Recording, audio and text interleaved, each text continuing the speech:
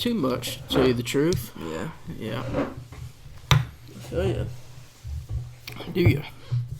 You do me? They said you, I don't even know what the fuck you just said, but... You said you feel me, and I said, do you?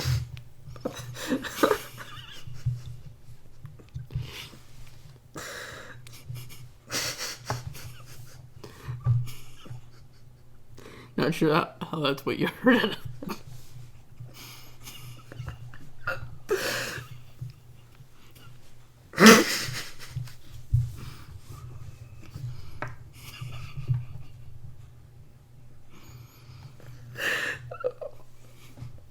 Oh, man. That's not what I heard. What's your initial thoughts on that? I mean, I knew you was into some weird shit, but... Oh, man. I thought you said... I thought you...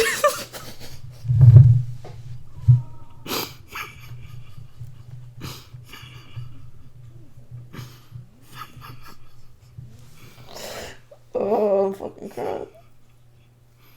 That's what you said?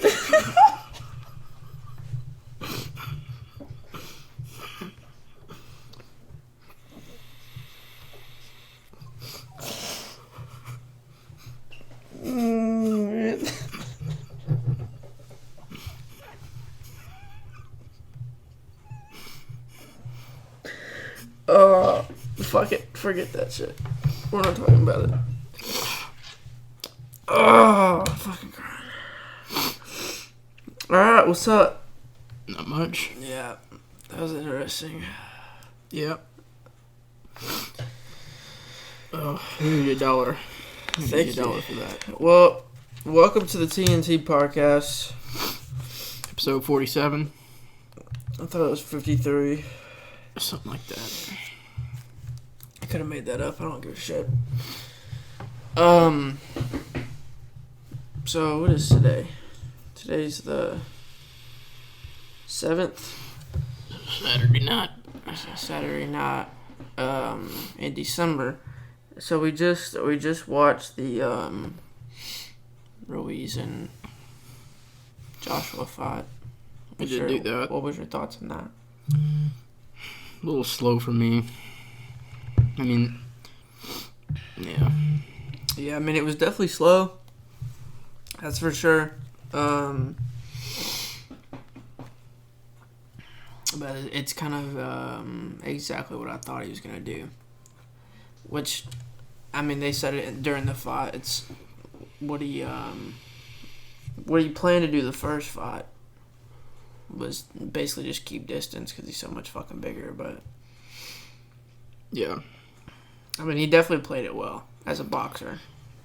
Yeah, I mean, it's good in his situation, but I think it's just not as entertaining to watch.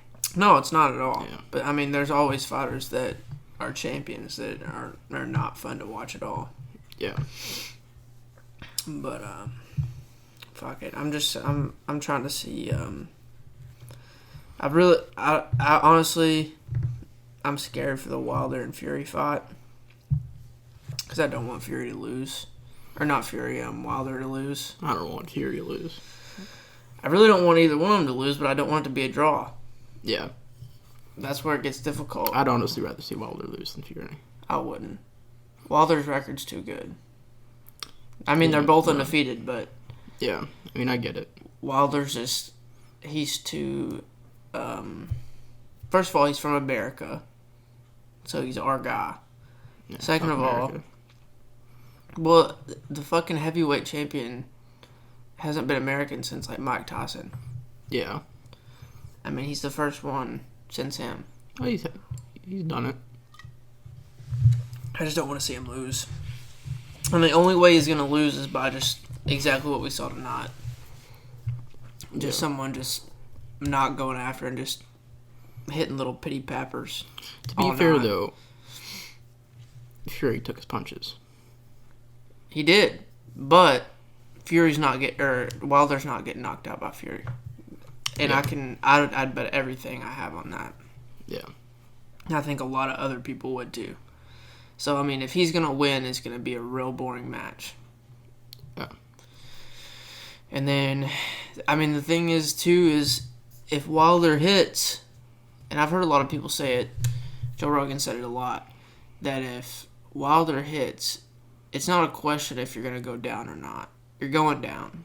It's just a question if you can get back up or not. And he got back up the first time. Nothing saying he could do it 2 times in a row. Yeah. But to be fair, Wilder hit 2 of the cleanest, most beautiful fucking punches I've ever seen in my life. Just a fucking right straight and left hook. It's fucking gorgeous. I don't know how the fuck he got up. It was bullshit. Yeah. Tough dude. He's got a fucking granite chin. He's known for it. He can take fucking punches. So could Andy Ruiz. He took some fucking sluggers. Yeah. But Joshua can't hit as hard as fucking Wilder can. I don't know what I'd say about that, though. I'd do him. I'd do him too. Yeah. Yeah, for bringing that back around, I think I heard you say, what did you say? Do ya? See, I thought I heard you say, I'd do ya. And I was Not quite. I was real confused. Yeah. By that. Definitely not what it was said, but anyways, so let's we're coming off the Call of Duty podcast. This is the one after that. So I mean, how are you feeling about it since we've talked about it? Which I guess neither one of us have really played it much since then. I'm not sure I played it at all since then. You played it more since then than I have. I've definitely played it a little bit, but I haven't spent really any time on it. I mean, they dropped a bunch of new stuff this last week. Yeah. But I haven't been on it since they dropped new stuff. I mean, they've definitely fixed some things that there were some problems with. Like, they fixed the 725 again. I do think it's better. Yeah, they did it 3 times. I do think it's better. It's still really fucking overpowered. But everything in the game is. Yeah. Yeah, it is. I mean, the game, it's a good game, but it's hard for me to play. I just don't want to play it, I don't think. Yeah. Especially, like, I'm level, like, fucking, like, 30-something. And, I mean, to even rank up your shit, I mean, you'd have to be probably level 80 or 90 just to get all of your fucking weapons all the way up. What do you mean by all of them? Like, the ones that I would use. If you're just talking about snipers, that's not true at all. No, I mean, I could probably get the snipers by, like, 50-something. I had it before 50. Yeah. But then the fucking ARs go up to, like, 70. Yeah. Yeah, those take a while. I think I heard somewhere that, like, to get the gold on, which gold's different than attachments, but I think I heard to get golds on ARs was about 10 hours. I'm not really sure if that's accurate, but...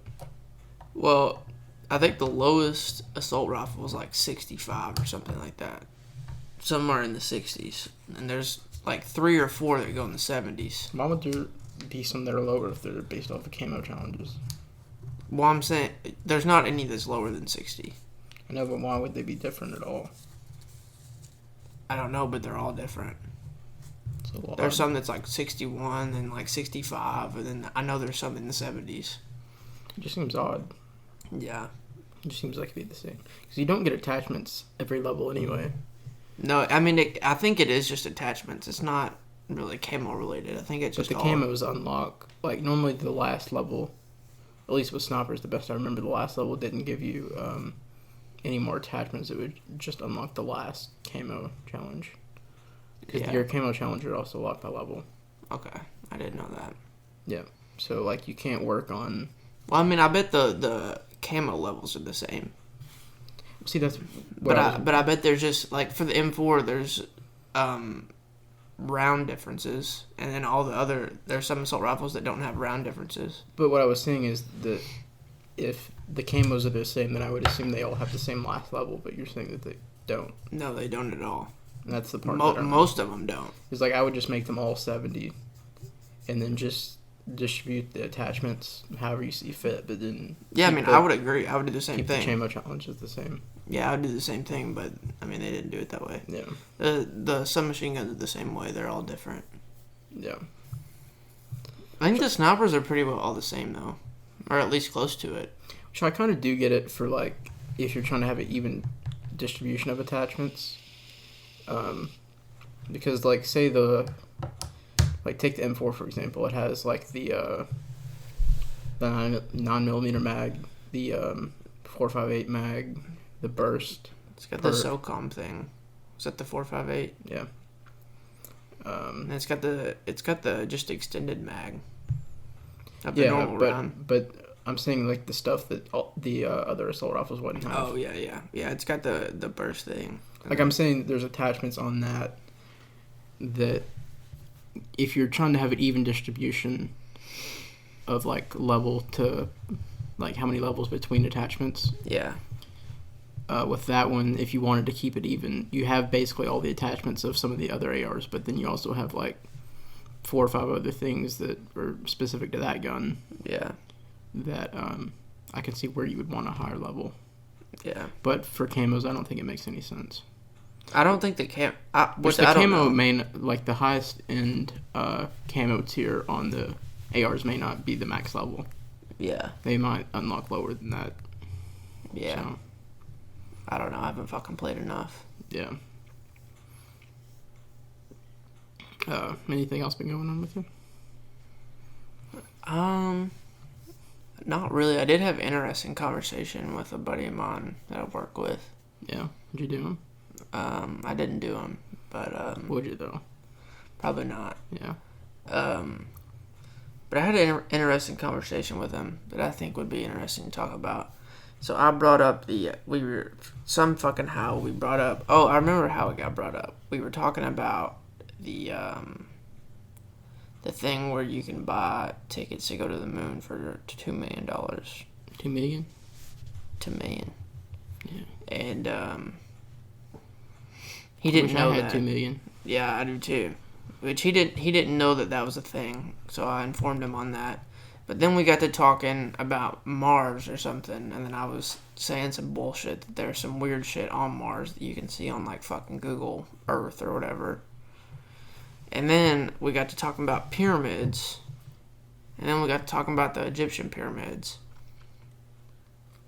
And what pyramids were you talking about before that? There's some images on Mars that look like pyramids, and then we brought up the Egyptian pyramids that maybe they're related or something. But I brought up the theory that I definitely knew he hadn't heard about it before, and I wanted to see his take on it. That there's a theory that, like based on our advancements now, we're gonna get to a point where, like, we're gonna be so advanced that we could almost tell it like. We're going to basically be able to live in a different reality at some point. Yeah. Basically, I just brought that up just to demonstrate how advanced we're going to be at a certain point. And then I brought up the theory that it's possible that humans were probably not as advanced in the same way. It could have been as advanced, just in a different way. But super advanced at that time, and then they just died off and then remade a cycle. They wouldn't even had to die off though. Well, the thing was, I think the theory is that like most of the smart people that were really smart and advanced it for that time died, and nobody else really knew what they were doing. And so basically just everybody else kind of got dumber. That wouldn't even have to happen, though. No, it wouldn't have to. Because I was thinking about this the other day. Say that we get...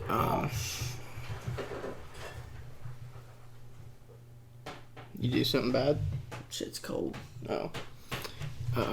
You don't want... No. Say that we had the opportunity to go to Mars right now. Yeah. I was trying to think of like how you would get to the point of like how long would it take to make a town on Mars? And then I was thinking like it could take a long time, because when you think about like you have to come up with a way to get wood. I mean, I guess you could ship it, but you wouldn't have to use wood. But I'm saying like if you're trying to be self-sufficient on Mars, like you get people there, and then where do you start? Well, let's say you're going to build it out of like bricks or concrete. First, you're going to make a plant that can make that. And to make that, you're probably going to have to make tools. Well, there's probably a way that you can make, like... Basically, the point that I'm getting at is that people could have came here, or we could go somewhere else. And it basically, at that point, we're almost back to the caveman stage again. Yeah. Of, like, starting over. Like, you can bring stuff with you, but that can only get you so far, because you're not going to be able to, like, take a factory to make new stuff. Yeah. So, like, if there were, like, aliens that came here, which I'm not sure that's necessarily the most reasonable theory because of how well the evolutionary stuff adds up. Yeah. But say that it did happen. Yeah. I feel like there would be a huge step back in technology. Just like you would have to have crazy amount of technology to get somewhere, but then once you're there, you kind of have to start over from scratch. The way I'm looking at it, like maybe that's not accurate, but I don't really see how you would get around it.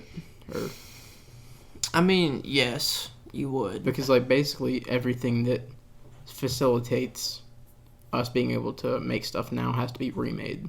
Like the simple stuff, like you can't go buy anything. Yeah. You have to make literally everything. You have to make all your factories, all your machines. You have to figure out metals, how to smelt them. But I do think it makes a big difference if you know how to do it than if you just don't. Yeah. I think if you went somewhere and knew how to do it, it would drastically change how fast you could get to a certain place. Probably is accurate, but then you have to factor in that if it takes a long time, one generation's not going to do it. No. And then when that generation reproduces there, do they know? I mean, I don't know. I mean, if you were that smart, though, you would think that they would know they're not going to be able to do it, like the smart people, so they would just either write it down or do something to pass it on. Yeah. But I'm just saying that is a possibility for like how we went through so much time of the fuck is that? Probably Bill. Okay. Yeah, it would kind of like I'm hearing some fucking weird shit right now. There's somebody over there or something, I don't know. Fucking with shit.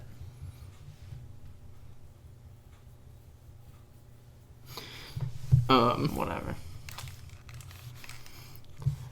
Yeah, so that in my mind that would kind of be a possible way that we went through so many years of like not knowing how to do stuff if there were aliens that got here, because like generationally, like say that you send the smartest people there, the next generations aren't necessarily going to be the smartest people, or have the experience to do that, and I feel like over time you kind of have to relearn stuff. Well, I mean that's kind of like what I was talking about with the I don't know exactly what it's called, but it's basically like a cycle theory where, and it's I've heard that theory. Yeah, and it's pretty much where, about. And from how I've heard it described, it like started way back, and that it supposedly explains like all the weird like civilization stuff. It's basically saying that the human like advancements have like gone through cycles, and that this isn't the first time we've been at this point. Yeah. And it could just be possibly the first time that we got to this point on this planet, or maybe even not when you look at like the Egyptian pyramids or like some of the stuff that we're uncovering. And then the things that like ended those were like asteroids or floods or whatever, or fucking diseases or whatever, just kill people off, and then you kind of restart. Or they all went underground. Yeah, or that. which is a possibility. Or they all went to the moon. Probably not a good one, but Yeah. Yeah, it's all weird because like we never gonna know. Yeah. Well, I mean, I guess. I mean, we're not gonna know what happened, but I guess the future could kind of like almost play out in a way that we would have a better idea of like whether those theories add up or not. Yeah. I mean, I don't think we will, but No, we probably won't know most of it. the future generations might. Yeah. Like when colonialization of that's the right word, isn't it?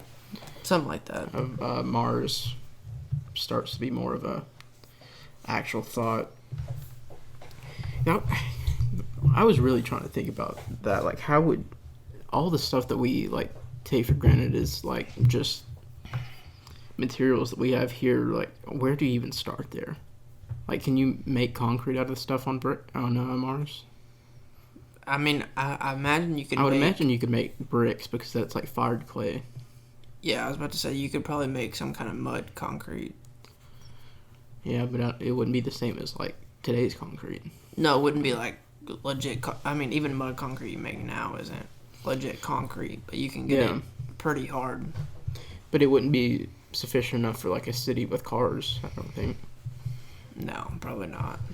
That's what I'm trying to say. Is like, say you just wanted to make a small town, like Pocahontas or something. Yeah. Just the infrastructure of that, not necessarily the number of houses, but just like the stuff there. How long does that take? I don't know. Like, I'm thinking it could take like hundreds of years, maybe. But I mean, maybe it like at the point we're at because now, maybe like what you were saying is like when you have to know how. Yeah. And that does make it quicker, but it doesn't matter if you know how if you don't have the stuff to do it. But you can bring stuff. Yeah, but that makes a big difference for a limited amount of time. Like at some point you have to be able to make the stuff that you need there. You can't just bring it from Earth forever. I mean, you can bring stuff to speed up the process so you can make it there. Yeah. But it's also like we're so unknown, or we know so little about it that, well, at least I do. Maybe other people know more. I'm not really even sure if you would know what to take until you really got there. Yeah, I don't know. It's a weird place. Yeah. I mean, just think about like how much metal is like in one skyscraper. A lot. Like, how are you gonna get that metal out of something from scratch? I don't even know how you make metal if you don't just find it. You don't. Yeah, as far as I'm aware. I guess you just wouldn't. I guess it would just all be concrete or some sort of like hard material. But you would need metal for eventually. Yeah. So you'd have to mine it. And it doesn't have, from what I know, that it doesn't have wood. No. I mean, you could... I don't know how long it would take it to make it to where you could grow trees. But then trees don't grow overnight. Like a big tree takes like 20 or 30 years. Yeah. I mean, it would take a lot to try to make a... But, I mean, you can make a civilization without ever having to have all that stuff. Like, you could basically build one out of just crap we bring. My point was, how long would it take to get it to a point where people wouldn't feel like they're living on a different planet? Or, like, not a different planet, but it would like, be... I know what you're saying. It would be a while. Like, where there's no downside to going to Mars. Yeah. It would take a while. Yeah.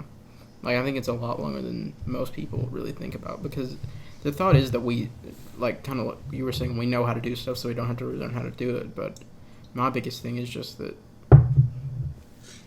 it's taken us so long to get to this point. Yeah. With, like, stuff. Like, we went through the whole blacksmithing stuff to make the machines that now we don't have to blacksmith stuff, and I feel like you'd have to go straight back to that. Like, are you going to take, like, a machine that... I mean, I guess you could take casts of stuff, but cast metal isn't... Like, you'd have to make a mold for everything. Yeah. Out of metal. There's just so much stuff. But...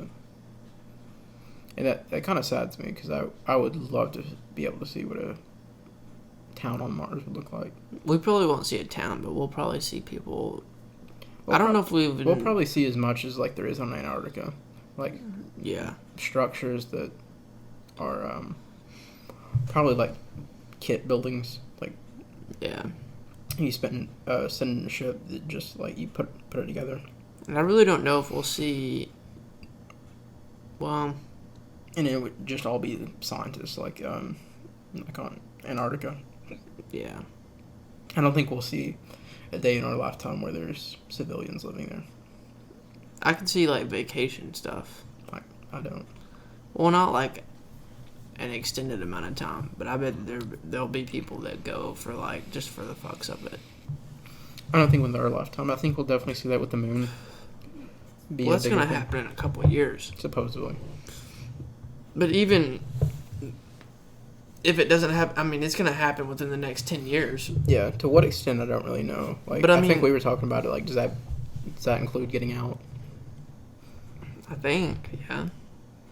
But then, like, I feel like within the next 30 years, you're gonna see people going to Mars. Yeah.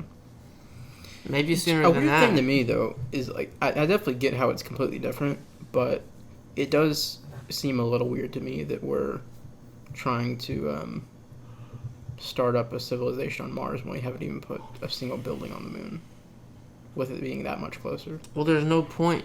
I mean, that's kind of the thing, is that it doesn't really get you any gain because it's long term, not a solution. Well, there's nothing there. There's no resources. Yeah. I mean, there's no way to just make shit. Yeah. But it's more just the fact of, like, doing it. Yeah. Just to, like, see how stuff goes together and how long it takes.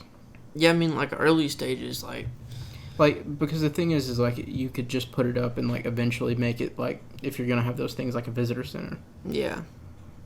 Well, I mean, I think we're definitely going to see that happen on the moon first. Do you think there'll be starting to be buildings on the moon before it ever starts on Mars? Yeah. And see, that's what I'm saying. That just makes more sense to me, but I don't really ever hear people talking about it. Well, I mean, even just with knowing that people are going to start going, they're gonna have to build something there. Yeah. Well, I mean, you wouldn't have to. No, I mean, you wouldn't have to, but I definitely think they will. I think if Elon does this thing with the landing rockets, or like the ones that can re-land, I imagine there have to be some type of a landing pad built there. Yeah. I bet they'll build some kind of resort or some kind of shit. Yeah. Be bizarre. You think everybody will have to wear suits? Like inside? Well, I know they won't have to inside. They might. It depends on how well it's sealed. Yeah. I mean, because, like, I wouldn't say that most buildings are sealed near as well as a spaceship is. No. Because, like, there's space radiation and there's no atmosphere on the moon. I mean, yeah. So I'm not even sure if, like... I mean, you could definitely build a building that's that tight, but, I mean, it wouldn't look like a normal resort. Obviously, no, I mean, it's not going to look like that at all. It's probably going to look like a fucking, like, bread and breakfast or something. Bread and breakfast? That's what I said. Yeah. Oh, breakfast is pretty good. Yeah, it's not bad. It's a lot of carbs, but it's good for you. Yeah.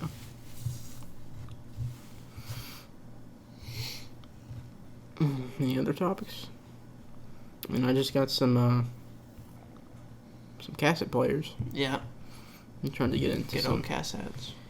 Trying to get into making some. Well, not making some music. You might make some music to put on some cassettes, but yeah, I'm looking forward to that because I really miss cassettes. So I'm trying to remember. I don't ever think I had a portable cassette player. I know I had portable CD players. Yeah, I was about to say I don't think I ever really messed with one. The only thing, I mean, I always had I had a CD player when I was little. Yeah. Cassettes definitely have it like just a different sound that I think is really, really neat. Yeah. CDs aren't really anything special. I never really had any nostalgia for them. No, I found one of the first CDs that that had like, I don't really want to say good music, but one of the first CDs that like I was just like, it was kind of like a playlist basically. Yeah. I kind of did my room. I know our mom used to like burn CDs. Yeah. She burned a couple for me at one point. Yeah. But, yeah, I fucking found it and it was weird. It was in a really weird place. yeah. Yeah, I don't even remember what I was looking for, but I was looking for something and fucking found it. It was real weird. Yeah, so how's your music creation been going? I mean, it's been going. I mean, I definitely want to start doing more live shit, but I don't really know how to do that. You mean like making it on the fly? Not really. Just more like more guitar playing, and then. I mean, I wish I could get a more live drum sound going. I mean, I kind of can. Oh, you mean like you want it to sound more like live music in the stuff that you're making? Okay, yeah. I thought you meant like actually playing live. No. Okay. I like to do that too, but yeah. As far as like making shit, I'd like to. I don't know. I mean, I have the cord where you can. Plug shit I up. know. I mean, I can't plug it up to my computer, so. Yeah.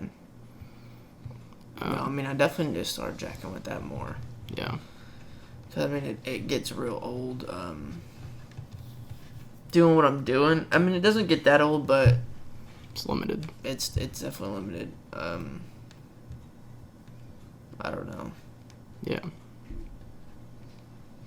But then, like, for the software that I'm using, it's difficult, like, recording stuff into it and then making it sound good.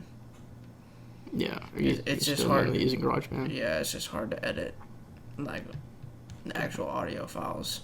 Yeah. GarageBand is not great for audio files at all. Yeah. Yeah, I don't really mess with it too much, but that's kind of the reason why. Like, I know that it's like a real entry level, and I kind of, if I'm gonna learn something, I don't want to have to relearn. Well, it's definitely not as entry level as most people think it is. Like, if you get Logic, which is like one of the most prestigious, it's like supposedly it's like a step up from FL Studio, but it's almost like, I've saw people use it, it's almost identical to GarageBand. It just has more shit on it. Yeah. That you can jack with, and then it's easier to do audio files and then mess with them. It's just a lot easier for that, and like to bring plugins in and shit, it's a lot easier. But it's basically like it looks the same, looks almost identical. I mean, that's probably intentional. Yeah, but I mean, I think I would have a lot more success trying to use Logic than FL Studio, which I like FL Studio. It's not horrible. Yeah. I'm just not great at it. I mean, I guess kind of what's your goals with that at the moment? Like, I really don't fucking know. It's kind of just a hobby. You don't think you'll ever have a hobby? I mean, I'd like to try to fuck with it and try to make it something, but as of right now, I'm just kind of, when I get bored, I just make something. Yeah. Or whenever I just feel like I want to make something, I make something, but I mean, I don't put lyrics to anything. I just make the fucking thing and then put it up. I definitely should try to make lyrics to at least some of them. That even goes with the fucking guitar shit, too. Yeah, I feel like it would... I don't know, though. I've never really talked to you about your lyric stuff, but I feel like it would be easier for you to put lyrics to guitar stuff than it would for, like, the beats that you make. Yeah. Well... I don't know. I've made lyrics for both types before. Yeah. But whenever I'm like making music on my computer, I never really think of lyrics. Yeah. I'm just like thinking about like every different sound to put in it. But then when I'm doing guitar, I normally don't think about lyrics until I've like gotten used to it, like the chords and what I'm doing. And then like as I'm playing, I think of like melodies or like lyrics or something. But hey, what the fuck? But yeah, I mean, I don't know, and I don't know. I don't. There's a bunch of I don't knows in this fucking statement, but yeah, I mean, I don't know. I mean, I'm kind of in the same. I mean, you're definitely farther down the line than I am, but my biggest thing with it is just that I'm not consistent with it. No, I'm not at all. I'm very which I've now that I think about it, I've been this way with almost everything. I'm very very spurty. I go in like spurts. That's how I wasn't even when I played basketball. Like I'd be fucking cold for fucking the whole quarter, and then I'd make like 10 in a row. Like I'm very, very very spurty. And fucking cigarettes. Won't smoke one for fucking a month, and then I'll smoke a whole pack in a night. Like I'm very, very very spurty with everything. Except when it comes for taking a drink. I mean, yeah, but I mean, I feel like I've gotten more used to it. But like some nights, I'll have a drink, and then I'll have a couple more drinks. I'm just saying it's your most consistent hobby. It is probably the most consistent hobby. That's correct. Yeah. Yeah, that is true. I guess mine would have been video games, but I hardly ever play video games anymore. Me either, which is sad.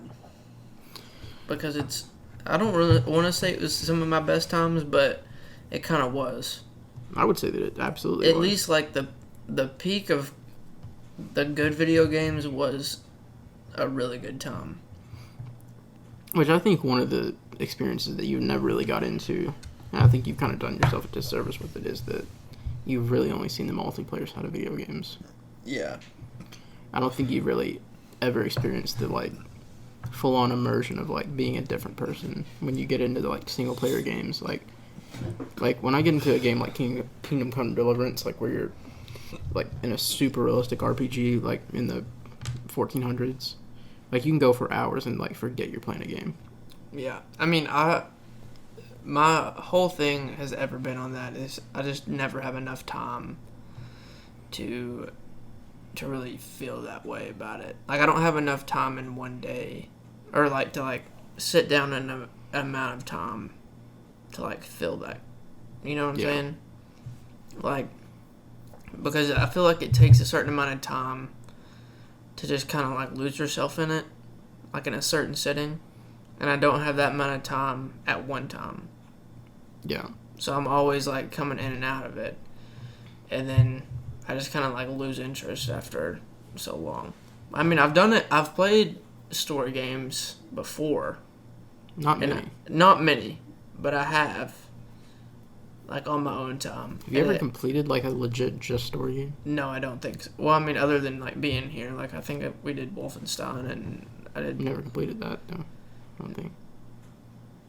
No, maybe not. I know I did one or two of the Uncharted's. Yeah, we played those together. Yeah. Yeah, we got through.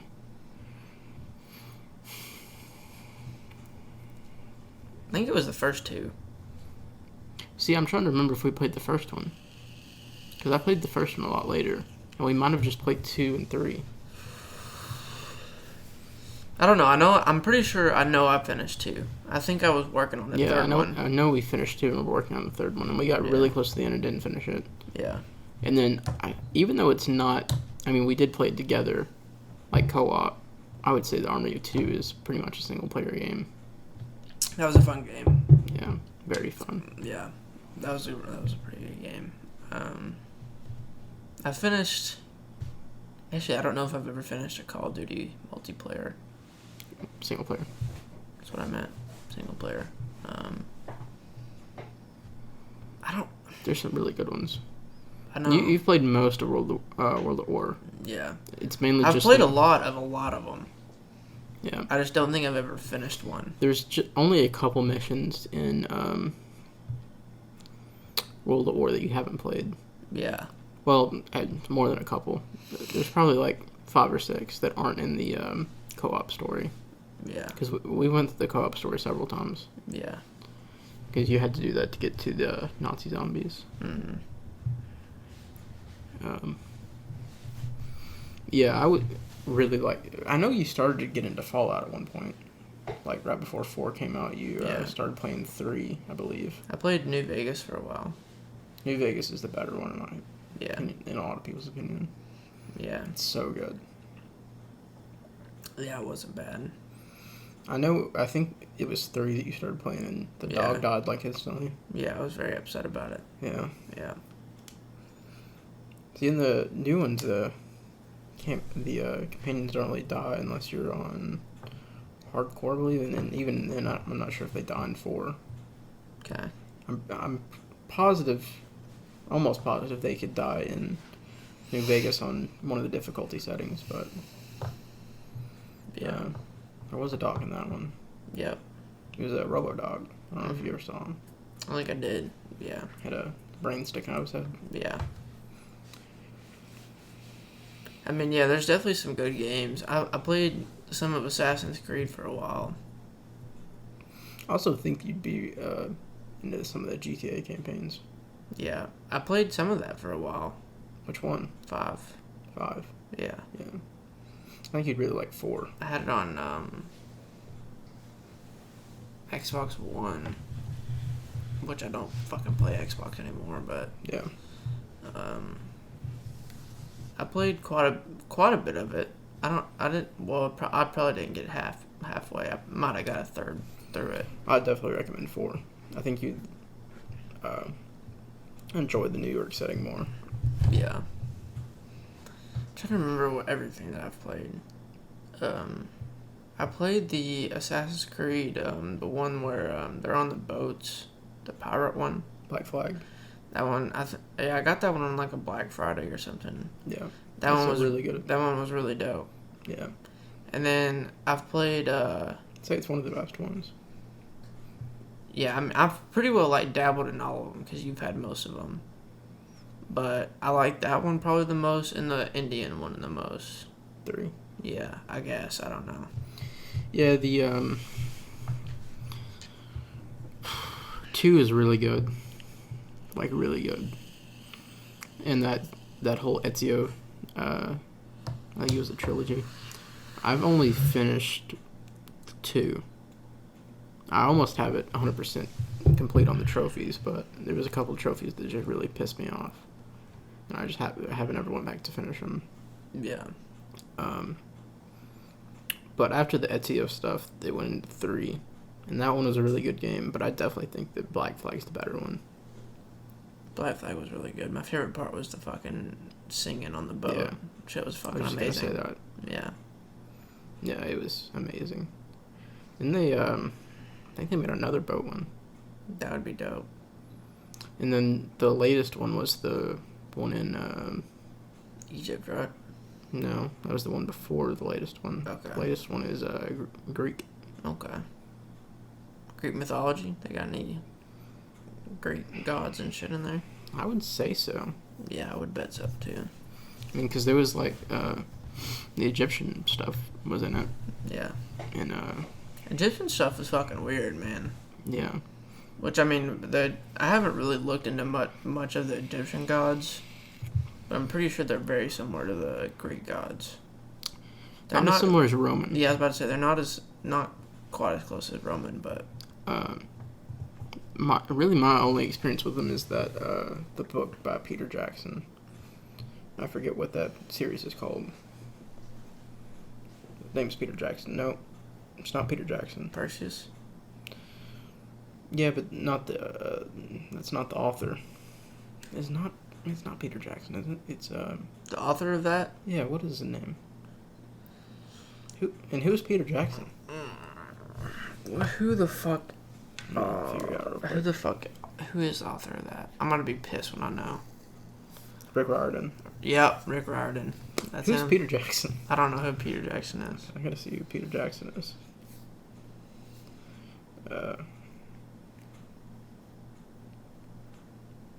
Is he like a film director? He's a film director. Lord of the Rings. Okay. It's very different. Yeah. I would like to start reading some good books, but it's one of those things, same thing as video games, I just don't have enough time. Well, get that book that I have, the short stories with Stephen King. Because, I mean, we've talked about it before. Like, I really like reading books, but it takes a lot to get my interest in them. Yeah. And if I'm not interested, I'm just not going to read it. That's why I prefer games more, because it's more of a visual thing. That's what I was about to say. Like, even if I have the choice to do a book or a video game that's similar, like you kind of get immersed in the world of it, I'd rather do a video game because you visually get to see it. It's like the same and as you like get to change. I mean, that depends on what game you're playing, but you feel like you're changing it, even if you're not. I mean, and fucking Joe Rogan has a fucking bit about it in one of his specials. That like when people say that books are better than the movies, they're fucking not. It doesn't matter what they fucking left out of the movie. You get to fucking see it. It's so much better. It depends on if the movie was done well. Even if it's not, though. I wouldn't say that's... Like, the Percy Jackson movies weren't very good, in my opinion. The books were so much better. And I will say that I probably agree. But I would much rather watch the movie than read the book. Even though I read, like, the first 3. And the books were very, very I'll give you that. good. Like, if there would have been the option for the movie at the time, I probably wouldn't have read the books. Yeah. But that's because I don't really like reading. Yeah. Like, I can get really into stuff, but it's just... Reading is very tiring for me. Mm-hmm. Where video games aren't. Watching movies kind of gets tiring for me. It's also kind of the thing that I'm not as engaged as I am with a video game. Yeah. Like, with a movie and with books, you're kind of on heavy rails. Yeah. Because there is this thing of being on rails in, like, very linear games. But I normally prefer open world games because of this fact that, like, you know, if you're watching a movie, you can get stuck in a situation where you really want to see what's going on, but you really don't care about what's actually going on at the moment. Like, you care about the overall thing, but there's just a lot of parts that you don't care about. Yeah. And with games like Kingdom Come Deliverance, for instance, like, you can be playing the story in that and then just go right off into the woods and look around for, like, hours. Yeah. Like, you can just really make it your own thing, and if you're tired of something, take a break from it, but you're still in it. Yeah. And I really prefer that. Another game that we missed out on was what's the fucking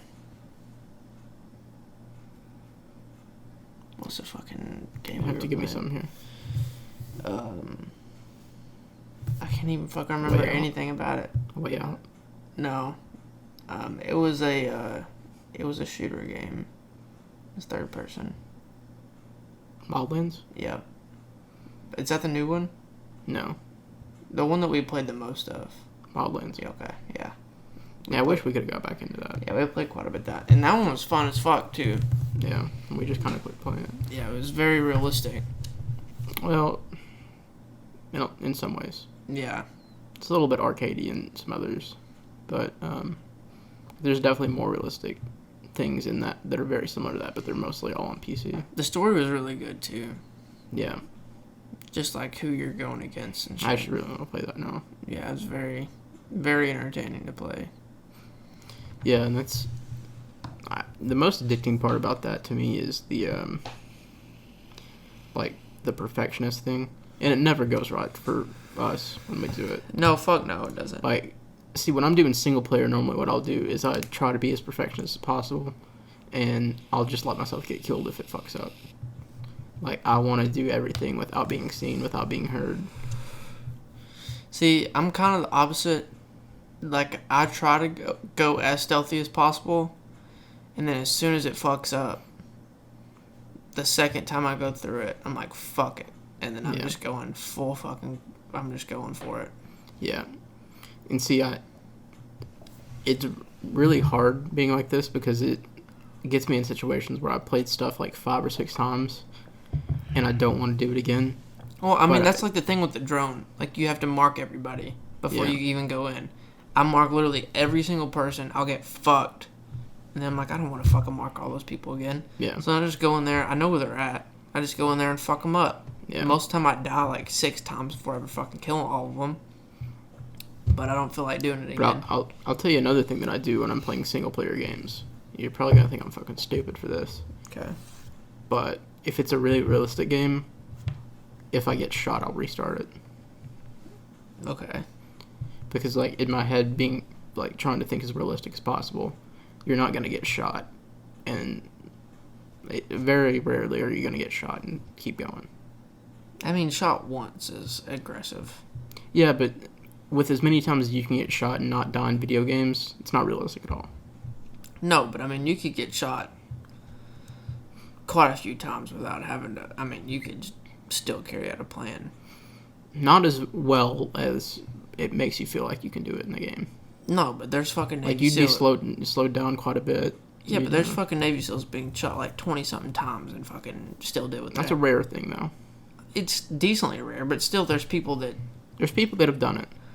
Yeah, but I mean, there's still people that have gotten shot 3 or 4 or 5 times and still never even fucking... But just take Wildlands, for example. Like, that's like every 30 minutes something like that's happening. Yeah. You'd be dead so fucking quick. Probably so, yeah. You're getting shot 20 times and living maybe once. Yeah. I don't think you're doing it twice. Definitely not in the same month. Yeah, probably not. And, like, I know how terrible it would be, but I kind of wish there was more modes in video games where it's just one shot and you're dead. That'd be real miserable. It would be. But it would be really rewarding. Well, Call of Duty's real fucking close to that. Yeah, but, I mean... And see, what's sad about it is the campaign is more like normal Call of Duties. You can get shot, you're like a fucking juggernaut in the fucking campaign. I mean, I guess unless you play like the hardest difficulty, but... Yeah. And even then, I bet you can get shot probably 10 times and not die. Yeah. But... That's in Call of Duty campaigns is when I wish that it would be the absolutely most realistic, like a one shot. But see, whenever you're shooting people, it's as realistic as possible. Yeah. Well, see, that's kind of the problem that I have. Kind of going to the, if I get shot once, I restart. Is that I really don't like the fact that a lot of times the enemies take less damage than you do. I feel like that's just not even. Take more damage. No. Well, the enemies die faster. That's what I'm saying. Yeah, the enemies would take more damage. They have less health. Yeah, but you said they take less damage. Yeah. They take more damage. I said that the wrong way. I meant they take less damage to kill. Yeah. But like in Wildlands, like if you're not spotted, it's a one shot anywhere. Yeah. Which I kind of think that's a little bullshit. I think it should be chest and head, but... Well, it depends on what you're using.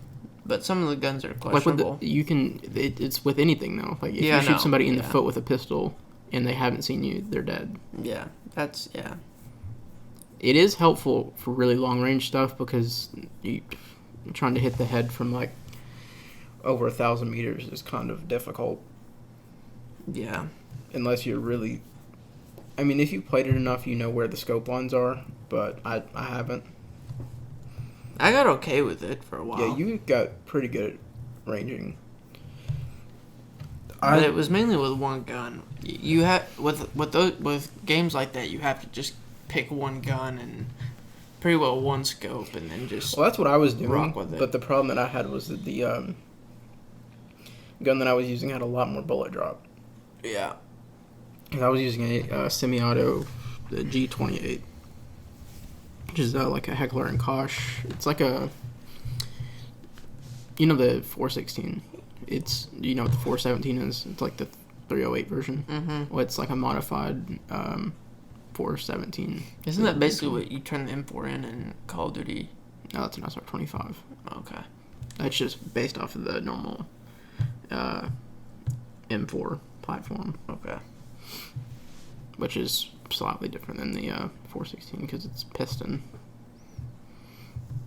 Okay. The 416 piston, not the M4. But yeah, that game's so fucking good. You got a lot of shit, but I don't really get it. The driving is terrible. Horrible. Which I had a really bad experience because my fucking none of my fucking vehicles would go full speed. That was because of the controller. Yeah, it was mainly the controller. Yeah, we fixed that. Yeah. Yeah, that controller just is a dead. Has a weak trigger. Yeah. Because that also happened with Kingdom Come Deliverance. I was trying to play that game with that controller, and I couldn't swing like the sword. That game is really good too. That's probably like the most underrated game of like the past 5 years for me. Like, it had a lot of bugs when it first came out, which is probably one of the things that knocked it down, but it's such a realistic game. Like, when you start the game, you don't know how to read. You have to go to a school to learn how to read, and you don't have to. Like, you can complete the whole game and never learn how to read. You can complete the whole game and only kill one person. Okay. If there's only one person that you have to kill. And the story is probably like 30 hours. It's a lot of hours. If you're just going straight through the story. Yeah. Like, all of my playthroughs, well, I've only got through it completely once. And that has like 250 hours. And my other one, I already got to like 100, and I'm only like halfway through.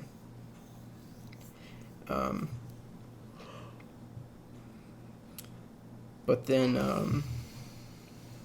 like, you don't know how to fight with a sword very well at all when you first start. Yeah. That was something. Was that my phone? My phone? I don't know. I heard it on my fucking. Might have been. I mean, I did just get a notification, but I don't know why the sound came out.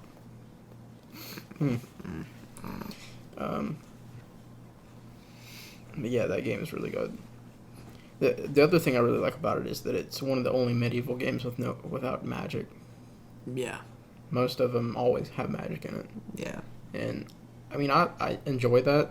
Like, I love Skyrim. Yeah. But it's nice to have something like where you're not anybody special. You're just a normal dude, no magic. Just trying to survive. Yeah.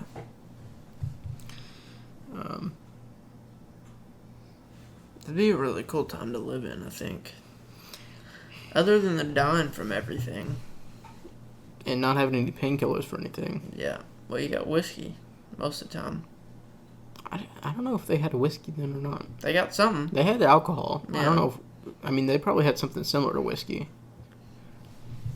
I don't know how long whiskey's been around. You know what?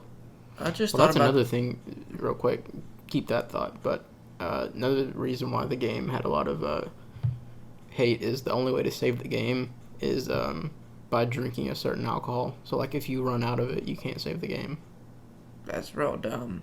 I mean, you can also sleep in a bed. Okay. But, like, if you're out in the wild, there's no beds. Yeah. So...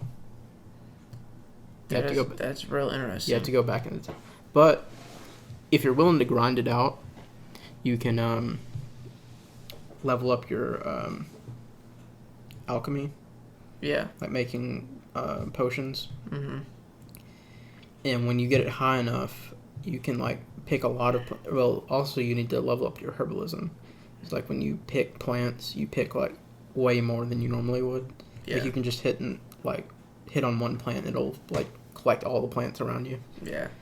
And then when you get it up high enough, your alchemy, you can make it to where... Because normally when you start out the game, like, you don't just click on a recipe.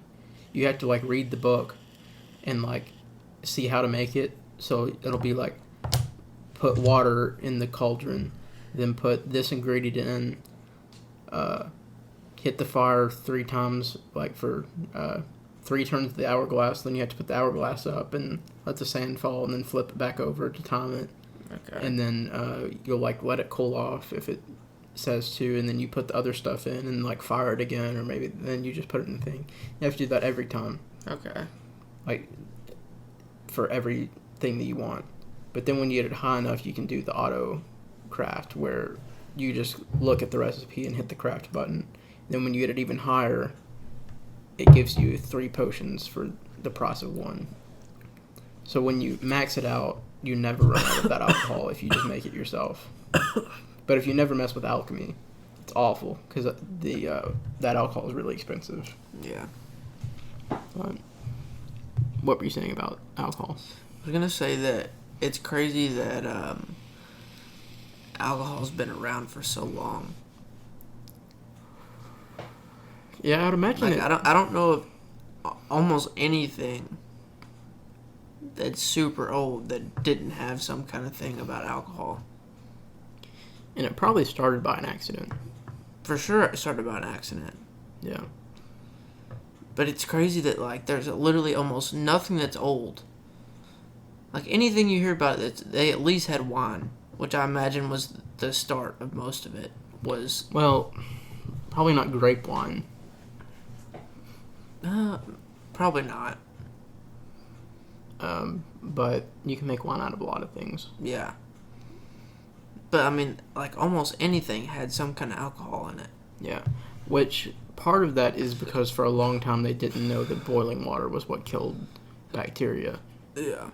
They just knew that you didn't get sick if you drank alcohol. So a lot of people drink alcohol thinking that it was safer than, like it was better for you than water. But that was because you boil water in the process of making alcohol. I'm down for saying that alcohol's better for you. Well, I mean, I think your liver would argue differently. But, I You- mean, your liver may not, but You don't need that to live. sure. You know. But I was also thinking, I played quite a bit of Red Dead 2. Red Dead 2 or Red Dead 2? Both. Okay. Both assumptions. Did you play any of the first one? No. Okay. I have the first one, but I never played it. You need to finish that too. Yeah, I do. It was very good. Yeah. At least the bit I played. I very thoroughly enjoyed everything. It's probably one of the most, like, grounded, realistic games that's ever come out. But I just love the fucking time period. It's so fucking, like, Yeah. you just do whatever you want. And see, you're different where, like, you like it outside of, like, a joke thing. I love it. Well, I kind of love the atmosphere, but the whole cowboy thing I find just absurd. I fucking love it, dude. Yeah. That's my shit. Yeah. I think I was born to be in a cowboy hat, but I don't know. I definitely wasn't. It could just be me. I'll stick to this type of hat. I think, well, see, I don't want to be, but I think that there's a part of me that was born to be in a cowboy hat. I think there's two sides. Yeah. I think one side was born to be in a cowboy hat for sure. Yeah. Trying to draw some people. I would love to, actually. I'm Have not a good enough shot to do that, Heavy old duel. but I think that'd be super dope. I'd definitely die. Yeah. 100%. Yeah. But if I went down for being a cool duelist or whatever, that'd be kind of dope. Learn how to spin them. I don't see how they did it without shooting themselves. I don't either. I bet they did a lot, though. Probably so. It was a weird time. Like, that's one of the weird things that blows my mind, how, like, people think that there's more crime now, which is just absolutely not. But if you look No. at that time, like, you can't even, there's no comparison. Well, you have no idea how much crime was even going on. No, not even a fraction of it. No. I mean, because if you do something in, like, most of the places in the West, who was going to know about it? Yeah. Nobody. Well, I mean, even, like, the max criminal thing you can do is kill somebody. Yeah. They don't even know how many people There killed were. people. Or how many people there were. Yeah. I mean, so you can't, like... There's No. Yeah. I mean, there's no way of knowing. And then people just straight out, like, it was acceptable to kill people in certain scenarios. Yeah. Like the duels. Like, you just walk in the street in the middle of the fucking town. And it could be over nothing. Yeah. Fight in a bar. I'm like, alright, I'm gonna duel you. And you shoot somebody in the fucking face. And as long as you follow the rules of a duel, then you're all good. Yeah. Fucking got a pat on the back by the sheriff, and you're all good to go. They had bounty hunters. Like, you could just go get somebody and collect a bounty for it. That'd be so... Dude, that's one of the... There's definitely multiple time periods that I wish I lived in, and that's definitely one of them. I would have been okay living in that time period, but I wouldn't want to live in the West. I would want to live in, like, London or something. I'd like to live in the West. Yeah. That'd be so dope, though. I mean, there's literally nobody there. I don't like that. But I'm saying, like, you can do whatever the fuck you want. I don't want to live where there's nobody. I don't want to have to ride a horse everywhere. I want to be able to travel easier than that. Mm-hmm. Like, I want to be able to travel wherever the fuck I want to. Mm-hmm. Now is definitely the best time for me to live. And if it's not now, it would have been, like, in a city during that time. Like, New York would have been cool during that time, too. For sure it would have been. Yeah. Yeah. I'd like to live there, too. I'd like to be in New York around, like, the late 40s. Yeah. I wish I could have been born in New York in, like, the 30s, maybe. Yeah, I wish I could have been born, like, 35. Yeah. 30. Somewhere late 30s. Yeah, because I'd want to see 40s, 50s, 60s. Mm-hmm. I don't know if you'd want to be there in the 70s and 80s. I don't give a shit. Fucking kill me after the 60s. I don't give a shit. Yeah. You move to Chicago. Chicago. Yeah. Or if you get really fed up, you move to Louisville. Louisville. Yeah. Or Nolans. Yeah. Yeah, and then another time period would be when the Egyptians were doing their thing. Just because, and I think a lot of people say that, but I just want to know what the fuck they were up to. I would want to live then, but I definitely want to see it. I think it would be dope to live there, because I think that, like, they had some shit going on that it would be really dope to just be there. I'd be fine with just seeing it, though. I mean, I would be, too. Like, if I could just, like, do a time travel, like, where I'm not actually there, but... I mean, even if I was actually there and had a way to come back, I'd be fine with that, but I wouldn't want to be permanently there. I just think it would be so dope to be there. But I also think, like, all of this stuff, it's only... Like, all the time periods are really only cool because of how it is now. Yeah. Like, if you only had that experience, I don't think it would mean as much. I don't know, though. I think if you live through that... Like, if you take the Red Dead time, and you live through that, and then are here now. But that's what I'm saying, is if you don't have the comparison, it doesn't mean as much. But that's what I'm saying. I'm saying that I think if someone was born then, or not really born then, but lived through that and then was here now, they would like that other one better. Well, I don't really want to. I don't really want to say better because there's a lot of things that are better about now. I would say most things are. But there's really nothing that's too much better back then, besides maybe, like, no property tax. But, like, for me, like, it's so much more simple. Yeah. Like, I just like more. I mean, that's kind of what things. I was saying with, like, the property tax. That's one example, but, like, then if you wanted to live a simple life, you could. Now you really can't. Yeah. Because, like, you have to, like, basically the government and, like, society makes you Can't even have a fucking headphone jack on your fucking phone. Yeah. The fuck? That's not simple, though. I mean, you don't need a phone. No, but if I have a phone, it's simple to put a fucking headphone jack in it. Yeah. Yeah, I would say that I'm kind of, like, old school in a lot of ways, but not that old school. Like, mine would be, like, 40s in a city. Yeah. But even then, like, which, I mean, they did have planes then. But one of the biggest things for me now is just how connected everything is. And I wouldn't want to lose that for Yeah, there's definitely a lot of benefits of now. You also can't die from a lot of things that you could die from then. Yeah, it's hard to die. It is. A lot of people die though, but it is difficult to die. Yeah. I mean, it's hard to die if somebody doesn't do it. Like, if somebody doesn't kill you, it's hard to just die. Yeah, if someone doesn't try to die you, Yeah. it's hard to die. There are some people out there that are trying to die a lot of people, though. Someone needs to make a shirt about that. I'll do it. I'm trying to die you. Yeah. It'd be a good shirt. Yeah. I might even learn you how to make them. I'll be down for it. Yeah. But yeah, I mean, they died from the fucking flu and shit back then. Hide from everything. Yeah. You stump your toe and you die. It's just not great. Yeah. Well, if you stumped your toe, you just lost your toe. That's just how it went. But maybe your foot. Maybe your fucking leg. Yeah.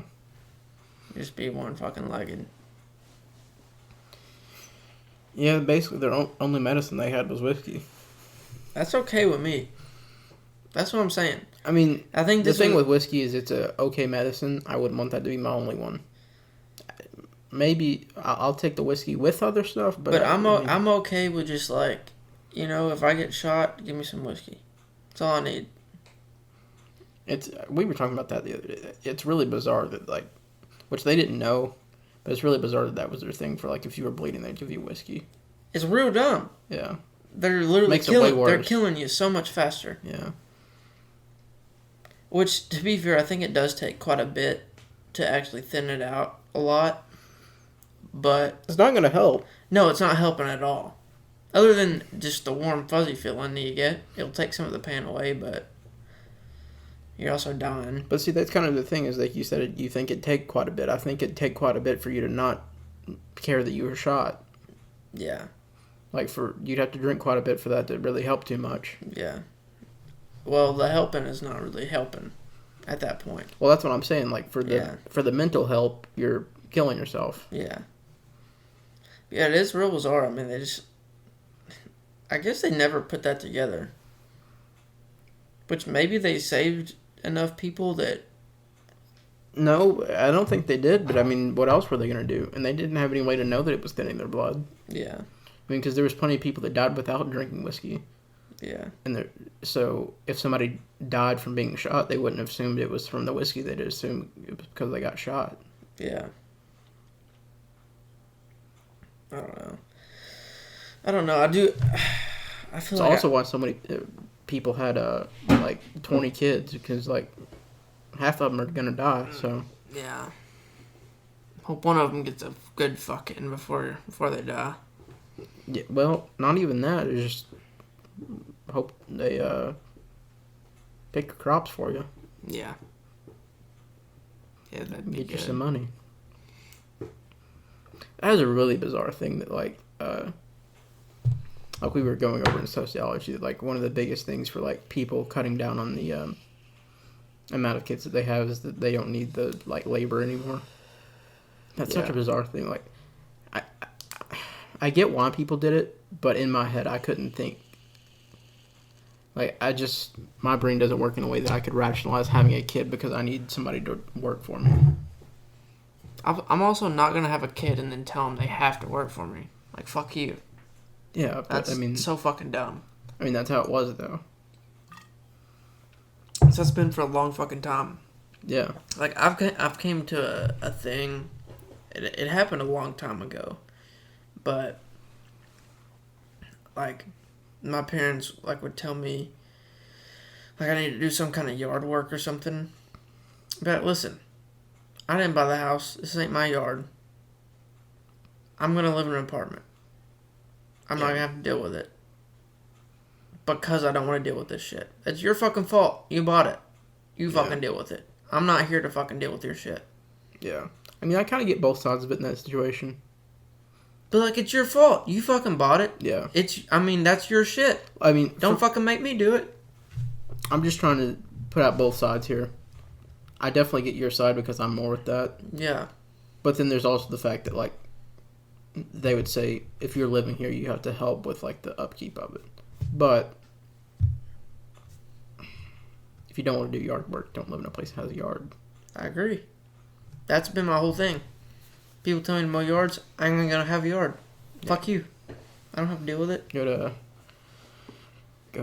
out west and just have you one of them sand yards and dirt yards. I'd be okay with that. I'd love it. I mean, no, I wouldn't love it when a dust storm comes up. I'd fucking love it. I'd just fucking gobble it up. You get you some goggles. No, I'd just fucking let it fucking blast my eye sockets. Sand in the eyes is so fucking bad. It's so miserable. But I'd be It's down one of the for worst it. things. Anything to the eyes is the worst. Yeah. Because you just can't get away from it. Would you rather have 24 hours of sand in your eyes or 24 hours of massive stomach cramps?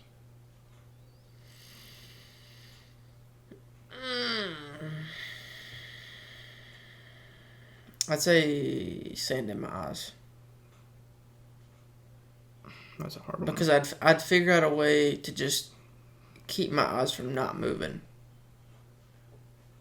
I'm not really sure that helps, but Well, I'm like, because whenever you move your eyes, the sand particles are scratching your eyeballs. That's what fucks them up real bad. yeah. And so, like, I would try to figure out a way to just not move them. But there's no getting away from stomach cramps. There's nothing you can do. Yeah. It doesn't, like, there's literally nothing you can ever do to get away from it. No. You just have to sit there and just you have to sit there and just suffer it. I mean, I'll admit I haven't went through a lot of, like, painful things, but that's probably number one for me. I mean, the worst part, like, the pain isn't real bad. Yes, it is. It is. But Like, it's one of the only things that I've had pain where I can't even think about anything. Yes, but I'm saying that the pain is even worse. Like, it makes it seem worse because there's nothing you can do. But there's not many pain things. But there's a lot of pain things. Like, you could take painkillers. You could do something for the pain. Yeah. But with this specific pain, you have to just sit there and deal with it. Yeah. Like, there's nothing you can do to get away from it. You can't lay in a certain position. You can't fucking take a shit. There's nothing you can do. Yeah. You just gotta sit there and in some fucking deal cases, with it. taking a shit might help, but But a lot of times that makes it worse. it can, yeah. I mean, It depends on what's causing it. I'm just saying that's It's not necessarily a help. it's one of the worst things for the fact that you can't do anything about it. Yeah. And especially given this scenario, because it's 24 hours, so that assumes that, You're in pain for 24 hours. yeah, it's not going away.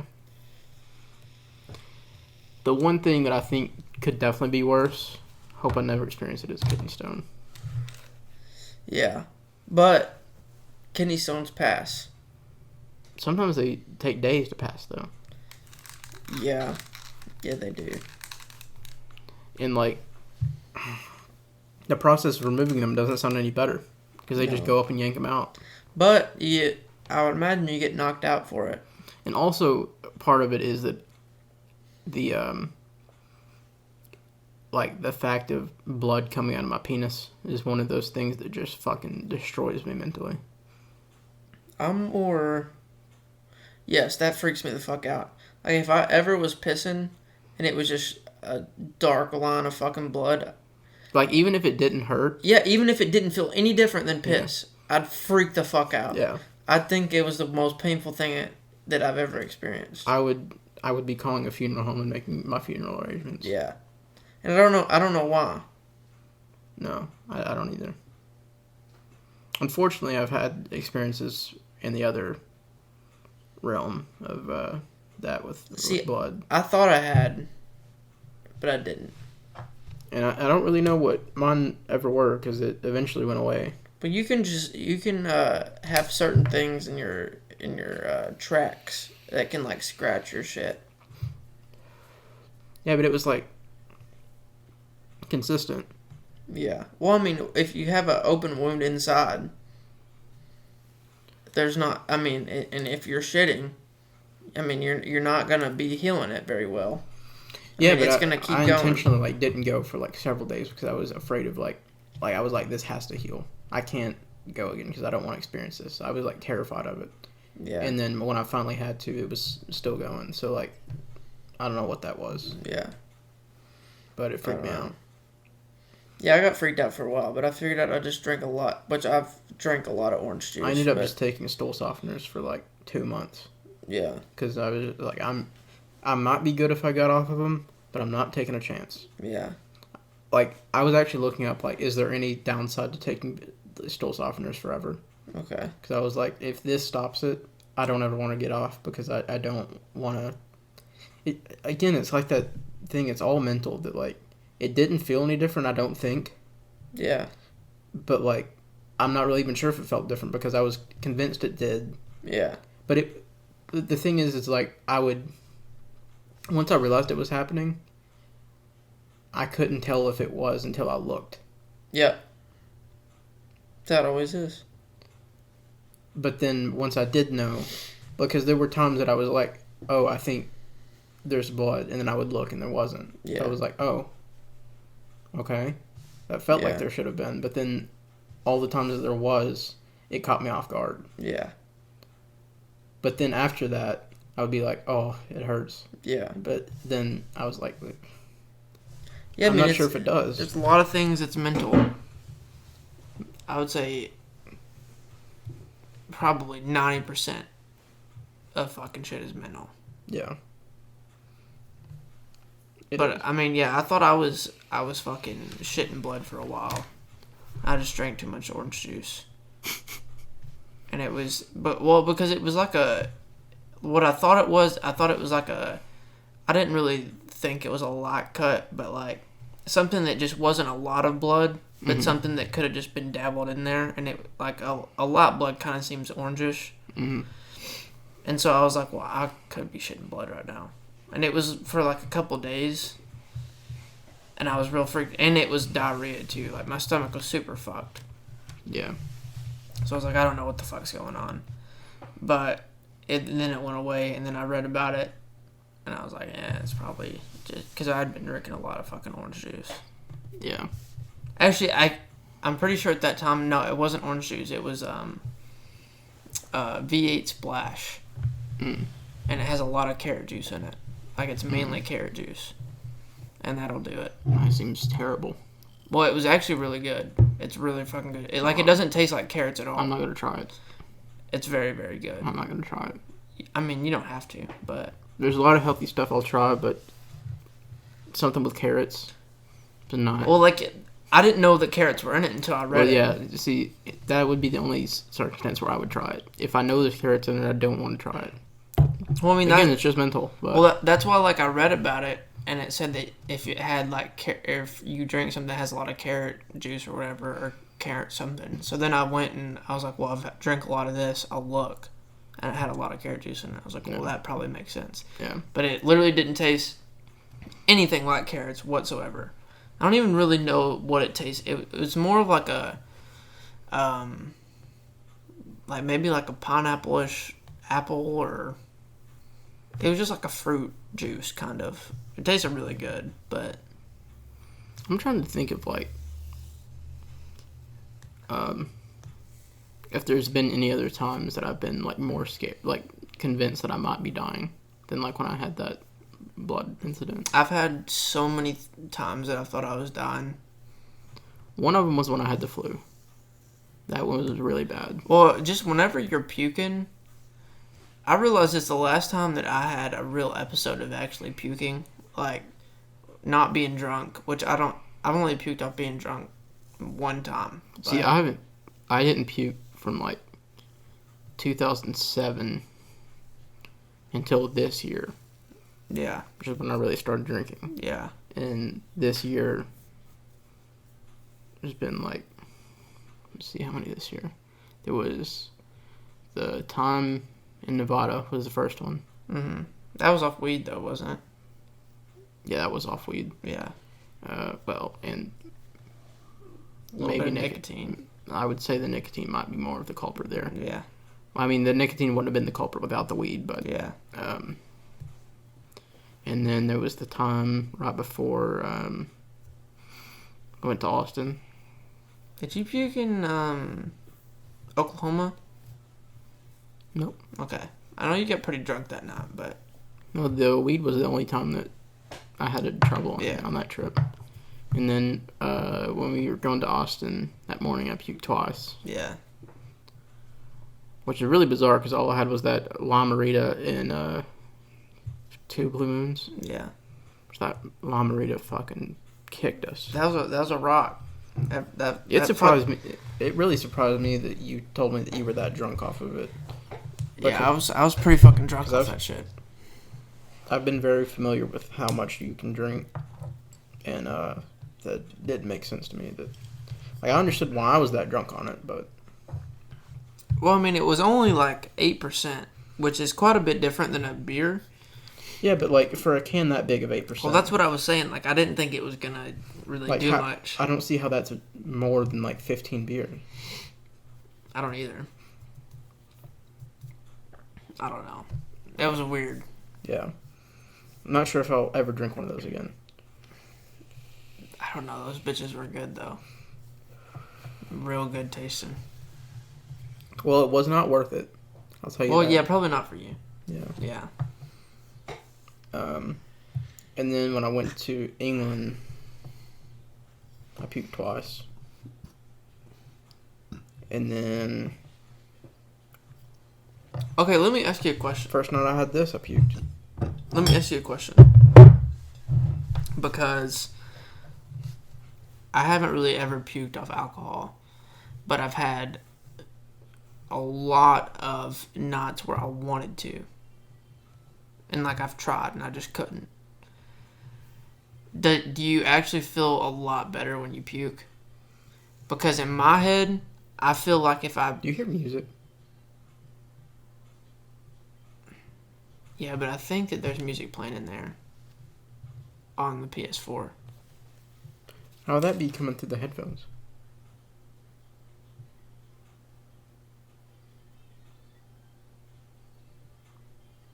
That's Die For Me, yeah. Okay. Yeah, it's the Posty playlist. But I've had a lot of nights where I was so drunk and I had to like I can't even explain to you how many nights like my mouth has started watering. Like, you know, like whenever like you're about to puke, your mouth will start kind of like lubing itself to like start like really to puke. hot saliva. Yeah, like I've had so many nights where like I'm ready to puke and it just doesn't happen. And I've tried most of those nights to puke because I just want to get it over with because I know I'm gonna feel so much better once I get it out, but I just can't do it. So I'm asking if you actually feel that much better. Depends on the night that we're talking about. Just any night, because I feel like the act of it would be real miserable. Well, but it's not 100%. But I feel like after it, I feel like I would feel so much better than dealing with what I'm dealing with at the moment. The weed one was miserable because I'd ate that day. Yeah. So that made a mess. Yeah. And I didn't feel... I felt a lot better, but I didn't feel great. Yeah. I just went straight to bed. What was the next one? Austin? Yeah. That one I felt great. I mean, after the second puke, I felt fine. Well, actually, after the first one, I felt fine. And then I felt fine for like a minute. And then I was like, no. I remember... But then after that, I was good for the rest of the I day. remember fucking, like, kind of waking up. I wasn't completely... Like, I thought I was dreaming of someone puking. Yeah. Because I could hear you puking. But I thought I was still dreaming. And then I woke up and I was like, is someone fucking puking? What the fuck's going on? And then Grandma fucking came in and she told me that you were puking. I was like, what the fuck? Yeah. I didn't even realize that you got that drunk or anything. I wasn't until I woke up. Yeah. See, that's what's weird about it, to me. Is like, most of the times that you've puked, I feel like it's been the after you wake up. Which it could have just been that one time. But I've never been sick. That's the only time that, yeah. Yeah, I've never been sick after I wake up. It's always been like almost immediately after. I just get real dizzy and then I have to puke. Or like... Do you normally go to sleep like before the full drunk kicks in though? Sometimes I do, yeah. Sometimes I'll know, like, specifically, like, if I have, like, a Tommy shot or something, and I know it takes about 15-20 minutes to kick in if it's liquor. So I know it's going to kick in, and it's going to be real fucking miserable. So I'm like, okay, I'm just going to bed before I have to deal with it. But then sometimes it'll kick in, and when I'm in, like, whenever I'm laying down or something, and I'm in certain positions, I'll get real dizzy, and then I'll just get real nauseous, like real bad. Specifically, it's been like when I've been like in a bed with somebody, and then I'm like on my back. It's mainly when I'm on my back, and I just get so fucking nauseous, and I normally have to go to the bathroom, and I never fucking puke, but I've had so many times where I've just been fucking bent over the fucking toilet, and I've had to like wanted to puke so bad.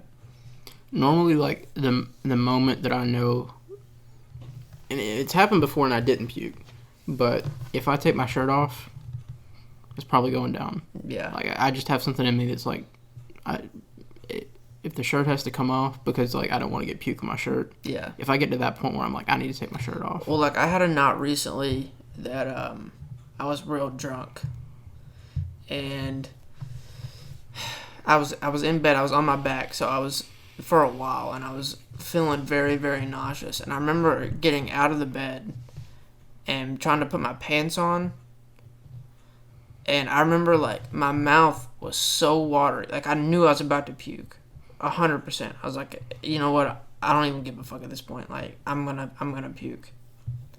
And I remember trying to put my pants on, and they were inside out, and so I was trying to fix them. Where were you at? At one of my buddy's house.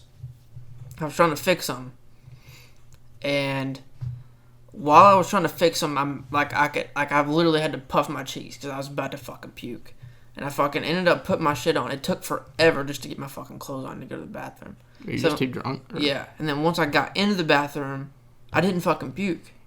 Did you still feel like you needed to, though? Yeah, and then I just pissed because I had to piss real bad. And then I sat there for a minute just to make sure I wasn't going to puke. My mouth was still fucking watering, and then I didn't puke. Yeah. But then, like, even at the beach trip, when I was on the beach, I was drunk the whole fucking week, first of all. But this one night in particular, I was so fucking shit-faced. And I remember sitting over the coast, like the water coming in. I was like, I'm just gonna fucking puke right here. Like, it has to happen. I remember fucking gagging myself for like 20 fucking minutes. Yeah, I've never done that. And, like, could not fucking puke. It, like, I wish I could have puked so bad. Because I felt so miserable. And I had to walk like fucking 3 miles. Yeah. It was so bullshit. But back to my experiences. Yeah. The time in Texas, I felt so much better. Yeah. Like I still had the hangover headache. You're probably familiar with that. The what now? Hangover headache. Yep. I still had that. Yep. And my eyes kind of hurt. Yep. But I'm gonna be honest with you. The what does not help the hangover headache whatsoever is a good old Jewel Rip right in the morning. Yeah, that make it a lot worse. That fucks it so bad. Yeah. I mean, it takes your headache from like a 7 to a straight 12.5. Yeah. I mean, it's miserable. But when you wake up in the morning from a good old night of being drunk, you gotta take a Jewel Rip. Yeah.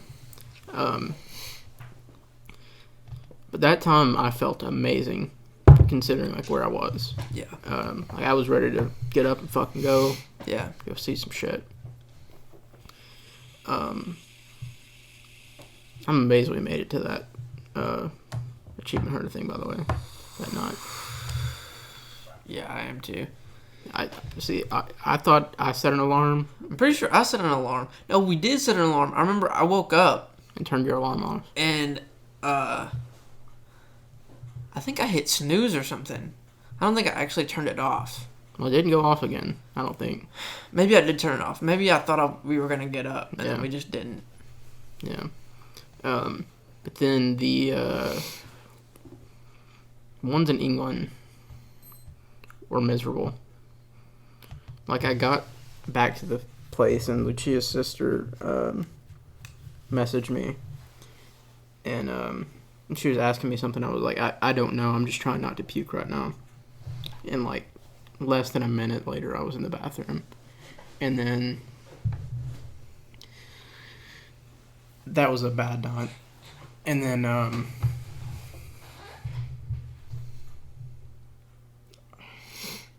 trying to think if there was another night that I puked, and I think it was just that time. But then I woke up the next morning and puked again. And then it was real bad because I went downstairs because I started to feel a little bit better, and I was like, well, I'm gonna go downstairs and eat breakfast, and I had to like rush through breakfast because I was like, I gotta go back up and puke again, and I didn't. Luckily, it got better. But it was real sketchy because that was also the day that I wasn't sure if I was supposed to go meet Lucia like that morning before she went to the festival. Mm-hmm. If she would have wanted me to, I don't know what would have happened because I would have had to go on the train, like walk like half a mile. Yeah. Like that would not have been a good situation. No, it wouldn't have been. But and then the last time, the first night that I had this shit. When was that? Miserable. Was that here? Mm-hmm. That was when Brody and Shane came over. I don't remember you puking. No, because you went to sleep. Oh, okay. I didn't know you puked in. Yeah, and I stayed up, and like I was fine until like after you went to sleep, and like an hour later, it all kicked in. Yeah, I remember you saying that it kicked in really late, which I remember. I probably had. I don't even remember how many beers I had, but I remember I had just a little bit of that fucking shit. I had maybe 2 shots of it. Yeah. And that shit fucked me up real bad. Yeah. Real bad. I probably had like a glass and a half of that. Like a glass this size. And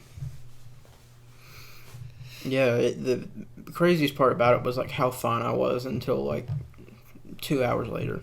Yeah. And then it was miserable. Like one of the worst nights ever. I will say that the worst alcohol is the late kickers. Yeah. For sure. And I also had a night here that was really bad because I have the problem where like I'll get really tired when I'm really drunk. Yeah. But if I lay down, I feel like I'm gonna puke. So then I have to like watch something. Like I'll be so tired my eyes can barely stay open. But if I close my eyes, I get dizzy. Yeah. Even if I'm laying on my stomach. Yeah. Like that. Your tip does not help in that situation for me. Yes, it does. Not for me. You got to figure it out. It absolutely works. You just have to figure it out. So then that night I got up and puked. It was just alcohol I was puking up. But yeah. I didn't feel any better that night. I think what I figured out is you got to lay on your stomach and you got to take the pillow and you have to like raise this part of your body up and not put your head flat. And so like you hug a pillow face down and then like put your chin on it. Kind of. Yeah. So that you're not completely flat. I think a lot of it is just being flat. You cannot be fucking flat. Yeah, you just got to figure it out. Like that night, and then one other night that I drank several Blue Moons here. I think it was the cider. I didn't puke, but both of those nights, I've never really had it any other night. But those two, like I was so drunk that I was just thinking to myself, I don't ever want to drink again. I don't ever want to experience this. Like, what I'm getting out of this is not worth feeling like this. Yeah. Yeah, I mean, I can't even tell you how many nights I've had like that. Yeah. But then... And to be fair, besides that one night of the whiskey, and I didn't feel like I drank that much. Like, I wasn't drinking to get really that drunk. Yeah. But since England, I really have not got really drunk besides that one night. I got a story for you. I don't know if I've told you this one. Goes to the thing where I said I was never gonna fucking drink again. So we went to the lake with these girls. It was me and Hunter. Yeah, we did. It was me and Hunter, and he was going with his girl, and then I was going with this one girl that I was kind of talking to.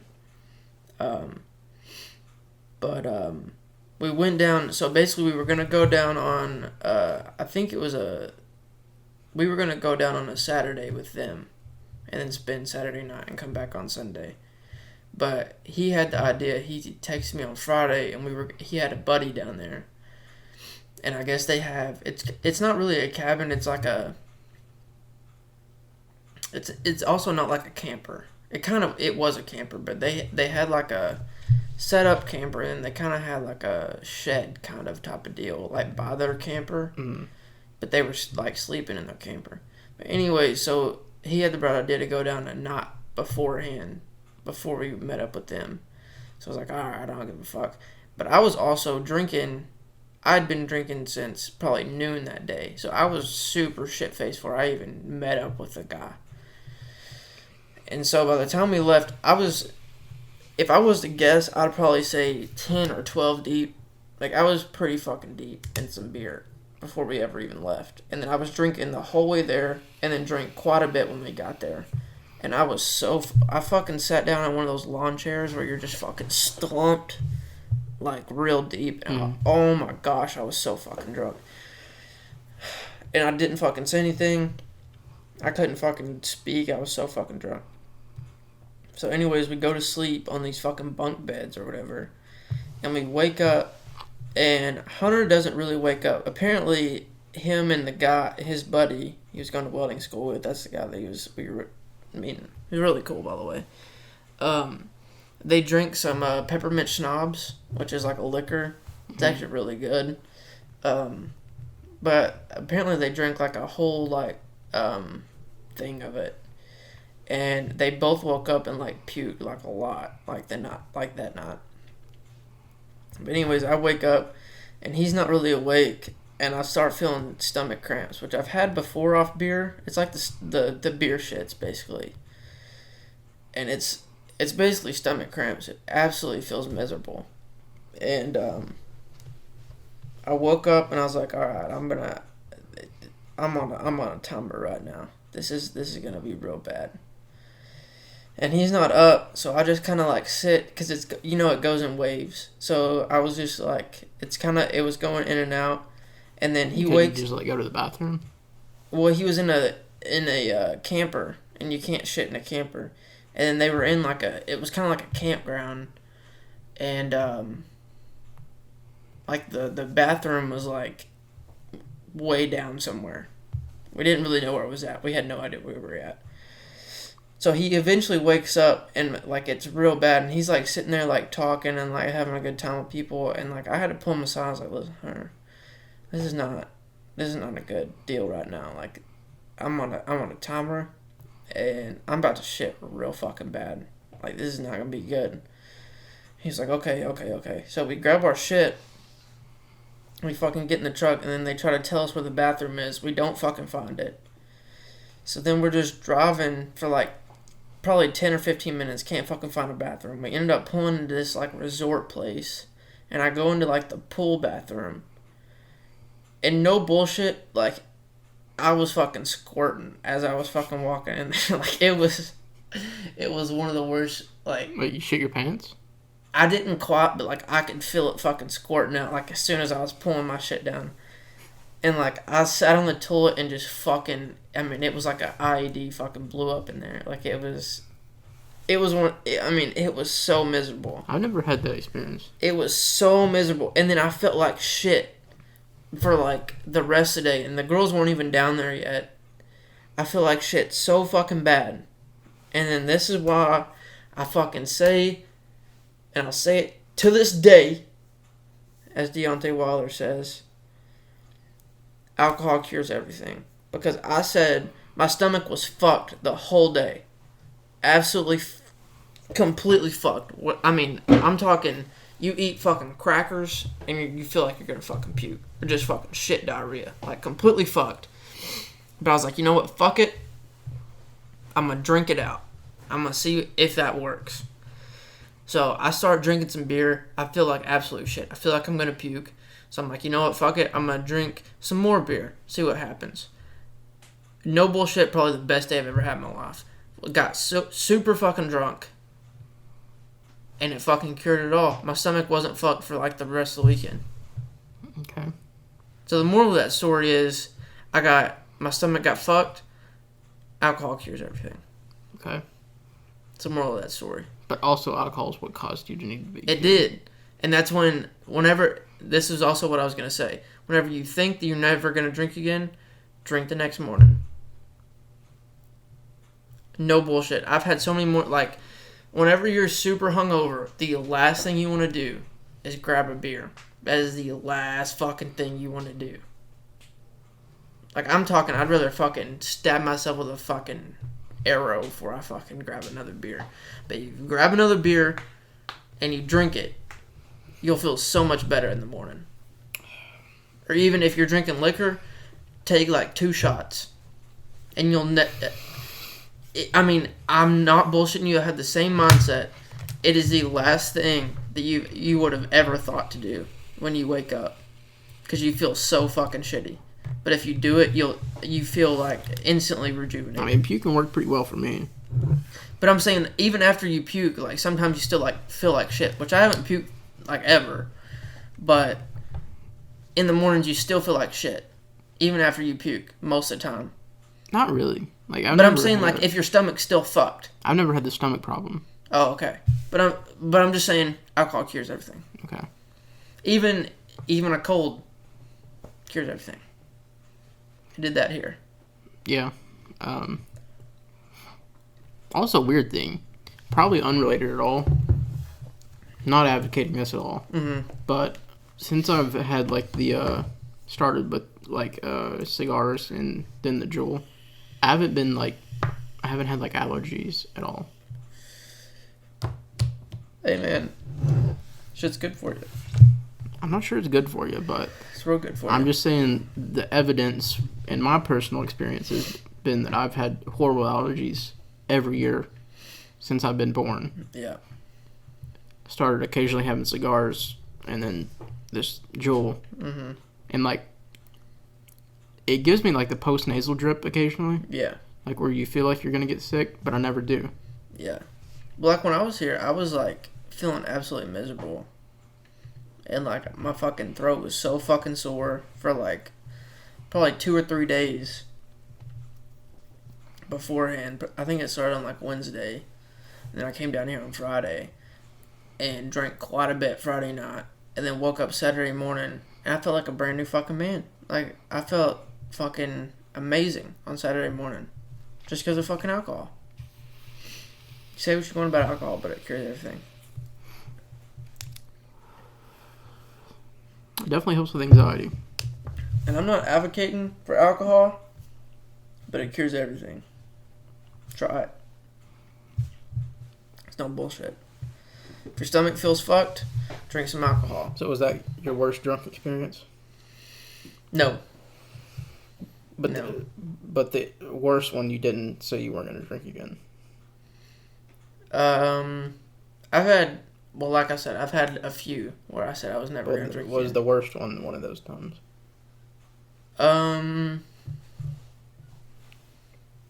What was the worst one?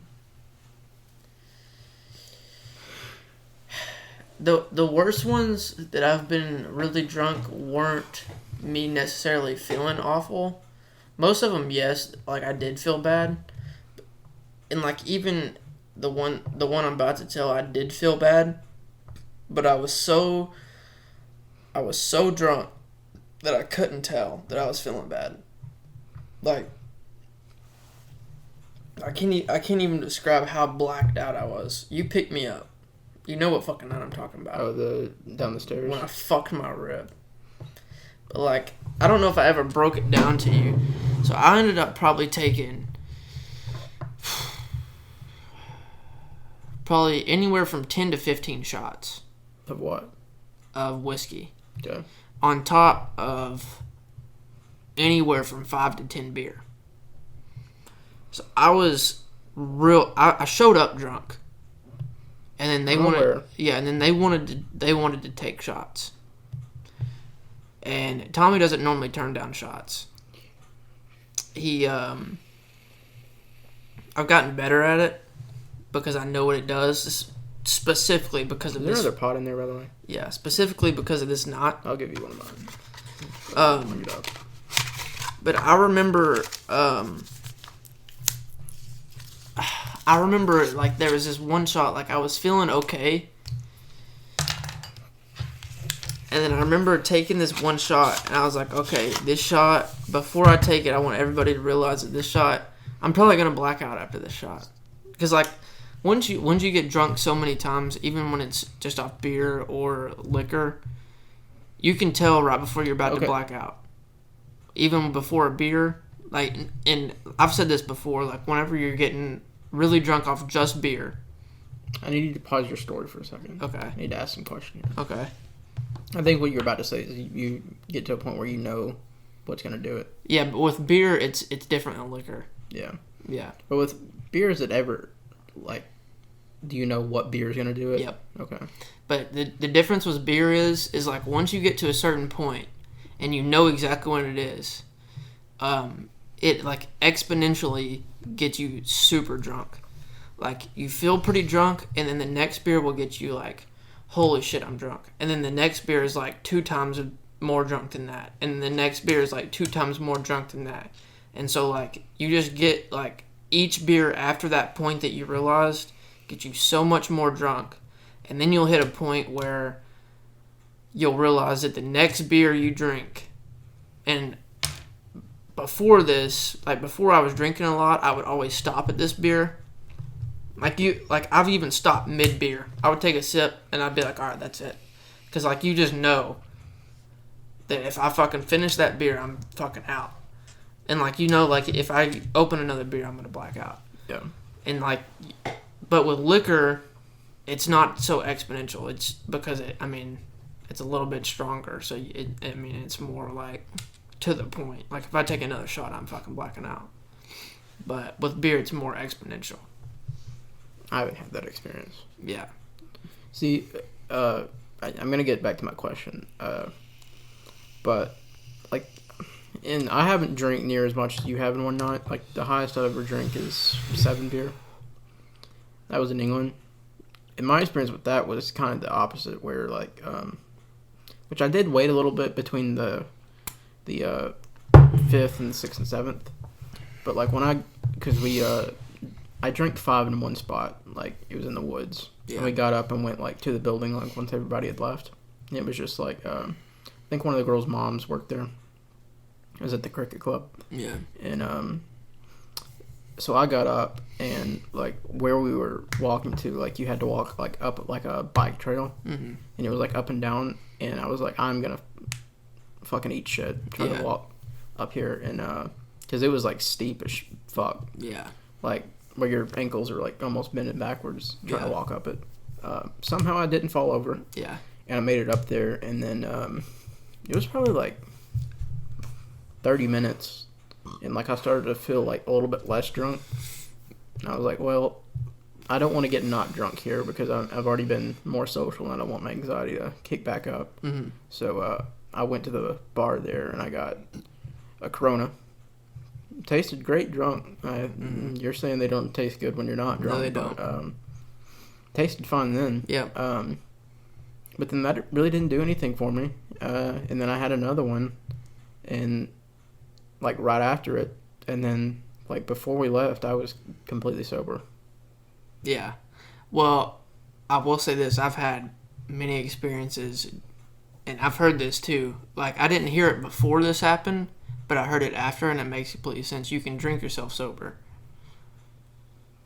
Okay. 100%. I've done that before. But most of the time that it's happened to me... I mean, I've heard that statement. I don't understand... It's happened here before one time. Actually, a couple times. Most of the time, it's when I'm with a girl. But sometimes it's not. Why does that affect it? I don't know. But, like, this one night, it... Okay. Do you feel like it's maybe because there's a partial part of being drunk that's, like mental submission into letting yourself be drunk? Probably. But, like, this one night... Because I've definitely heard of, like, things, like, where, like, if you like if something happens, you can snap out of being drunk if you need to. That's exactly what I was about to say. So this one night, I was very drunk. I probably had 8 to 10 shots, maybe. I was drinking mainly liquor that night. I had some beer too, but I was drinking mainly liquor. And this was probably about a year and a half ago, probably now. And one of my friends, no bullshit, almost died. It was off that CBD shit. He fucking he was fucking puking black shit. And it was I remember that. Yeah, it was not great. He fucking... Oh, yeah, that was the night with the girl that scratched her back, wasn't it? Yes, it was. He was, No, it wasn't that night. It was... I swear... It was during that week. I swear that happened that night. No, it didn't happen that night, but it happened... It might have been the night, like, before or something. But it was, like, during a weekend, and some crazy shit happened that weekend. But this specific night... Well, the night that the girl scratched you, was it, like... I swear you said that somebody took it and was there a girl that took some of it and got fucked that night? I don't know. Kinley's caught a lot of bodies letting people hit that shit. Yeah. I think so. I think there was a girl that fucking like blacked out or something. Yeah. But yeah, so one of my buddies fresh stripped it, and this was some real sketchy shit. He had already been drinking, fresh stripped it, ripped it like 3 or 4 times, and then just collapsed on the floor. And we freaked the fuck out. Which I was like, I heard some shit going on, so I went over there to like talk to him, and then I saw him rip it, and then he just the people using that shit are fucking idiots. Yeah. So I saw him rip it, he just dropped, so I tried to catch him. I didn't really catch him, and then we got him in. We took him to the room that he was supposed to be staying in, because he had a girl over. He was supposed to fuck her, but didn't really happen that night. And then we realized later, we heard someone puking. He was fucking puking up black shit on the side of the bed. Like, straight black shit. I'm like, okay, that's probably not good. So then, and he was talking some crazy shit. Like, he was out of his fucking mind. Reference, by the way, he said CBD. It's not fucking CBD. That's just what they... No, so basically, like, from where I'm from, like, the town that I'm from, like, they take... I'm pretty sure it actually is CBD oil. Like that they're like the base that they're using it. And that's out what they're of. marketing as, so it's legal to sell. Yeah, but then we're pretty sure it's like K2 or SPOS in it. They're basically putting shit in it that gets you high that doesn't show up on drug tests. Some of it was paint thinner. Yeah, some of it was tested positive for paint thinner. Yeah. So it was some real sketchy shit. But and this is the shit that my buddy hit multiple times after being super drunk, which he had hit it a lot like beforehand, but just something about this night he got completely fucked. But he was talking out of his fucking mind, like some crazy shit. He wasn't even like putting words into sentences. It was so fucking weird. And so we took him to the bathroom and just laid him into the bathtub face down, I would hope. No, well, we put him where he was sitting up. Okay. So that because initially we laid him on his side when he was in the room, so he didn't choke on his puke. Because initially he rolled off the bed and was like trying to choke on his puke. So I'm CPR certified. You know what I'm saying? So we laid him on his side so that he didn't do that. And then we realized he was gonna puke a lot, and it was in this girl's apartment. So we moved him from there into the bathtub. So if he puked, it would be in the bathtub. Yeah. And he's a big motherfucker. So it wasn't like he was like slumped down. He was fucking sitting up. So he was okay. Well, he ended up waking up in the bathtub and didn't know what the fuck was going on, but that's a different story. But anyway, so I was super drunk before any of this happened, and I kind of like mommed him basically. But then I remember, as you do with being CPR certified. Yeah, I remember after this happened, I was like, okay, I'm about to get super drunk again because I just lost. Like, I'm just not drunk. And I remember, okay, so if this was the bottle of whiskey we had, it was probably right in here, full of whiskey. See what I'm saying? Like, right about the top of this label. And I ended up drinking the whole thing because nobody would drink it with me. I was just taking shots and shots and fucking shots. And then eventually, at a certain point, I just turned it up and fucking chugged it. And, like, the more I drank it, the more sober I got. I was, like, completely sober for the rest of the fucking night. And then he ended up fucking waking up and fucking, he was fine. The moral of that story is you can drink yourself sober. Because the more I drink it, I got fucking more sober. It was one of the most bizarre things. It's happened before. It actually happened, that was the first night it happened, but it happened after that too. But it was real weird. Really weird. But so that was your story for, or no. We got off track. You didn't finish your story about worse not being drunk at the other place. No, we didn't. But my question was going to be, you said you're about to black out. Oh, at the other place? What does that mean as far as, like you were telling the other people, what does that mean for them and for you? Because I've never been to that point. What do you mean? Like, for them? Like, what's the benefit of them knowing? Like, do you act different when you're blacked out? Or did they not know and you just don't remember? Most of the time when I tell people that I'm about to black out, I want them to know in case I do something stupid. Because when you're blacked out, here's the thing about being blacked out. You're not completely blacked out. You just don't remember it later. Kind of. So you remember. This is what's real weird about being blacked out. It's kind of like, you know how you can take a bunch of photos in one time on, like, if you just hold down the picture button. If you're just scrolling through them, like, one after you've taken them, and then, like, you kind of somewhat pause on, like, certain ones. That's kind of what it's like being blacked out. Like, you remember certain, like, frames of, like, of shit, and, like, you're kind of conscious of what you're doing, but you're not 100%. And so you just kind of are just rolling with shit. But you're not 100% there. But can other people tell that you're there? Sometimes. Like, for me, I act decently sober when I'm pretty drunk. So a lot of people don't really know when I'm real fucked up. Like, would you say blackout stage when I picked you up? When I fell, I was out of my fucking mind. That was one of the most fucked up I've ever been in my life. Was that the night that you went into Brick House? Was that a different night? Yes, I completely forgot about that. Yes, that was the night we went to the Brick House. I was the only one that walked in. That was when the cop was there? Yeah, there was 4 cops in there. Yeah. I was the only one that walked in. And I was the most fucked up I've ever been in my life. I was scared fucking shitless. Yeah, that was that night. Yeah. Yeah. But yeah, so basically, like, you see, like, little frames, and, like, in certain people, you can even tell before they're even blacked out that they're drunk. Like, you can see it in their eyes that they're not how they normally are. Yeah.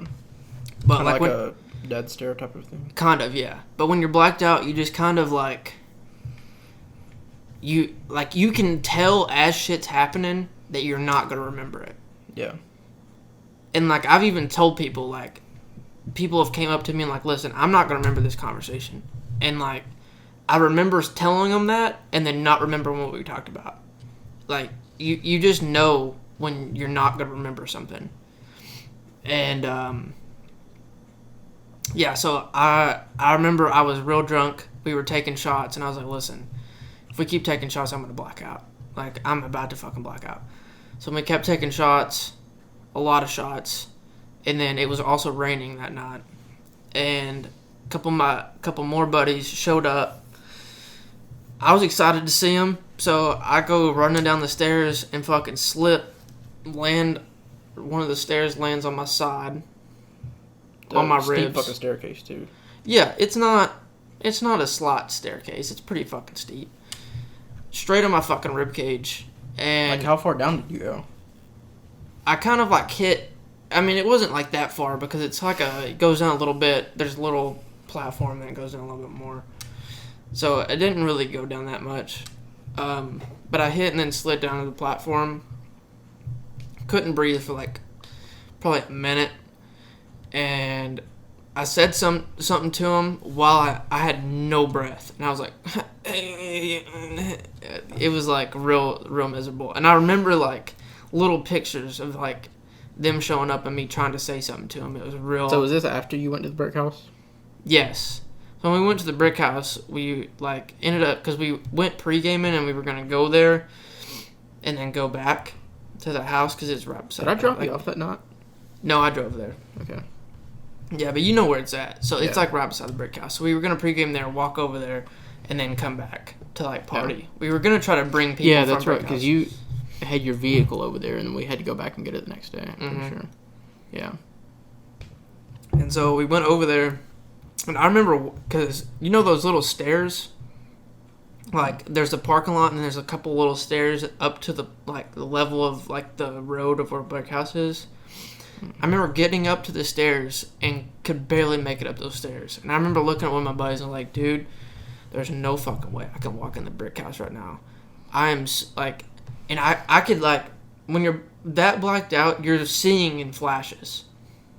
And like, you're just like getting like every other frame. Like, it's real, real weird.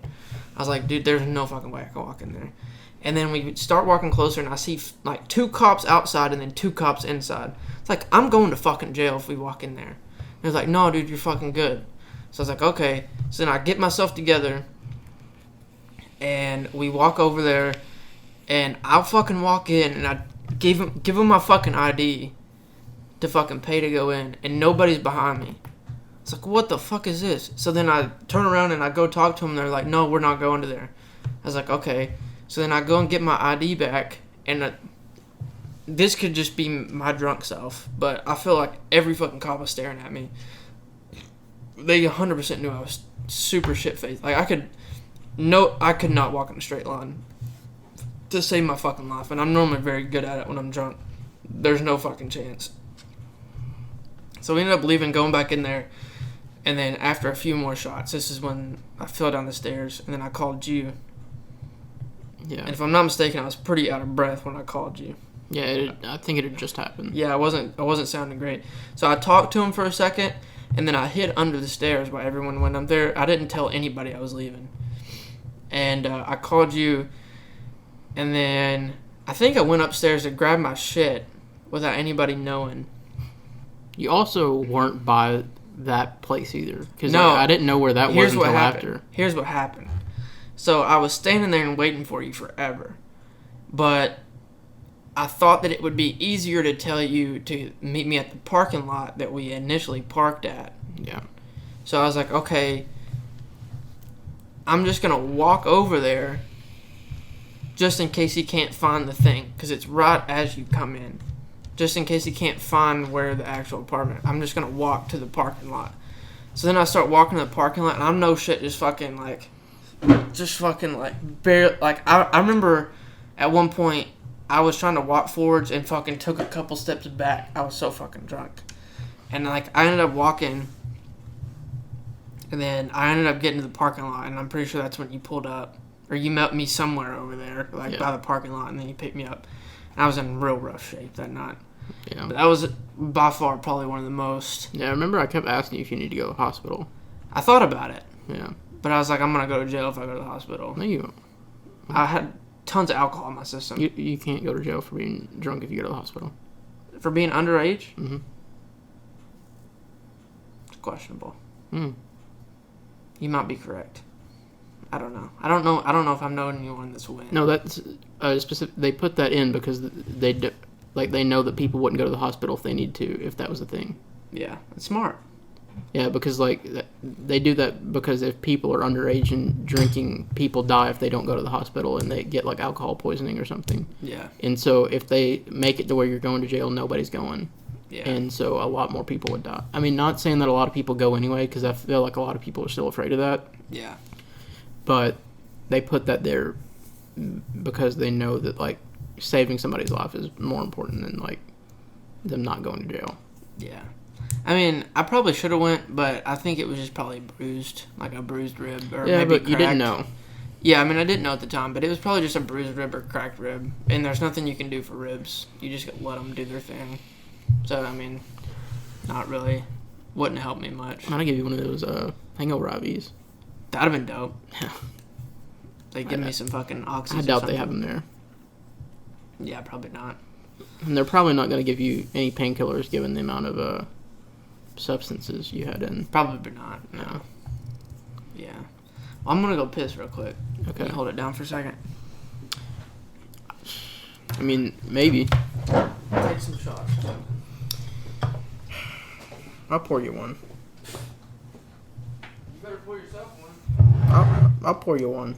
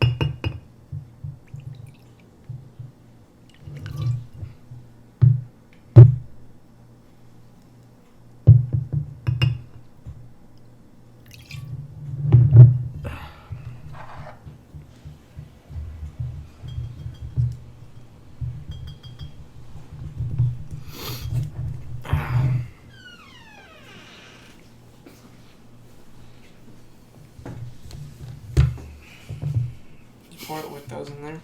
Why not? I don't see any problem with it. First of all, okay. But Woo! Some stout shit. I don't know if I appreciate you pouring it in there with those in there. I mean, you put them in there, I did put them in there. so I mean, You did pour yourself one though. I'm proud of that. You finishing that? Because I'm not gonna be able to finish it with these in there. I'm gonna have to take a couple sips. we'll do a.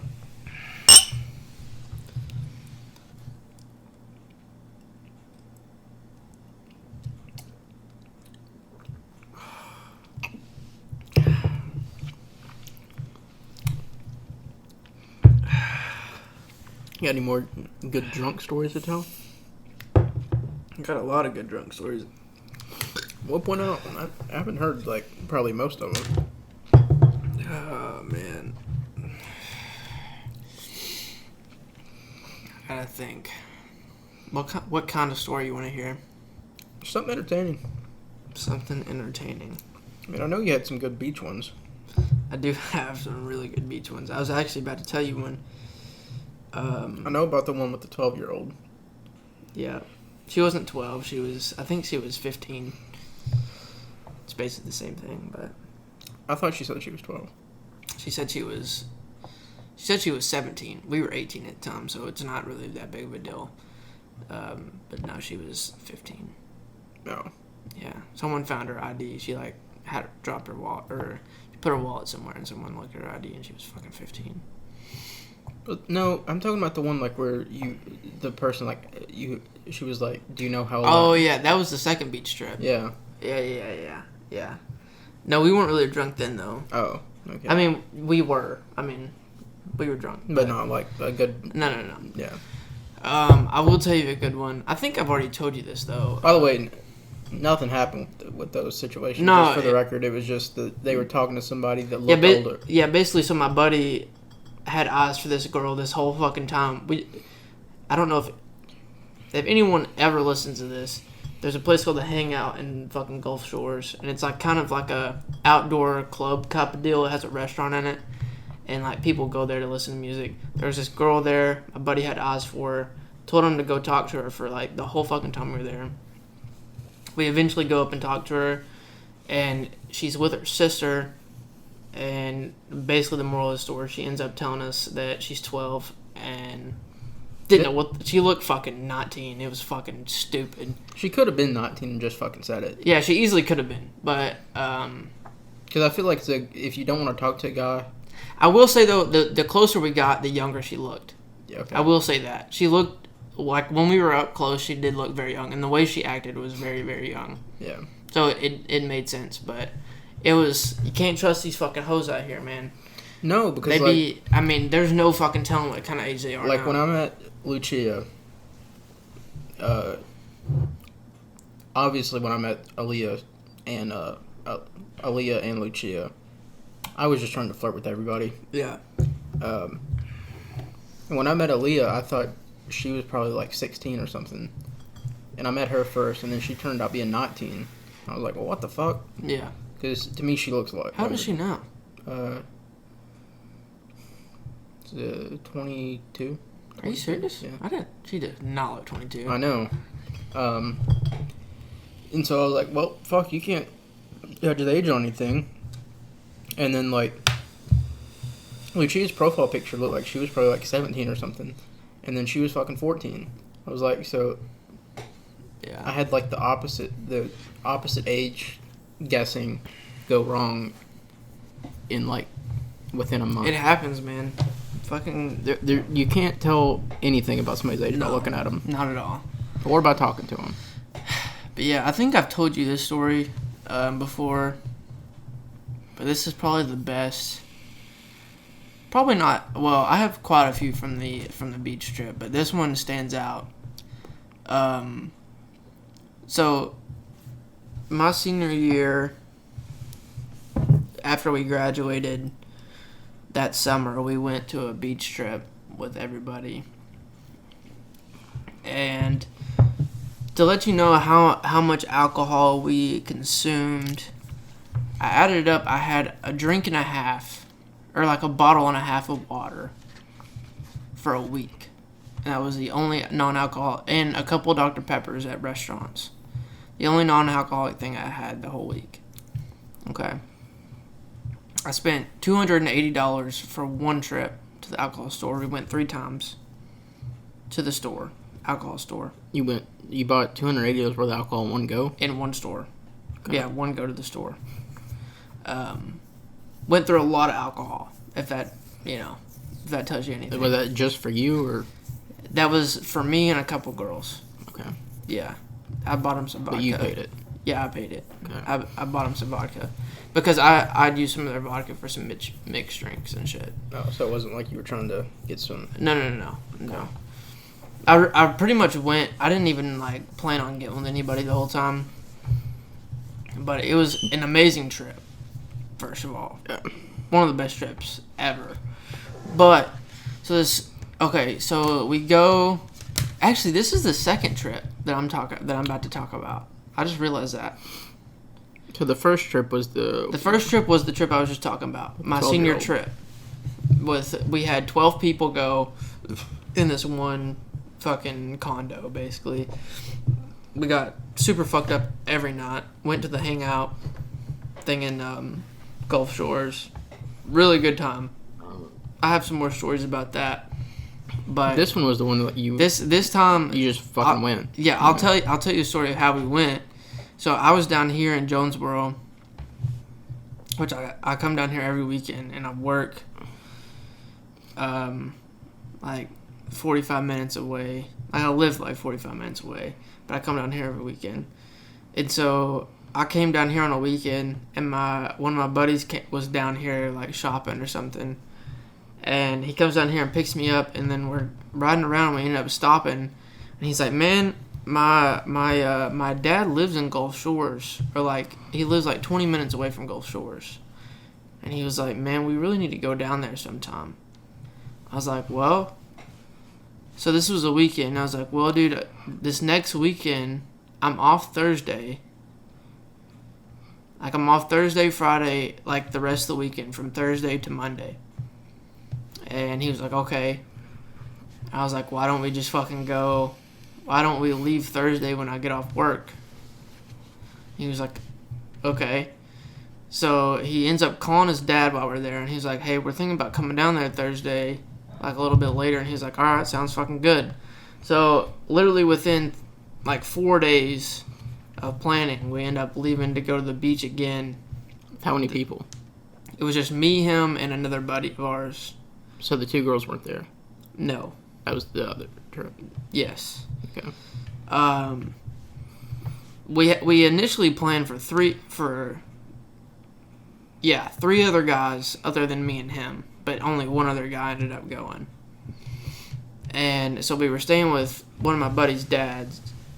And so we get down there, we get off work, me and this the other guy that goes. And where is this at, by the way?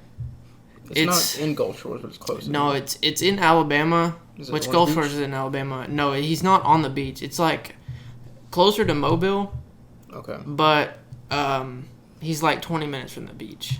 So we stayed with him for free, basically, and then we just drove to the beach every day.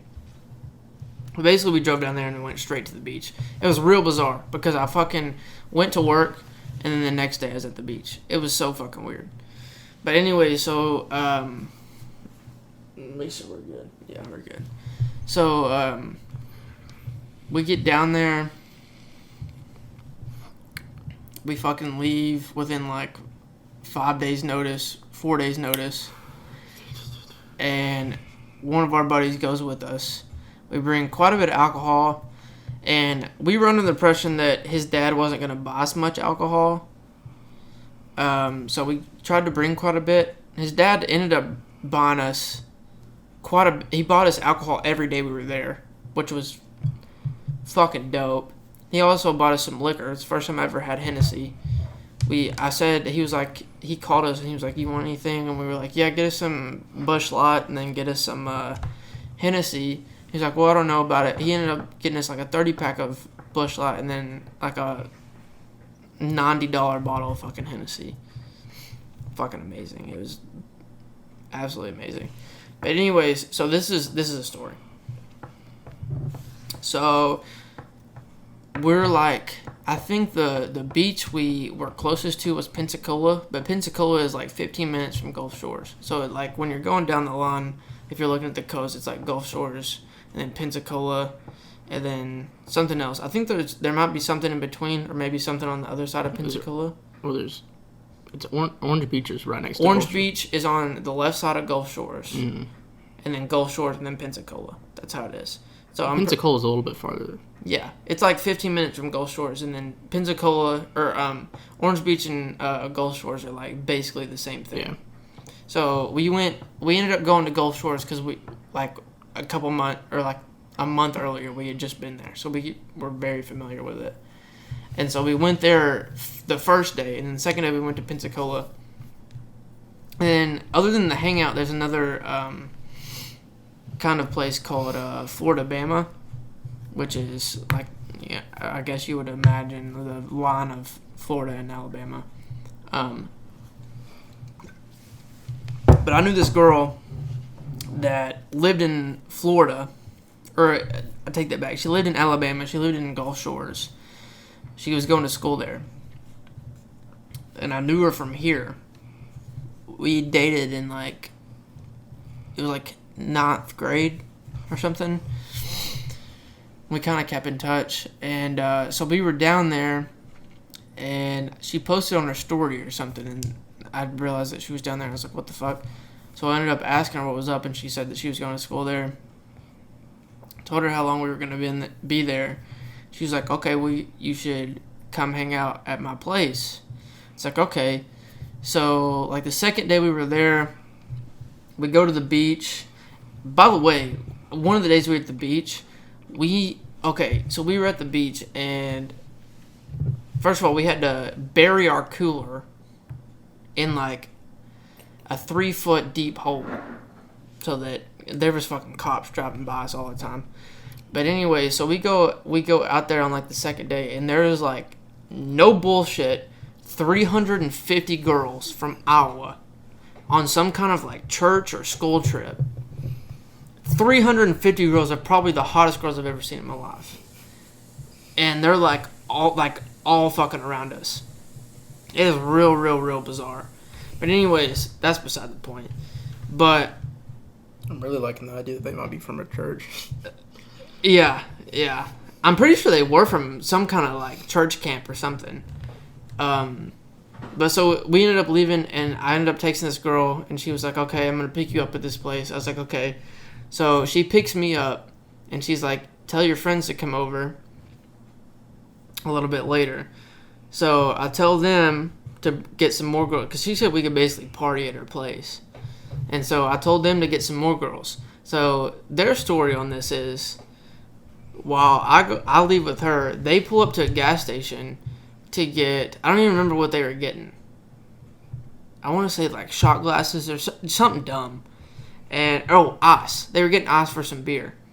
And so they pull up, and this car pulls up beside them with 2 super hot girls. And so they end up, Brody goes in to get some ice. The other buddy stays in the truck, and he basically tries to pull him to, like, go to the apartment. And they're down to fucking go. And they're like, yeah, we'll fucking show up. And so they leave, and they're coming to me at this point. So I'm with this girl, and so this is what happens. I'm in this girl's apartment, and she has a dog in some kind of fucking cage or whatever. And I get in there. She asks me if I want some beer. I'm like, fuck yeah, I want a beer. I'm already kind of drunk. And I get a beer. I'm start drinking it. She takes her dog out. She comes back, and she sits down on the couch with me, and this girl, first of all, for y'all, is real fucking nuts. She's real insane. Like, I don't even know what to diagnose her with, but she's fucking crazy. Which, I'm not going to drop any names here. is there anything you could tell me which I would know which one? Not without telling you her name. You would know who she is, but I don't think you know enough about her for me to give you, like, other hints. Would it be, you talked about one that was a little bit off that had a big butt. That'd be her. Yeah. Yeah. So she comes back from walking her dog. She sits down on the couch, is drinking a beer with me, and she's like, so when's your friend showing up? I'm like, well, they just went to get ice. I think they're bringing some people back. She's like, okay, so do you want to go fuck? I was like, say what? She's like, yeah, let's go fuck real quick before they get here. And I was like, okay, whatever. And so we go in a room, and we, start doing whatever we're supposed to be doing. And I hear them come in from the door. And so we're doing what we're doing, and I remember so vividly the look she fucking gave me. She gave me this one look. Like, I was on top of her, and it was like the devil had, like, convinced an angel to do something fucking crazy, and he was so happy about it. You know what I'm saying? Like, if you were to envision the look that a fucking demon will give an angel to do something crazy, that's the look she fucking gave me. I was like, this bitch is fucking crazy. Like, I was like, holy shit, I need to get the fuck out of here. So we get done doing what we're doing, and I immediately... So you're saying that just one look freaked you out that bad? It was, like, I cannot even describe the feeling I got when she gave me that look. And I remember she, like, started to... Where was this? This was in her apartment. No, like, timeline of your engagement. What do you mean? Like, was this close to the end, or did you get to the end, or... Oh, this was, like, three-fourths the way in. Okay, but you went ahead and... Yeah, I mean, we finished what we were doing. Yeah. But they were already in as you were, like, probably halfway through they had came in. Okay. And I heard them come in. I knew they were in there. And they probably knew what the deal was. Yeah, they knew what was going on. And so, she gave me that look. We finished what we were doing, and I remember I jumped out of the bed, put my shit on so fucking fast. I'd never put my fucking clothes on that fast. I opened the door, and I was like, listen. I looked at Brody. I was like, listen, buddy. I don't know what you gotta do, but we need to get the fuck out of here as soon as fucking possible. Fucking figure it out. And I shut the door back, and she was like, what'd you tell him? I was like, oh, I was just seeing if those girls were coming, So then she gets dressed. We go back out there, and we're drinking. I was like, Brody, me and my buddies have sign language, so I gave him the sign that I'm trying to fucking get out of there really fast. And, so he just picks up his phone, and he's like, Dad, what's up? And he's like, oh, shit, my dad needs us to come home. And then, like, we're like, oh, fuck, whatever. So then we just fucking rush the fuck out of there. And, dude, the fucking look this bitch gave me when we left, was so fucking psychotic. It was the craziest look I've Was she ever like seen. mad about it? No, it was just like, I don't even know how to describe what it looked like. It was like a demon, like no But bullshit. was it like a joyful like? It was like a joyful, I just fucked your life type of look. You know what I'm saying? Yeah. If you were to imagine what that would look like, it was so fucking freaky. So we left. How would you rate the experience though? It wasn't a horrible experience. It really wasn't. Okay. Probably like a 6 or 7. But not top on your list. No. Yeah. But I remember as soon as we left, I went straight to my phone and blocked her on every fucking thing I had, and then never talked to her again. But dude, So what happened with the girls? never showed up. I think that they were supposed to show up and they couldn't find it, and they just left. You didn't like contact them again? Mm-mm. Well, I didn't have the information. The other buddy did, but he said that they were supposed to come, and then they kept calling them to see where it was at, and they couldn't figure it out, so they just left. Oh. Yeah, so that was one of the stories. Shit was fucking very memorable in my mind. I think you might be like looking too much into those looks. Dude, I've never seen a look like that in my life. I I mean, have fucking never seen a look in that. Like, not even with crazy people. Even when I'm fucking watching a movie, watching a documentary, I've never seen that look in my life, and it was the creepiest thing I've ever seen in my life. Well, And she was looking straight into my fucking soul when she did it. She wasn't even looking at me. She was just looking straight to my fucking soul. She wasn't even... It was so scary. you think she knew that she gave the looks, or? I don't know. She like... I thought she was... No, it was like one of the looks where... It's the last look you see before you die. It was that kind of look. Where like...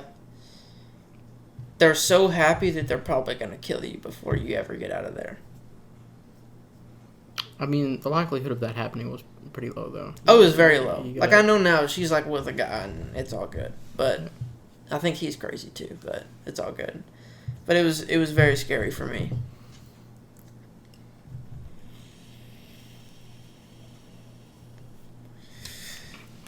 Did you finish your bottle caps? I got a little bit left. Just go ahead and finish it off. I don't know if I can finish it. Well, I would offer up some of my stories, but to be honest, like, I've never gotten super drunk, like, enough to, like, have a crazy story just off being drunk. Mm-hmm. It's always been, like, with high, Uh-huh. with high. I have a crazy story off being drunk and high for the first time. Like, the craziest story I have is just that I was in England in a park and got so cross-faded that I couldn't move. I mean, that's about as crazy as it was. It probably would have been crazier if I could have moved, but I was too fucked up to move, so nothing, like, really eventful happened. You were near my first time getting drunk and high at the same time. How good is it? It's really good, actually. Yeah. Go for it. Dude, put your hand in there. Please.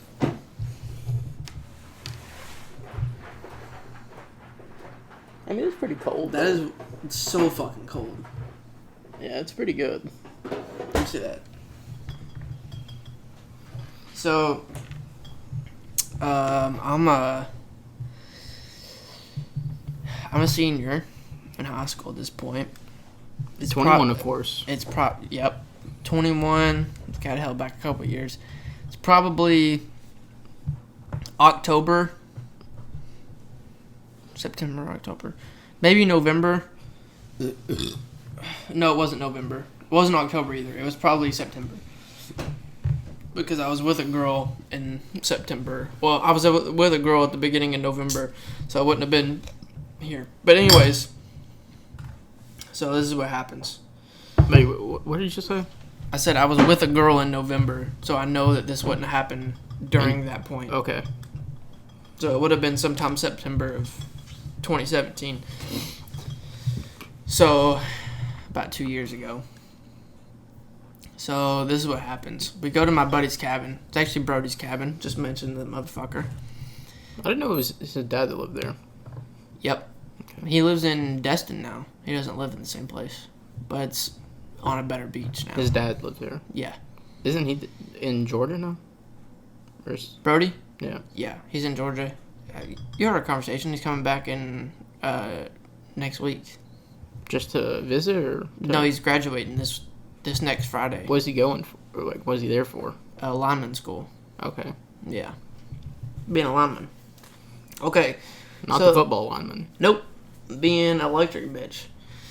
So, what was I talking about? Crazy story. Okay, so this is what happens. This was such a crazy story. I saw pictures of this knot, and I don't remember anything. Like, I saw me posing for a picture. So how accurate is this story going to be? I'm telling you it from my perspective. Okay. But I saw pictures of that knot, and I don't remember taking any of the pictures. So, like, I was very, very, very weirded out. So you're telling the part of the story that you remember, but there's probably more to it that you don't. Probably so, yes. Okay. So I remember. So this is what happened. I remember. This was actually a really crazy knot. So we were going out to Brody's cabin. Top 5? Yeah. Okay. Yeah. So we were going out to Brody's cabin for the night, and this is one of the first times that all of us had actually went to Brody's cabin. This is like right when he first, probably not right when he first got it, but pretty close to when his grandma first got the cabin. And she basically told him he could fucking do whatever as long as he cleaned up. And so we go out there, and he's got this pit, like fire pit. And so we're fucking out there, and he shows up, and he has a jar full of moonshine, of apple cider moonshine. I don't know if any of y'all have ever had apple cider moonshine. It is apple cider or apple pie? It's the same thing. People call it the Okay. same. It's the same flavor, but people call it different shit. Okay, because I would have assumed that it's not the same flavor, but yeah, it's the same thing. People call it different things. So it's apple cider, apple pie, whatever you want to call it. It's basically a cinnamon flavor. So he shows up with a jar full of it, completely to the brim, and not bought, correct? So he has his brother knows a guy who makes it. So he gets it straight from like the distillery. Okay. So I mean, so his brother gets like a bunch of it, and then his brother will like sell him some of it. Anyways, doesn't fucking matter. So he had a bottle of it, or I guess a jar of it. And I remember I didn't really have much to drink at that point. I don't think. I'd probably had a couple of beers. This was during my Miller Lite stage. I think I had some Miller Lite aluminums. It's like a can bottle. It's a mix between a can and a bottle. I had Remind me of the milk bottles. Yes. The glass milk bottles. Yeah. I had some of those. And he comes up, and I asked him if I could have some from I think we called it applesauce,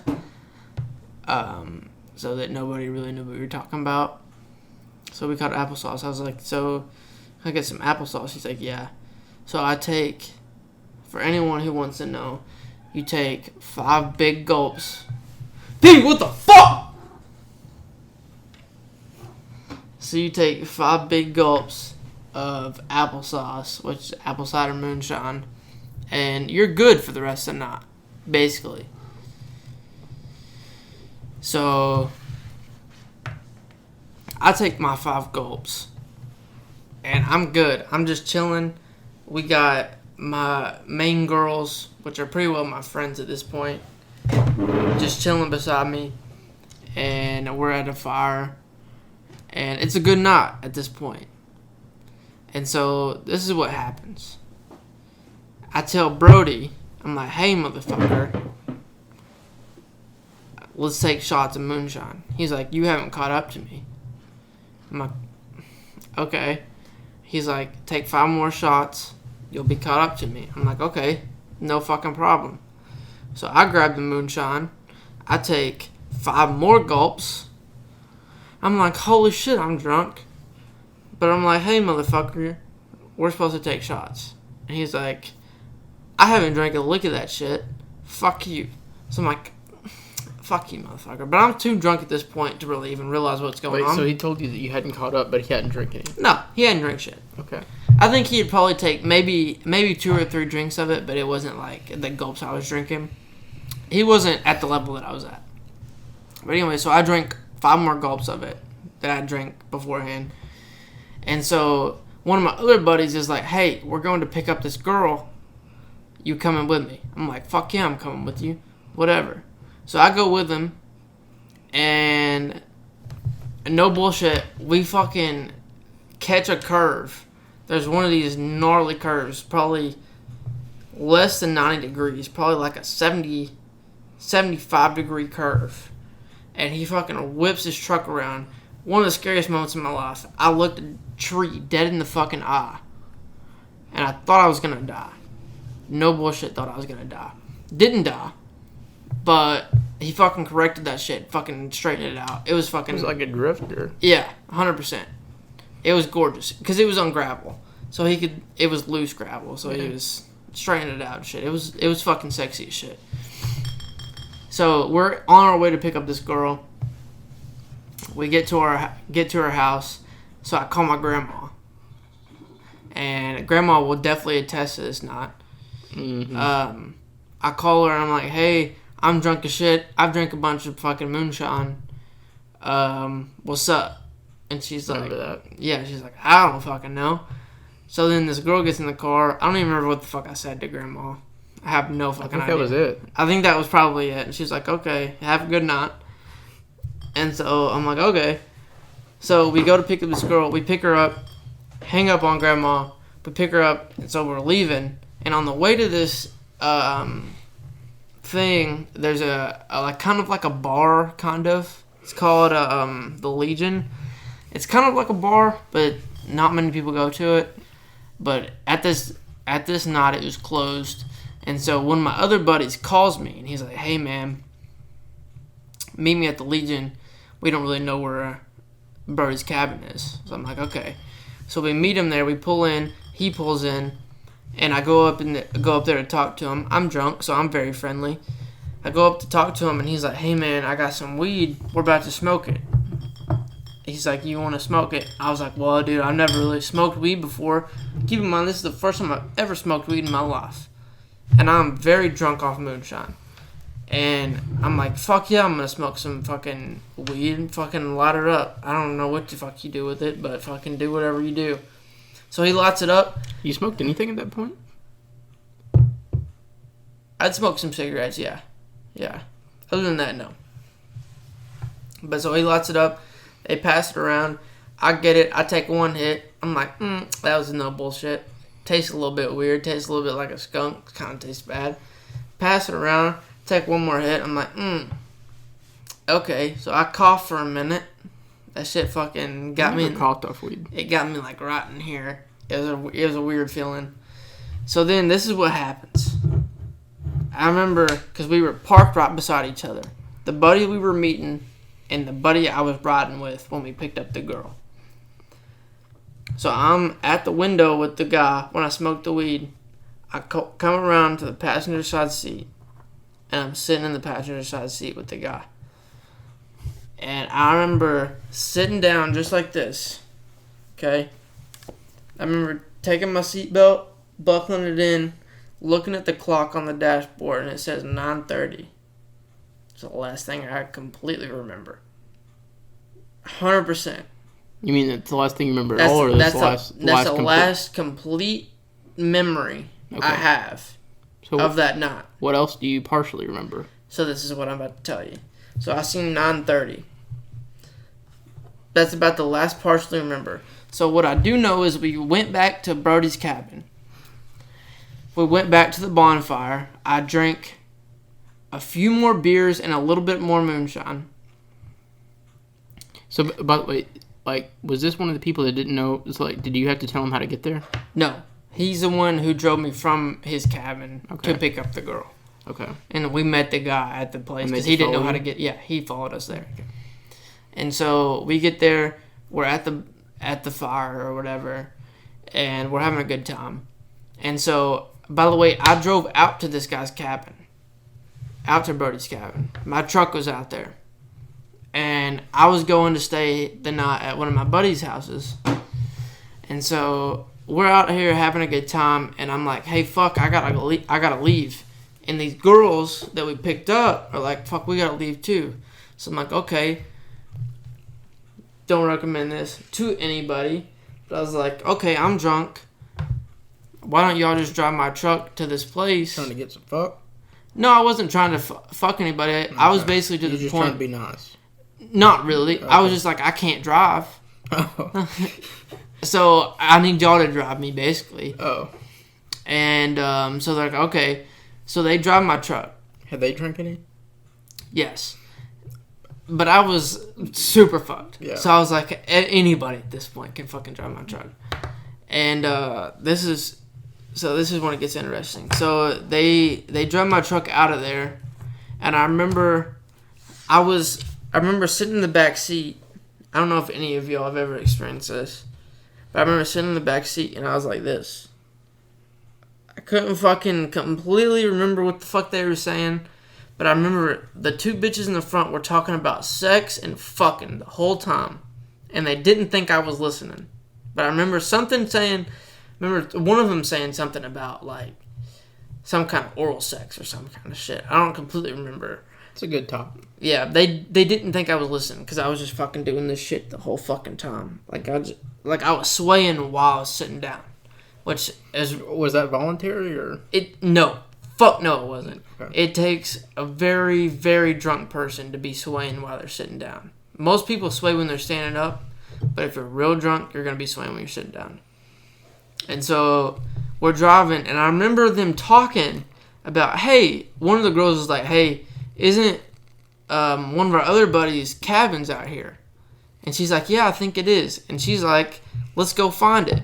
I'm like, what the fuck? I was like, I don't think I got enough gas for that shit.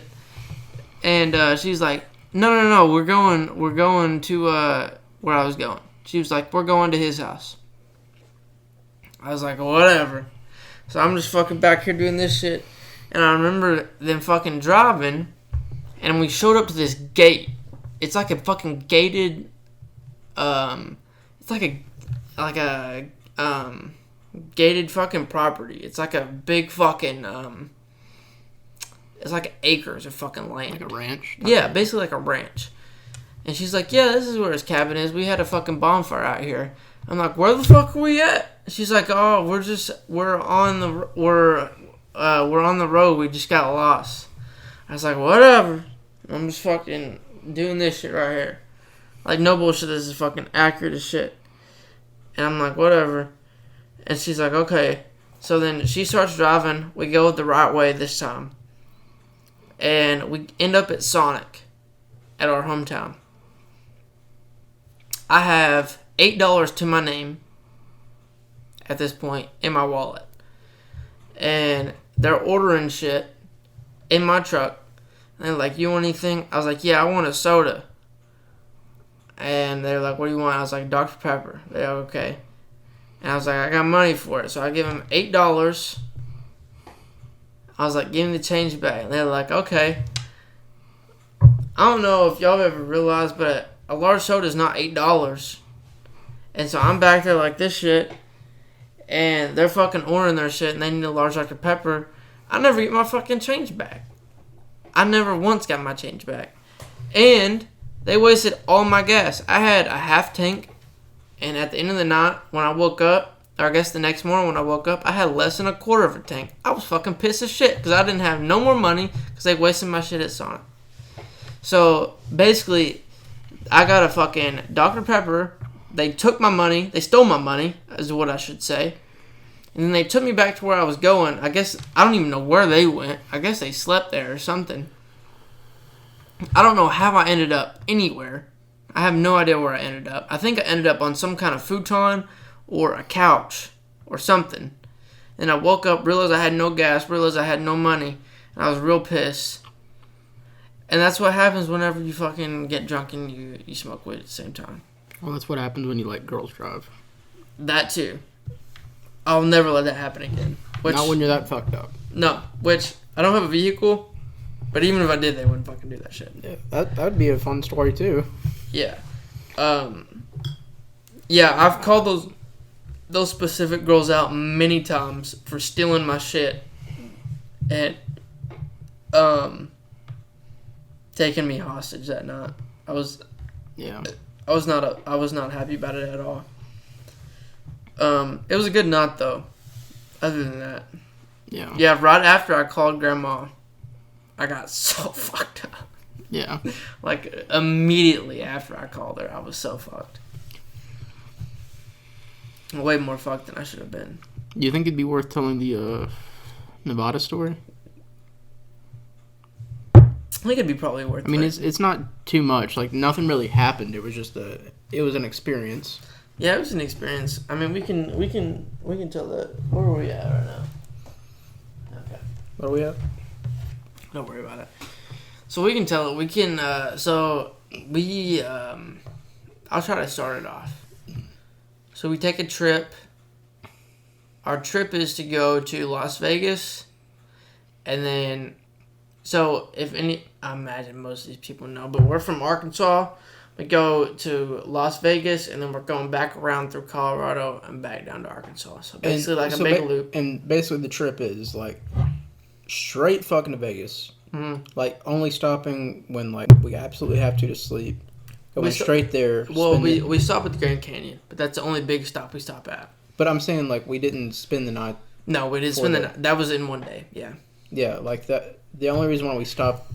I mean, we were gonna see it anyway, but the only reason why we stopped close to that was because it was like a good distance anyway.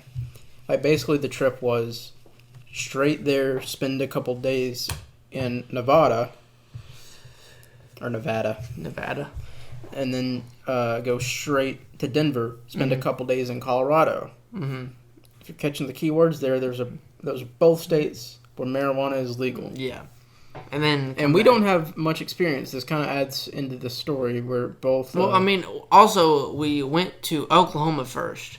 Yeah, that was a fun fucking night. Yeah, we went to Oklahoma first because I'll be honest. That was of all the cool shit we did. That was one of my favorite. That was probably second best night. Other than the fact that I lost $200, probably more than that, and I almost lost way more than that. You fucking saved my ass on that. I almost pulled everything I had out of my account just to fucking play blackjack. No, to play poker. No, to play poker. I almost lost a lot more. I kept fucking telling him, like, play blackjack. And he was like, I don't like blackjack. I like poker. I was like, play fucking blackjack. You already lost $200 on poker. And I told him the whole night, you're going to lose your money within 10 minutes. I lost my money in 5 minutes. I walked in, which you didn't go with me. So I went in the room. Yeah, but you didn't go to like where the tables are and like where you sit down. And I saw it though. Yeah, you saw it. Yeah. I'm pretty sure they sat me down at the highest fucking table that they had there. I'm not 100%, but I'm pretty sure because they had a lot of fucking chips. Well, see, they might have played you because they knew you asked questions. Yeah, because I was drunk. I was super drunk when I showed up. But also, you asked questions, which means you didn't know what was going on. Yes. And so they absolutely played me. So in Oklahoma, you have to be 18 instead of 21 to gamble. So that was the reason we went. Because at the time I was 18. 21 now, but 21 now. At the time I was 18, so we go there, go out of our way to go there on this trip. So we go there. And what is it, like the biggest... it's the largest casino by, like... Square feet? Yes. Like, it's not the fanciest casino by... I mean, obviously, those are going to be, like, other places. Yeah. I would say Las Vegas probably has a lot of them. Yeah. But it's, like, as far as slot machines, it has the most slot machines, and as far as square footage, it has the most square footage. And so, we get there... It's, did you say the name? It's Windstar Casino. No, okay. So, Windstar Casino. So, we get there, and, Did we walk there? We walked there, right? Yeah, we walked from the We hotel. had in a hotel probably quarter mile, maybe. Yeah, probably I mean, about you a could see quarter- the casino, but Yeah, I mean, there's also nothing we were, there. Yeah, we were basically right by it, but it was kind of like a road straight there. Yeah. And so we were probably like you can take a shuttle, but the shuttle wasn't there when we were. yeah. So we just walked there. Yeah. And the reason we walked, we were pretty drunk, so we couldn't drive. And the other people we were with didn't want to go. Yeah, like we actually just been there because like we got there and he was 18 at the time. This is in the past, so don't condone any of this. But we went to an alcohol store. Got kicked out the first one, so we went to Walmart because I was 21. Well, the reason, okay, let's just mention the reason we got kicked out is because, so I drove there. Because I don't really drive unless I have to. I hate driving. Yeah. And so I drove there, and literally all we were trying to get was some beer. We weren't even trying to get liquor. No. We were just trying to get some beer. And so, my thing was, I was going to go in by myself, but I was like, I knew that you were going to get beer for the whole trip.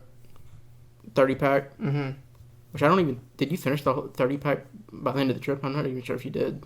I don't know if I did or not. I don't think I did. Anyway, and then I was going to get some stuff. Because I don't like what... Well, at this time, you really hadn't drank much.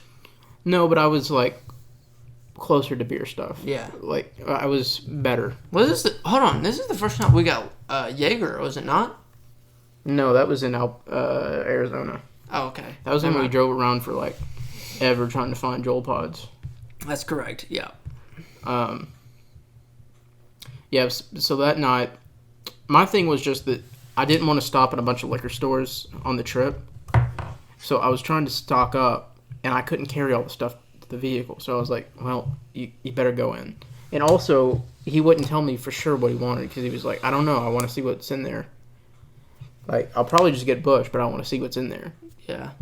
So this is what happened. So we get there. It's kind of like right beside a gas station. We come up, and I walk in, and as soon as I see the door, so we're in Oklahoma. I see this sign on the door that says, if you're 18 or below or whatever, you have to be with a parent or guardian to come in, or some kind of shit. Basically to that effect. So I'm reading it as we're walking, as he opens the door. And he goes, hey. And I go, oh shit, look at this shit. And he reads it, and he's like, fuck it, whatever. But as soon as I walk in the door, I see the bitch that's running the shit looking at me. I'm like, fuck, whatever. So I'm like, I'm just going to play it off. So as soon as I walk in, she's like, hey, I need to see your ID. I was like, what the fuck? Okay. So I hand her my ID, and she's like, yeah, you can't be in here. I was like, okay, whatever. And so I leave, and then apparently she tells him that he can't be in there because I was in there. Yeah, she said, you can come back without him there, but I can't sell to you right now. Yeah. I was like, okay. So basically we leave and we go to Walmart and we get everything we need. Yeah. So then I got a fucking screwdriver, the pre-made screwdrivers and the thing, because our grandma was that's about the only thing she likes, alcoholic, is screwdrivers. And I was like, we're on this fucking trip. She never fucking drinks. We need to get her a fun time. We're going to be at a casino. She's probably going to go to sleep soon. She's not going to go to the casino and, like, actually hang out. So it'd be a perfect time for her to, like, chill out, have her a little bit of a screwdriver, relax a little bit. Yeah. We get back. I'm like, hey, I got you this. You need to get it. She's like, I'm not drinking it. Mm-hmm. I'm like, what? I can't not let anybody drink it. Yeah. So then I try it. I've never had one before. And I'm not really a fan of orange juice, but I'm not sure if those things actually have orange juice in it. It's probably not actual orange probably juice. Not. It tasted pretty good, so I was like, well, fuck it. I think you had like a little cup. Yeah. I think I poured like a little of the hotel water cups. Yeah. And I drank the rest of it. And then, yeah, I think that's all I had. I just finished that really quick. And then our aunt that lives in Texas, and then one of her friends came up and were going to eat with us at the casino. Mm-hmm. And Well, so beforehand, I drank quite a bit. I drank a few beer. I think I shotgunned a couple. I think you did too. And then I drank some of that because I knew that as soon as I ate, I was going to sober up. Well, see, that's what I was going to get into, was that I'd drank before, but I'd never drank enough to really feel anything. Like, the most I'd ever drink was like 4 beers in one night, and it was like kind of spread out. That's also really, I don't know if we could turn it into an interesting story, but that night in Texas with old Mac. Oh, that was good. It was one of the best nights of my life. Yeah, for sure. Yeah. But that was before this night, that was the most I'd ever drank. And that was the night that I drank 19. Yeah. That was my We were trying to finish a 30-pack and whatnot. In the 2 days that we were there.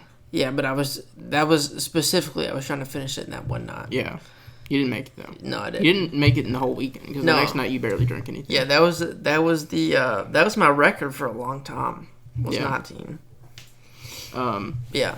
But so, like, I didn't really drink more that night, but I guess it was just because I drank it faster and it was more alcoholic. Yeah. That was the first time I really felt drunk, and the reason why I knew that I felt drunk, I told you, was that when we went to the place to eat, like, our aunt's friend was there, and, like, I'd met them before, but for some reason, I just had the urge to tell somebody, hello, nice to meet you. Yeah. I'm drunk. Yeah. Yeah, I remember you telling me that. And I don't know why, but that idea just was so funny to me, and I was like, that probably means I'm drunk. Yeah. So he tells me that we go to eat. I realize before we even go to eat that I'm going to sober up. That's exactly what happens. I sober up. Not completely. Yeah, I was completely sober by the time we left the restaurant. Yeah, by the time we left, I was completely sober. Yeah. Yeah. But then we go back to the hotel after we eat. Yeah. And you start in for trying to get round 2 going. Yeah. Because then we were going to go back for the whole night, which we did. Yeah, we did. But the whole time he's like, I'm going to go play some poker. I got to play some poker. If I'm going to a casino, I got to play poker. Here was my whole thing. I had never been to a casino before. And at this point, I didn't care, like, what happened at poker. I just wanted to sit at a table and play poker for You're a basically couple paying hands. $200 for the experience. Yes.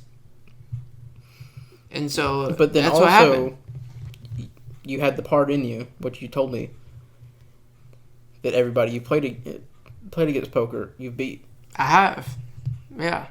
Yeah, so you were like, I'm pretty good. Well, okay. And I kept telling you. I never said that I would beat anybody there at poker. I just felt like I was decent enough to at least win a hand or two. Or not lose all your money. Yes.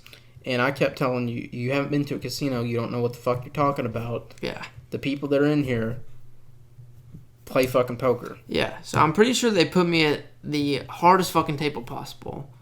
Because they had, like, no bullshit, like 10 grand on the fucking table. And I'm pretty sure the minimum I don't think you told me that. No, they had fucking stacks. And I'm pretty sure I had 200 in. And they had... You had like 2 chips? I had probably 10 chips max. And they had fucking stacks of fucking chips. Like, these dudes were not fucking playing around. And I lost my shit in like 5 minutes. Were they nice to you at all? Or? No, they didn't fucking look at me. One fucking time.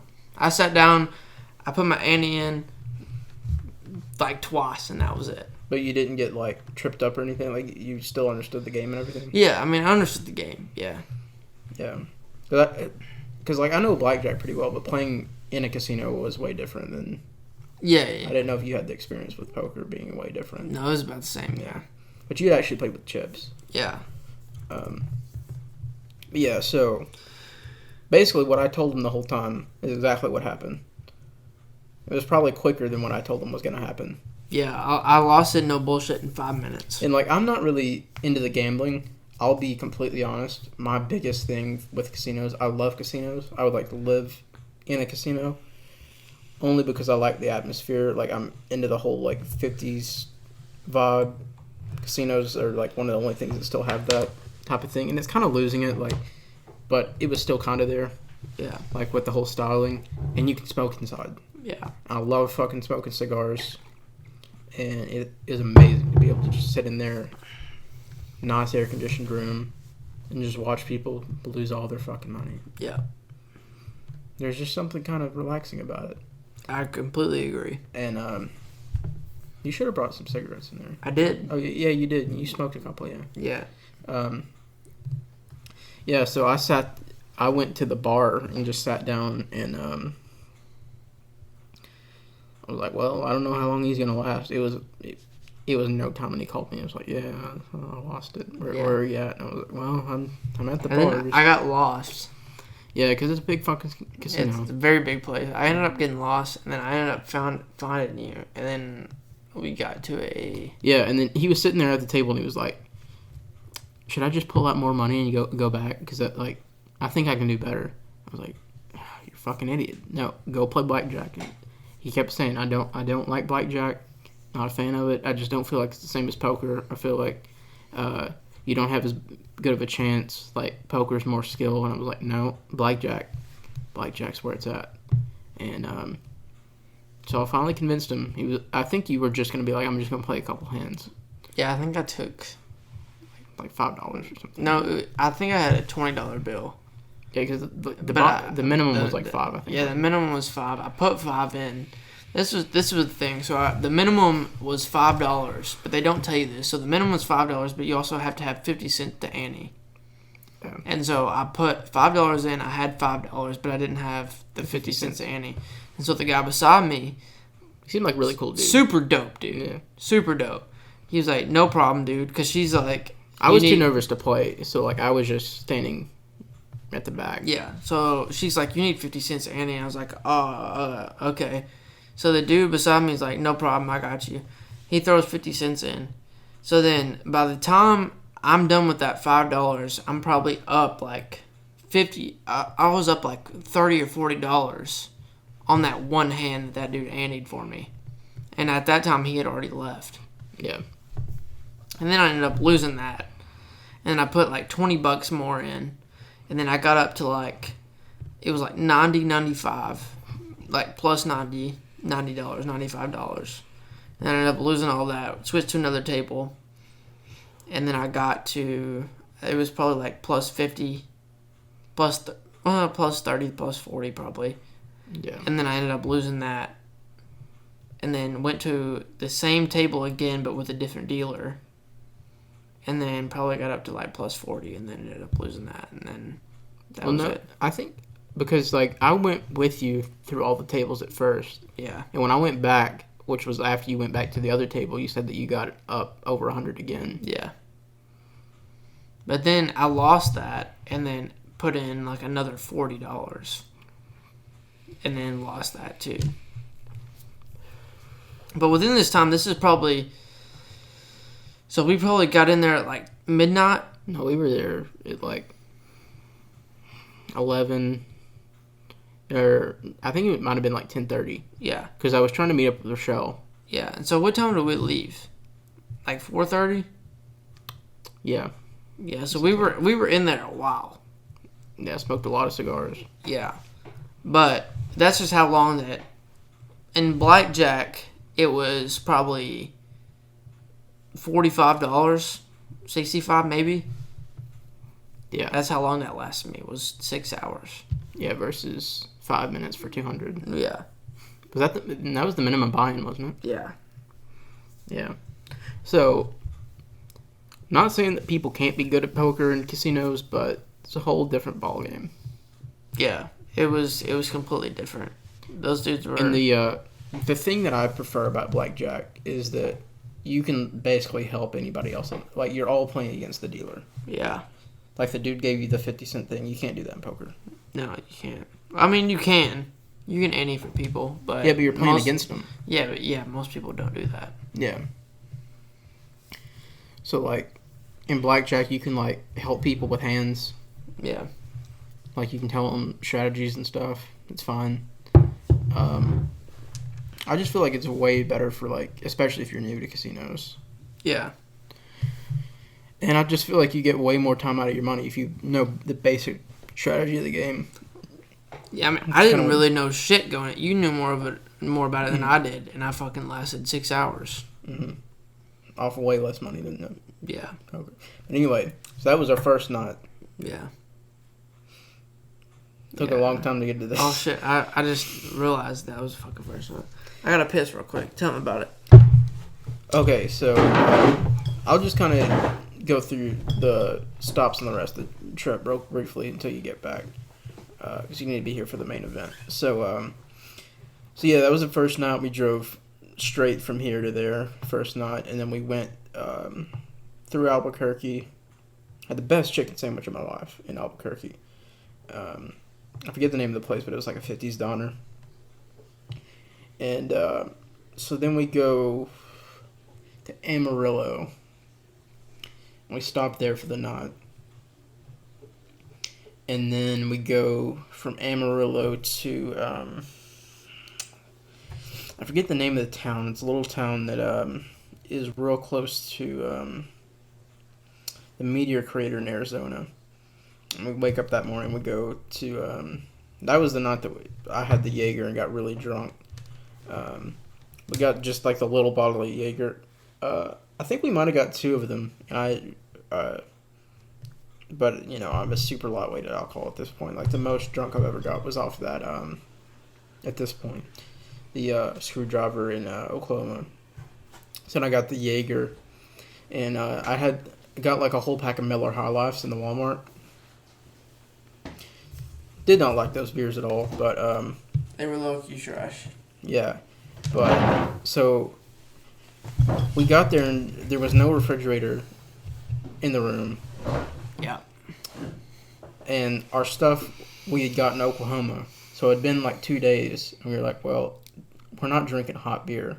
Yeah. So we go to the ice machine and we plug the thing in the sink, and then like have to go to the ice machine like 3 times to fill up the sink, and then we just put all our beer in the sink, and I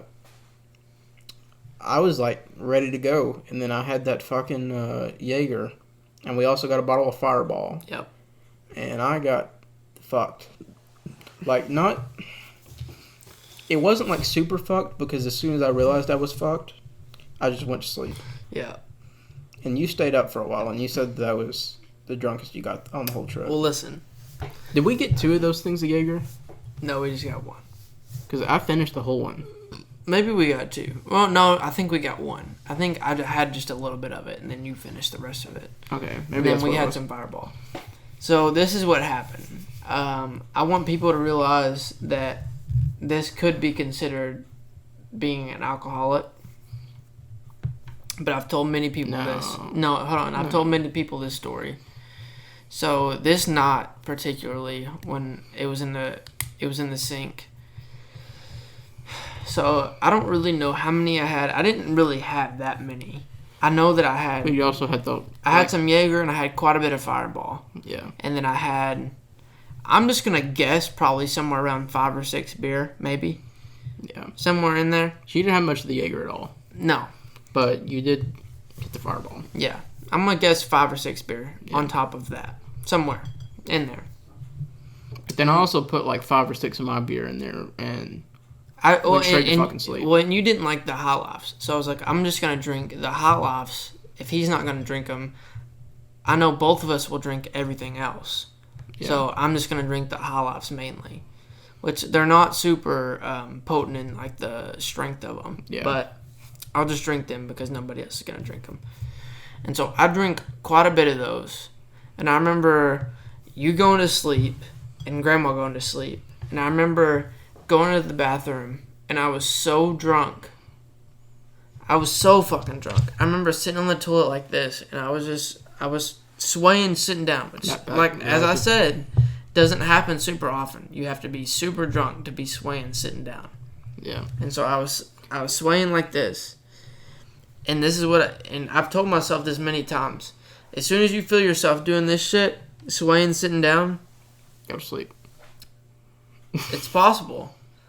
But what I tell myself is, and that's normally the point when I'm swaying sitting down, that I'm like, okay, 1 beer, the next beer is going to do it. So at this point, I told myself I have to drink 2 more beer before I go to sleep. I have to sit in here and I have to drink 2 more beers before I go to sleep. In the bathroom. In the Why bathroom. are you sitting in the bathroom? I don't know.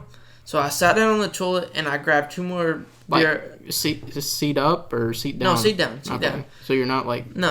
Okay. So I grabbed 2 more beer out of the sink. I open them both so that I know I have to finish them. If you open them, you got to finish them at that point. You can't just leave an unopened beer. So I opened 2 more and I'm drinking them. And dude, I can't even describe how bad I was swaying. I was sitting here, I couldn't even reach my mouth half the time. I was just fucking missing my mouth and shit. It was real bad. I ended up finishing it. I'm kind of upset I missed this. I ended up finishing it and then just fucking straight up fucking passing out on the fucking bed. Yeah, I mean, it was by far the most... You passed it on the toilet. But No. I wish I would have. I easily could have if I wanted to. you probably would have busted your head. Probably so. But yeah, that was... That's the reason I said I was probably the most drunk I've ever had. Or on that trip, for sure. Yeah. How would you say it ranks for, like, most drunk overall? Top 10? Or Yeah, probably top 10. not top 5? No, not top 5. It probably the most off beer. Well, I mean, I guess I had liquor there, too. Yeah, I guess it didn't consider in that, though. I mean, you definitely didn't have your beer limit, your beer max that night. No, but I had a liquor. Yeah, my experience that night was just that, which I've gotten more liquor drunk since then, but it was the first time I ever, well, no, because the screwdriver's liquor. But I felt fine off that, but then that night I was just like, I started feeling really nauseous and dizzy, and I was like, this is not going to go well, I just need to go to sleep. And so that was that. So then that was in Arizona, and then we went straight that day we went to the Meteor Crater, to the Grand Canyon, and then ended up in Boulder City. Yep. And then wasn't that night, it was the second night. Yeah, I was really trying to go to the weed store that night, but you seemed like you were too tired. Yep. Grandma didn't want to go. Yeah. I felt like I was the only one that was trying to get stoned. So we only stayed there. Did we stay there 2 nights or 3 nights? 3. Yeah, that's right. So the second night. No, maybe 4. I think we stayed 4. No, we stayed 3. We stayed 4 nights in Colorado. You sure? No, 3 nights in Colorado. I think we might have stayed 4, because the first night we slept. The second day we got the weed. We smoked that night. We didn't smoke the next day because we went to the I know we could have smoked that night. We went to the the experience we're gonna get to will explain why. But we went to the desert the next day, the day after the smokage, and then we left the next morning. I think that's right. Yeah, so we stayed 3 nights. Yeah. Yeah, and so the second day we went to Las Vegas that day. Mm-hmm. And then we came back and we had plans to go to Las Vegas that night. Yeah, we went to Las Vegas that day. Hold on. So we went. Okay, that day we that day was mainly just roaming around. No, I'm gonna tell you what happened that day. We what did happen that day? So that was we went to go eat at that pizza place. At that pizza place. Yeah, and then we went back and we went back to the hotel for a while. Yeah. And then we were trying to go to Vegas like closer to night time. I'm starting to get my days confused. No, that's definitely right. We went to Vegas later that night, and then on the way back we went to the weed store. Yeah, but I feel like we got pizza again that day. Didn't we eat pizza we ate pizza in Boulder City, and then didn't we go to the other pizza place? Because I feel like we were getting later. And then, yeah, I think we went to Vegas, and then we went to that because we went Armory's military store. That's what I was gonna say, because you wanted the schmog for the next day and the thing. Yeah, and then because that was later, and I was like, we gotta go like now because they're gonna close in like an hour. Yeah, and then we went to that pizza place, and then from there we went to the weed store. Yeah, because Grandma needed to pee, and she was not into Vegas. at all. Not Which, her. really, not her I wasn't really either. Other than the fact that if I would have been of age at that time, it would have been very, very fun. I definitely understood. I mean, it was kind of disappointing for me, but I definitely understood it. But at the same time, I had access to a weed store, so I didn't really give a fuck. Yeah. But our plan was going to be that if it all went according to plan, you wouldn't give a fuck either about not being 21 if you were high and drunk. Time out. I wasn't going to smoke. What was going to happen was you were going to smoke, and I was going to drink. And we were going to Uber. And then I was going to get drunk. You were going to get high. We were going to Uber back to Vegas. Which was going to be like... Figure out what happened. We had no plan whatsoever. No. We were kind of thinking about going to a comedy... or no, was that the next night? No, we were going to go to a comedy club. Yeah, but we didn't really know anybody there. It was the Laugh Factory. Yeah. In Vegas. We didn't really know anybody there, and the tickets weren't too expensive, but when we were factoring the Uber cost... And we didn't know anybody. Yeah. That was performing. Yeah. And, like, not that's, like, a bad thing, but it was just, like, with us, like, I would say, at least for me, I'm pretty picky on my comedy that I really enjoy. Yeah. So, to me, it was like, do I really want to do that, or would I rather... Like, for me, I would have rather just walked around Vegas. Yeah. But anyway, that was our plan. Yeah. I was going to get high, you were going to drink, and we were going to go. Okay. So This is what happened. I guess I should specify or restate what I said. You wouldn't have cared if you weren't 21 if you were already drunk, which was going to be correct. Yeah. So this is what happened. So we get back to the thing. Well, no, I go to the weed store. No, I know. I'm saying after we go to the weed store. I'm gonna specify here. Yeah. Okay. If you live in a state that is not a weed smoking state, it's so fucking bullshit. Because I legit put in an order on my phone, and he wasn't 21 at the time, or else we would have utilized it. This place has a fucking drive-thru where you can order online, go through the drive-thru like a fucking McDonald's and get weed. Why? I hate my life living here. Yeah. But I go in there, and it smells so much like weed. Yeah.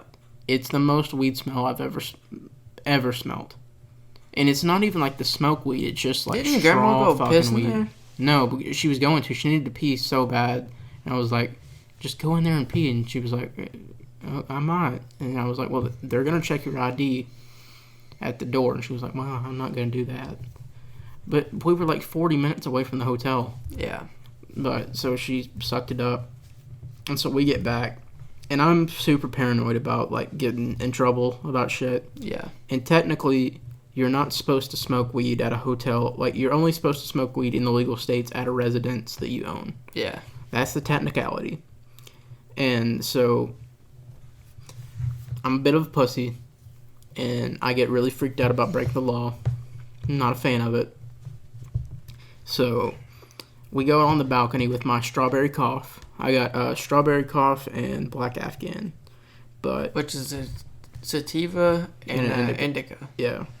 And I'm not too experienced on the weed thing, but from everything I read, sativa is more of like an energetic high, like more creative. Indica's like zoned out, just kind of like, kind of dead. So I was like, well, if we're going to Vegas, I want to be like pumped up, So we're going to smoke this strawberry cough. I'm going to smoke the strawberry cough. Okay, so this is where I'm going to take over. Okay. So this is what on the balcony. Yeah, so this is what happens. So I'd already drank a few. I hadn't drank a whole lot because I really don't know why. I think I was planning on to see where you got, and then I was going to try to match you with drunkenness. Yeah. Once you got to that point. So he goes out on the balcony. At this point, we had lost our air conditioning. It was so fucking miserable. Yeah. I totally forgot about that. Because it's like Vegas, like... So, okay, real quick. So if you're from Arkansas, you don't really understand because of the humidity here. The humidity's bad here. There's no humidity there. No. So the heat difference is different. Yeah. It's completely different. So like as when we went to the sand dunes, it was 114. It felt like 80 degrees here. Yeah. It's completely different. It's more like you're putting your hand up by an oven than it is like sweat heat. Yes. It's more like you feel like you're going to get like a fire burn, like where it's really dry and super hot, but you're not going to sweat from it. Yeah. Because it's so fucking humid that like it draws all the moisture out and you can't even sweat. Yeah. So this night particularly, we lost our air conditioning in our room, but it was our last night there. No, this was the second night. We lost the air conditioning the next night. I thought we lost it good. this night. No, it wasn't good, but it was still working. Okay. It was hot as shit. My fault. So we're outside. He's smoking a cigar to mask the smoke. Yeah, my thing was just that I wanted to have something lit, so if somebody were to be like, you're smoking something, I could just be like, hey, this is a cigar. Because, not that this would help in a scenario, but just in my head, the cigars that I smoke sometimes smell exactly like weed. And they look like a blunt. Yeah, they do look like a blunt. And we were right beside a gas station, which that night there was quite a few cops that showed up at that gas station. Mm-hmm. Okay. So this is what happens. And we're on the balcony is like directly at it. Like they could see us. Yeah, like I was staring right at the thing. His back was to it. Which was a good thing. Yeah, we were facing each other. I don't know if you did that on purpose, but no. That was a good thing. I don't think I did it on purpose. Well, no, you did because you said, I'll face this way so I can watch. Yeah. But that was, I don't really think you cared. I think it was just more like, because you knew I was paranoid about it. You were just like, I'll tell you if somebody's coming. I mean, it was definitely both, but even if somebody was coming, all you had to do was walk inside and it would be fine. Yeah. So we go out on the balcony. And by the way, should we point out what we're smoking out of? Yeah, I was just about to talk about the bowls. Yeah. So we have two different bowls. He bought two different bowls. I still have one of them. Yeah, one is probably the size of like a mechanical pencil. Yeah, and then another. What would you say the big one is? It's probably like a quarter. Yeah, somewhere around a quarter size. And like a lot deeper too. Yeah. Like the mechanical pencil size, which is the one that we smoked out of, it was probably like maybe half an inch deep and like as much weight as you could fit in a mechanical pencil. Like the actual thing was bigger because like the glass thickness. Yeah. But like the actual diameter of like the bowl itself. Yeah. It was very small. Yeah. So I had smoked quite a bit. Off and on. Off and on. Like he hadn't smoked for. I don't have at this time, and even now, I don't really have a tolerance to it at all. But I had experience with it. Yeah. And so what the plan was I was gonna basically watch him. Because I only smoked one other time and didn't get high at all. Yeah, to make sure that he was all good. And then if we were still going to Vegas, I was going to drink a little bit more to match him, and then we were going to Vegas. Mm-hmm. And so we go out on the balcony. We use the smaller bowl and of the strawberry whatever. Strawberry cough. Which I didn't cough off of. Yeah. It was so fucking smooth. It was very, very smooth. Is there any way you could riff for a second before you get to good shit while I pee? Huh? Is there any way you could like just riff this out for a minute? Yeah. Okay. I can tell the story. Yeah. So this is what happens. So we're both out on the balcony, and so I tell him, I'm like, hey, you need to hit this at least one time, and once you hit it one time, you'll see where you're at, and then if you feel like you need to hit it again, then we'll hit it again. And at this time, I'm just there to watch him. I'm not there to smoke it. I had no intention of smoking it, mainly because I was driving most of the time. So I didn't want to be under the influence of anything. And alcohol goes out of your system within a day. And so he's out there on the balcony, and he lights it up. He takes a hit. And then he's all good. I'm going to check the time. Okay. So he hits it, and he seems like he's doing okay. He gets a little bit interesting. The first thing I remember is just that I started smiling. Yeah, he definitely started laughing quite a bit. I don't remember like actually laughing. I just remember like it being like goofy. Yeah. Like weird. Like yeah, and that's just weed. Yeah. Yeah, and I knew that. I knew that was coming. So I was like, okay, he's in a good place. We're in a good spot. And so I'm watching him. We're having a good conversation about shit, and then for some reason, is it fair to say that you're basing my high off of what your experience is? Yeah, like I knew like where you were at that point because I had you felt assumed you knew. Well, I had felt what you were at before. Yeah.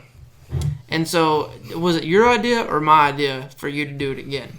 It's your idea. You kept pushing me. You were like, you got it. You just okay, so this is what happened. I was like, okay, so you know where you're at. You know you're good. Yeah. You're at a good place. We can always go to Vegas tomorrow night. You can try it to know your limits. Yeah. I'm always pushing you need to know your limits. Even with alcohol, with anything. You need to know your limits to know how far you can push it. And so I was like, okay, do you want to take like half a hit or a full hit? But to be fair, I will say this. What you were saying, like you'd been where I was. The stuff that we're going to get into had already started. Yes. Okay, so I realize now that I had definitely not felt what you had been in before. Yeah. Yes, I will say that now.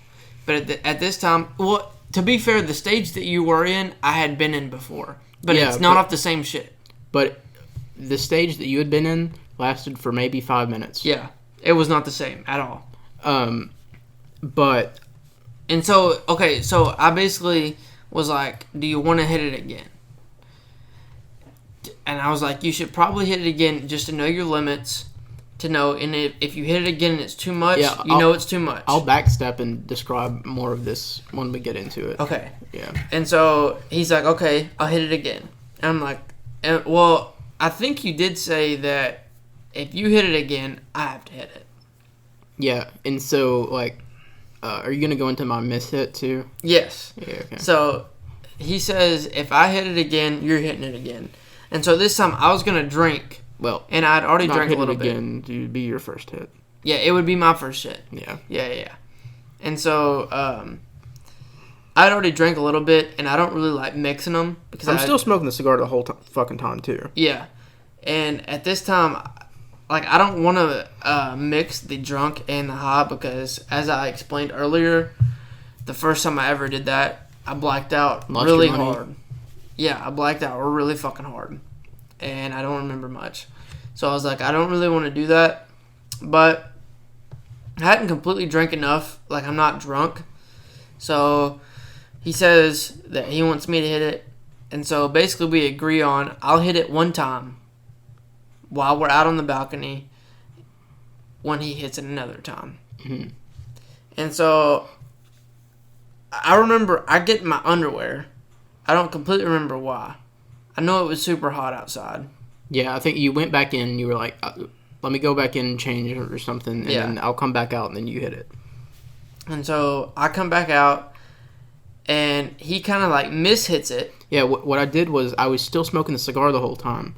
So when I went for that, I mouthed it and then tried to like suck it down, but it didn't really like, I didn't feel anything from it. Like I didn't feel like I actually got it in my lungs. I was like, that didn't fucking work. Because like, once I realized I was like mouthing it, I kind of like also stopped inhaling the smoke. Yeah. So I was like, I got to do it again. So then I got a good fucking hit, probably bigger than the first one. Mm-hmm. And but again, this is still off the thing that's like so fucking small. Yeah. And then so I take a hit, and I realize immediately that this is some straight fucking gas. And I don't know if any of y'all know, like, many weed terms, but whenever you say that it is straight gas, it is some straight fucking shit. It is not fucking messing around. Like, gas, like, so, like, most of y'all would probably refer to weed as, like, a skunk smell. But, like, whenever you get gas shit, which is probably like the I guess you would say more intense weed and probably better quality. and better quality weed. It smells like gasoline. Yeah, like the craziest thing was that I'd smelled a lot of weed before. Like even though I'd only smoked once, I'd smelled a lot of it. And then the next day, we had to get gas at that gas station right across. Yeah. And we were pumping it. I was like, that's the weed. Yeah, it smells exactly like gasoline. That's why Because people I'd call never it understood gas. that before. I thought it was just some dumb term that people had made up. Yeah, so that's why they call it gas. It smells like gasoline. And so, like, I smoked it, and I was like, holy shit, this is some fucking crazy shit. And I remember, like, as soon as I fucking hit it, I was like, this is gonna fucking go crazy.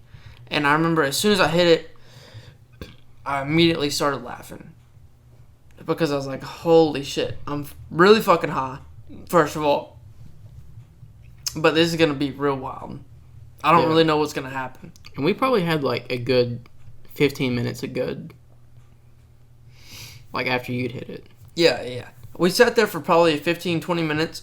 And we were just going back and forth on like what we were experiencing. Yeah. And we'll go into that a little bit more after we get to Yeah, and I remember that I tried fucking with you at one point. that was before. Yeah, that was that was after the that first was hit. off my first hit. Once I'd started experiencing what we're gonna get into. Yeah. So I was experiencing some crazy shit, and he was like, "So how long do you think we've been here?" And I was like, "Oh, probably like 15 minutes." Yeah. And he was like, "You've been here for 2 fucking hours." And like for a split second, I was like, "What?" Like, there's no way we just that good. And he was like, "What?" I was like, "There's no way. I don't believe that for a second." And he was like, "Actually, it's been like 20 minutes." Yeah. He was pretty well on. Yeah, but that was still. That was the very beginning stages of what we were about to experience. I was in the experience, but it was very early. Yeah. Because again, I took the second hit and was still good for 15 or 20 minutes after the second hit. Yeah. So I hit it. Okay. And so then I'm sitting there, and we're both at this point. Yeah, I want to see what your experience of it going wrong was. So my experience is, I remember sitting there, and I remember, so I was looking towards for people, like, we had a view of the, what's it called? Lake Mead. Lake Mead. So we had a view of Lake Mead. And, like, the super nice houses that are, like, overlooking it. So, like, there was tons of lights, and then you see this reflection. There was of Lake fucking Mead. mountains on our right side. If you're not familiar with Nevada, Lake Mead is where the Hoover Dam is. It's the dam, or the lake that the Hoover Dam makes. So it's beautiful as shit. Yeah, so I was staring at Lake Mead, and he was facing me. So it was basically like this, but I was looking at Lake Mead from this direction. And there was mountains on this side, and then nice ass fucking houses right over here. Yeah. And so I was looking this way, and I remember I felt like goofy as shit. Like, I felt like laughing at fucking everything. I was like, okay, I know I'm fucking high at this point, because I would never fucking just be laughing. Well, hold on. Just a quick question. Did you start experiencing stuff before it went wrong for me? Yes. Okay. So, like, I immediately started laughing. And I'm pretty sure, like, you kind of noticed I was laughing. Yeah, because at this point I was like, yeah, he's fucking getting it. Like, Yeah. I'm still like. So then this is what happens next. I'm pretty sure I tried asking you a question. Yeah, and I'll recreate this. Yeah, and you didn't answer. I don't completely remember what I tried asking you. It was just ask me something dumb. It was kind of like, what do you think you're feeling right now? And so he sat there, and this is not. He probably sat there for probably a minute straight and did not answer my question.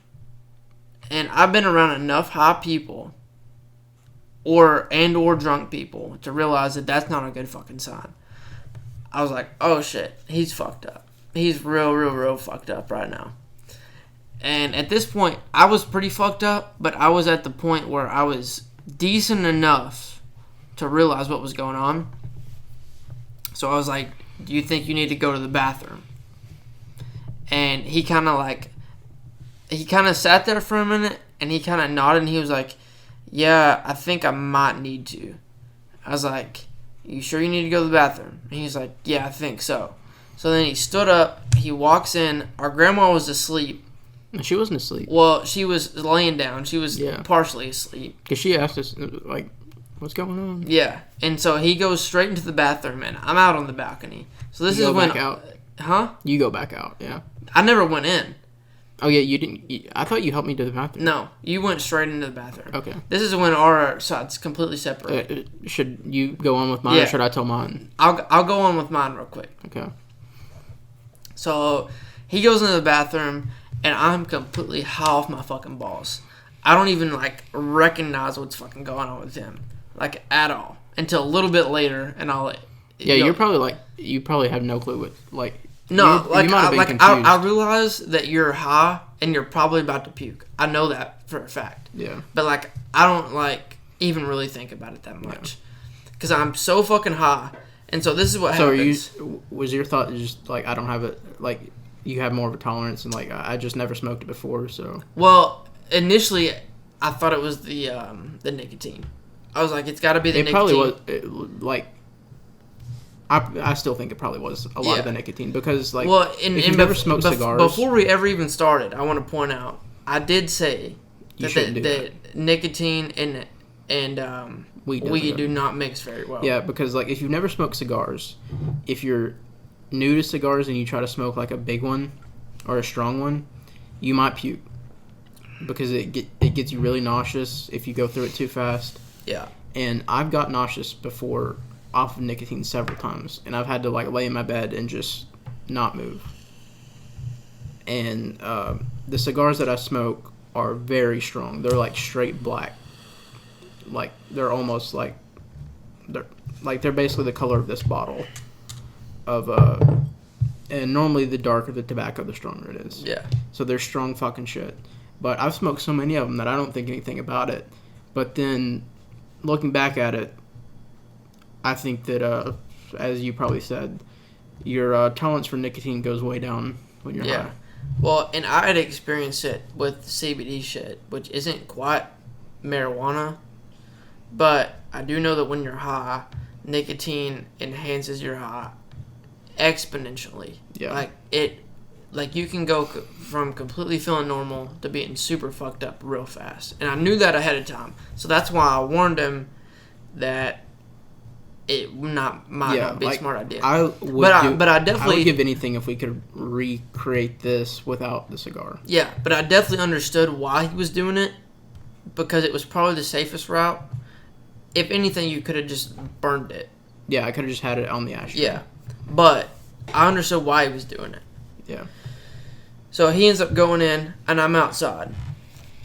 And I realize he's probably going to puke, or he's just going to lay down or something. I don't really know what he's going to do. And so I'm outside, and so immediately I call one of my best friends. She's a girl, and she smokes weed often. And so I call her, and from what I kind of remember, I remember basically explaining to her how high I was for probably an hour and a half. That's basically all I talked about, was how fucking high I was. Yeah, when I came back in, I was freaking out that you were standing, like, you were leaning on the balcony. Yeah, so, like, I was still on the balcony staring at fucking Lake Mead, and I just kept fucking talking to her about how fucking high I was, and it was so fucking unbelievable. And so we'll probably get into, like, how the high felt. Yeah, I want to tell my side of, like, what happened after. So, but hold on. Yeah. So basically, I was outside talking to this girl, and that's basically all I remember up to the point that I guess we met or something. I don't guess we really met until the next morning. Now, you came back in at some point, and I think you might have asked me something, but... No, I definitely didn't. I think Grandma did. Yeah. Because Grandma came out... But I remember you coming back in, I think. Okay, I will say that before you get into your part, that Grandma came outside, and she was, like, low-key kind of crying. Yeah. And she was like... Because she doesn't have any experience with it. No, she has no experience with nothing. She's drank a little bit, and she starts looking on... That's about it. She starts looking on Google and, like, reading all this shit. So she comes outside to me while I'm fucking explaining to my best friend how fucking high I am and how fucked up I am. And she comes outside and she's like, "What is going on?" I was like, "Well, I mean, he hit it. like weed like one time, and she's like, just one time. I'm like, I mean, I'm pretty sure. And I was like, it might have been 2 times. I don't know. And she's like, I mean, You should have said he hit it a lot. Yeah, I probably should have.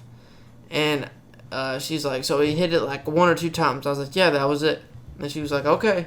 And so she shuts the door, and then I go back to fucking telling her how fucking high I am. And then you're in there, so you can tell your side now. Yeah, so basically, I'm at the point where I can't talk. Like, I just sat there for a minute, and I was trying to... I think I nodded, like, slightly at first, but it was probably, like, this much of a nod. Like, when he asked me if I needed to go to the bathroom, and then I finally just had to, like, get it out and be like, yeah, I need to go. So I walk in there. As soon as I get in there, of course, shirt's coming the fuck off. Yeah. I think I even took my pants off. I think I was just sitting there in my underwear by the toilet, and, like, everything was spinning. The weird thing is, like, the high that we're going to talk about, I didn't really experience once I got in the bathroom. Okay. Like, and I tried to walk as normal as possible to the bathroom, because, like, I knew she was going to freak out. Yeah. I didn't know she was going to do the whole Googling thing and, like, really freak herself out. I didn't even know she did that. Yeah, she was like, I read this and said that all this stuff, people have to go to the hospital, and I was like... So anyway, I'm in there. I'm fucked bad. And I probably sit in there for, like, 10 or 15 minutes, just sitting there. And finally I puke. And I know we talked about puking a lot, but to save the graphic stuff, I'd ate pizza twice that day. It was not fun. Yeah. Because it happened like 2 or 3 times. And then I had to take a shower right after. I felt so much better I remember after you puked. getting in the shower. And I got in the shower and, like, dude, how graphic do I even get with this? I wouldn't get super graphic, but I would just tell the moral of the story. It took me a while to get everything out of my system in the shower. Yeah.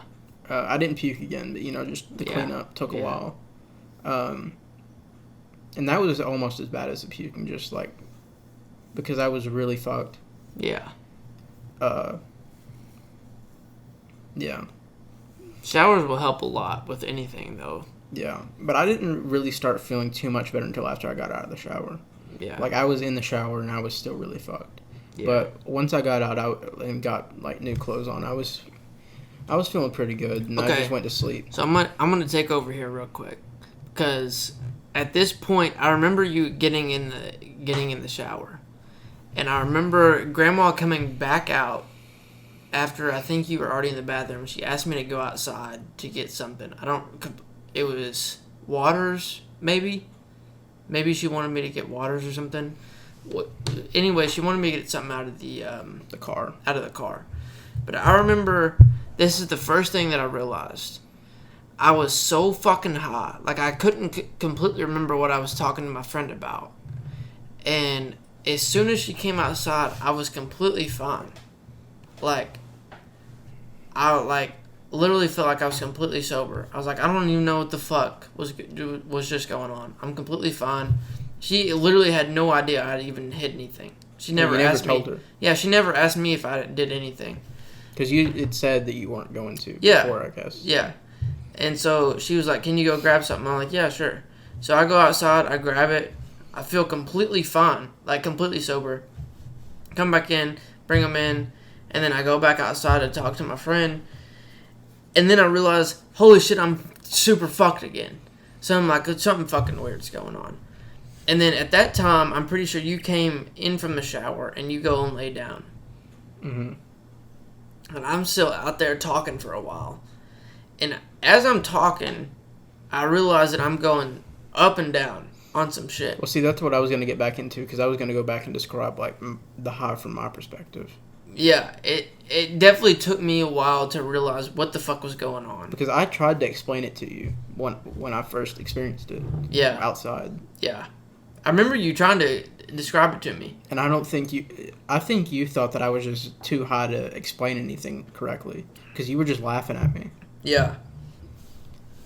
Like, I remember that, and I was like, I swear I'm not fucking, like, out of it. Like, this is real. I'm experiencing this. Because, like, so, at first I had the laughing stage. Yeah. And I'll just stop this at my when I had to go in, because like once I went in, it all changed, and like I was barely high at all after I got out in the shower. Like I wasn't sober, but I wouldn't even.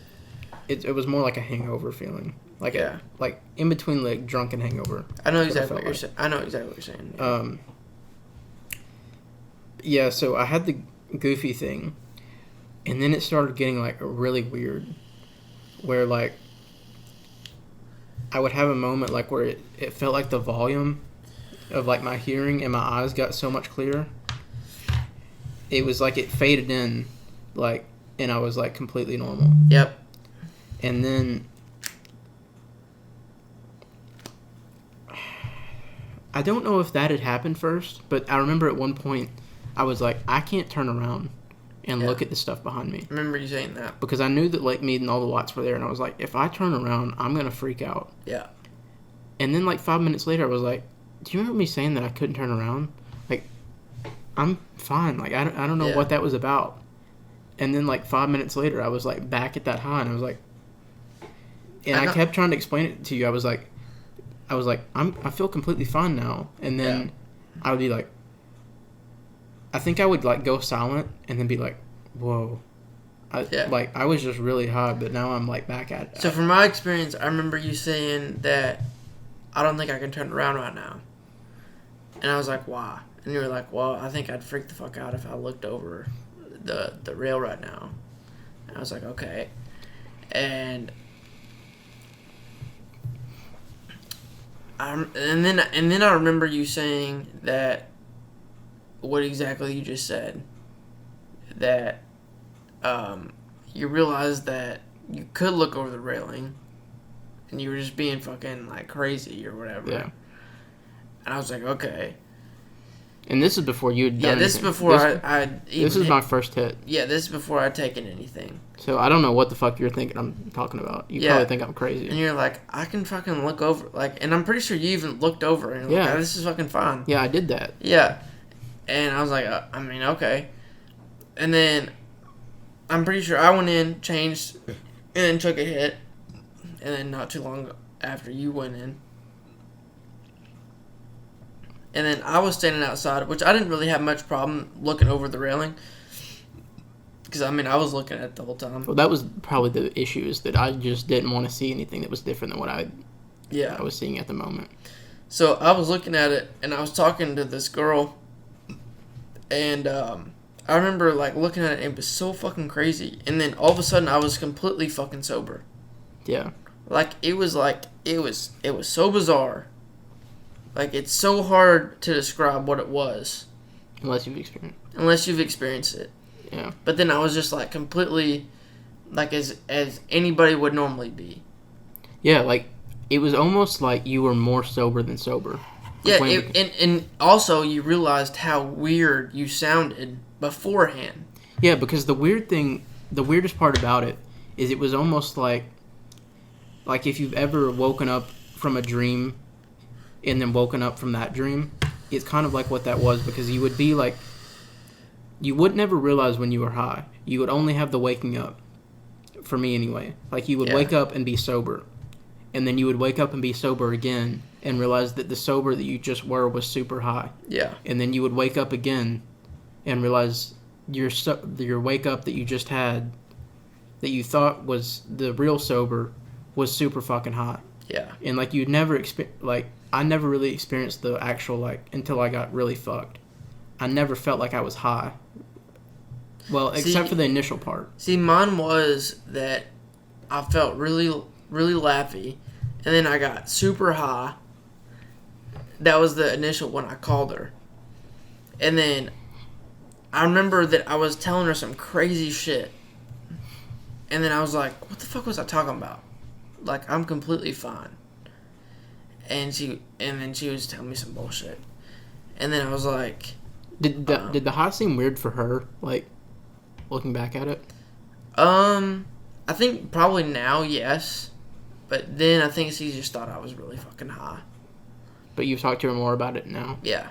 Yeah, so, like, it's not a normal, like, we were on some weird shit, I believe. Yeah. And so I remember, like, being like, what the... I'm fucking absolutely fine. And the only thing that was weird was there were some weird fucking people at that gas station that I was looking at. That was kind of tripping me out. Like, were they looking at you or? Yeah, like there's one vehicle that was parked like kind of to the. It wasn't really the back, but it was kind of like the side, Like closest to us? Yeah, closest to us. And he kept fucking looking at us. I was like, what the fuck Was is that going when on? I was still out there? No, you weren't out there. It was just me, and I was talking to her. And yeah, I mean, I realized I was completely fine. And then that's when Grandma came out and asked me How to long go did that guy stay there? Huh? How long was that guy there? All night. Because I remember grabbing that shit, coming back, and then went back outside. He was still there. And then He was just outside the car looking? yeah, he never went in. And he was just standing there? Yeah, he was just standing there, like, beside his truck, like, went to the back of his truck, looking around in the bed of his truck. All kinds of fucking super weird shit. And I remember, like, telling her about everything, and then I'd be like, I'm fucking... That would have fucking tripped me the fuck out. Oh, it was very, very fucking weird. Yeah. And I remember I was telling her that I was super high, and then I would come down. I'm like, I'm completely fucking fine. I don't know what's going on. So did you experience the same, like, it in the same way, like, where you never felt the high once it started? This is what happened to me. So I would feel... So initially I felt really high. Well, yeah, I'm saying initially, but I'm saying once that chain started, I could never tell when I was high. I could only tell after that I had been high. So this is what happened. So initially I felt super high, and then it was like... It was kind of like I realized that I was in a different... I really don't know how to explain it, but I was like, okay, I'm fine.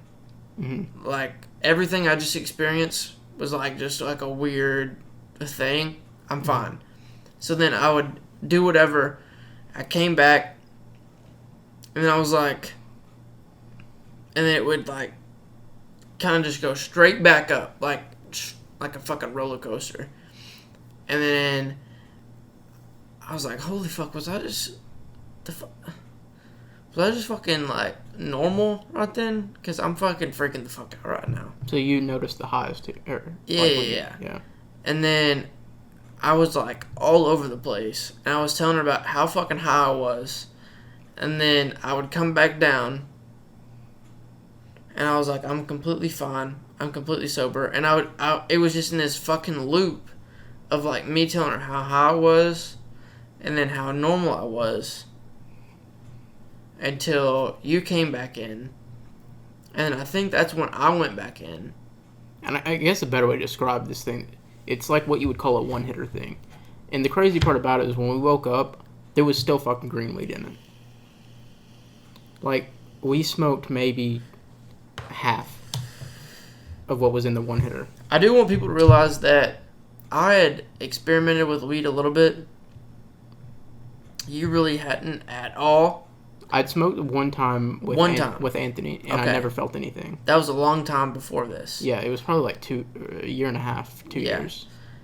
So he hit it twice. I hit it once, and I experimented some beforehand. I had gotten really fucked beforehand. I mean, I hit dabs, fucking gravity bombs, all kinds of shit. That fucked CBD shit. Yeah.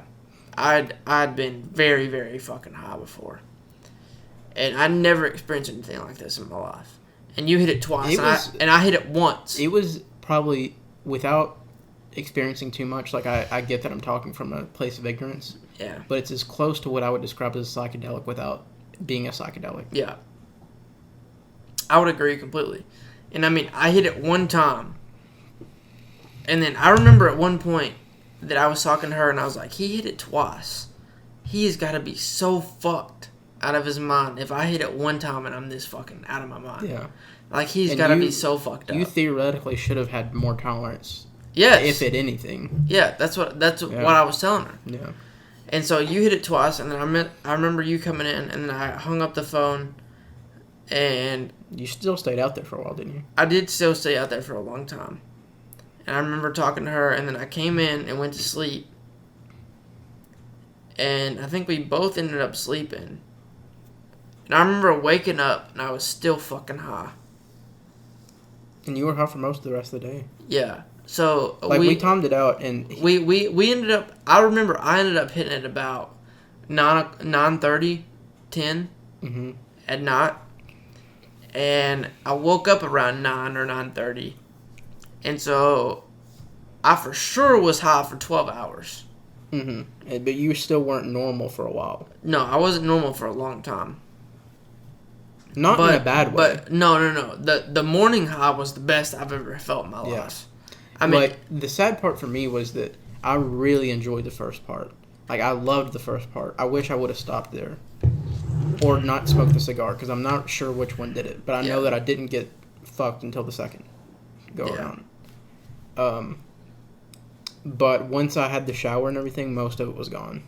And it doesn't really make sense, because, like, I get where puking, if you have alcohol in your system, makes sense, because you're puking up the alcohol that you haven't consumed yet. It makes no sense why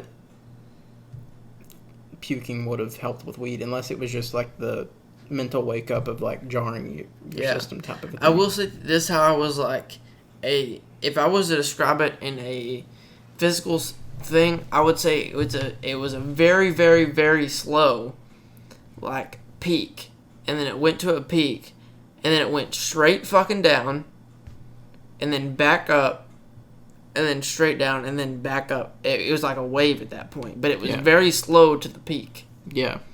And then once you hit the peak, I would say that then because it was a wave. I think when I hit it for the second time, I was just getting to like the real peak.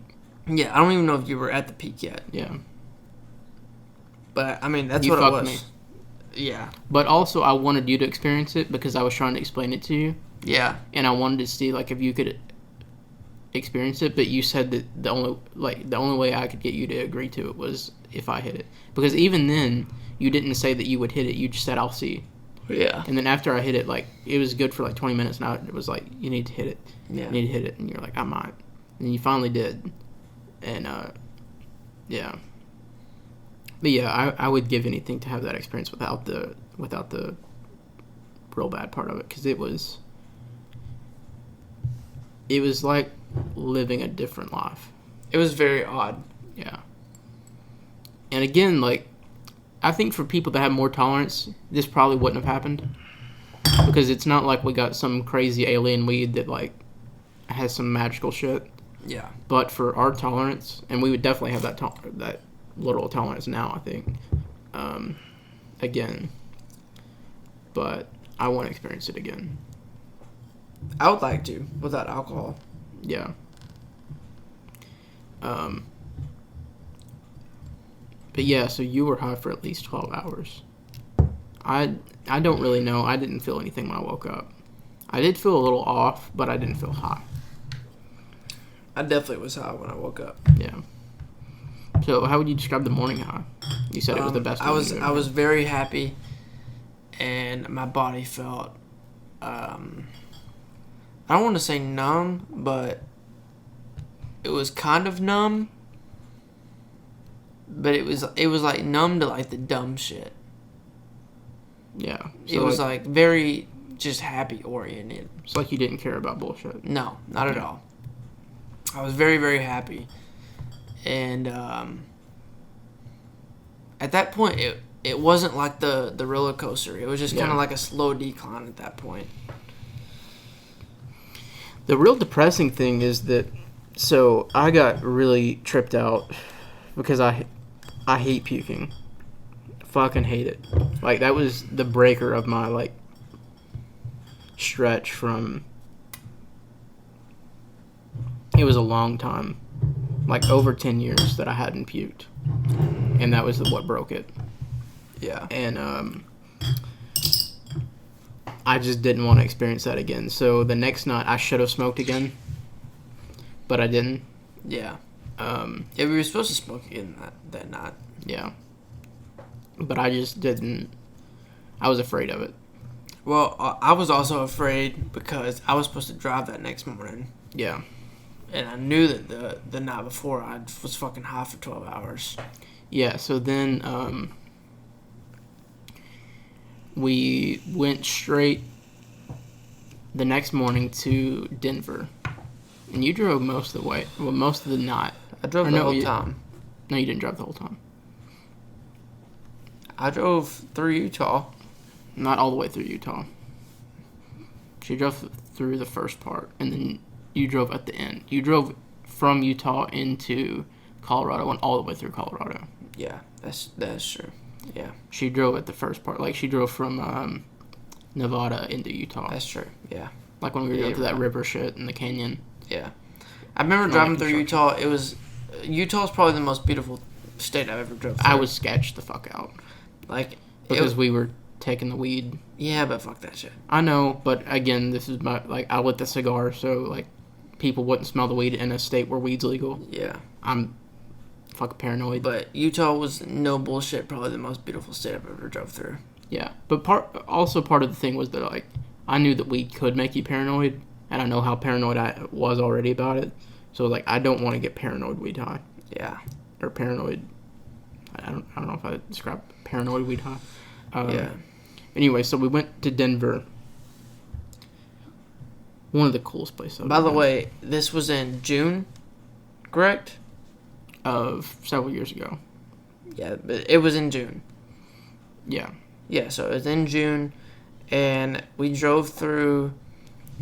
We got into Colorado. It was raining, and on the interstate there was snow on the side of the fucking interstate. And by the way, the day before we were in Death Valley and it was 114. The day before it was 114 degrees, and then there was snow the next day.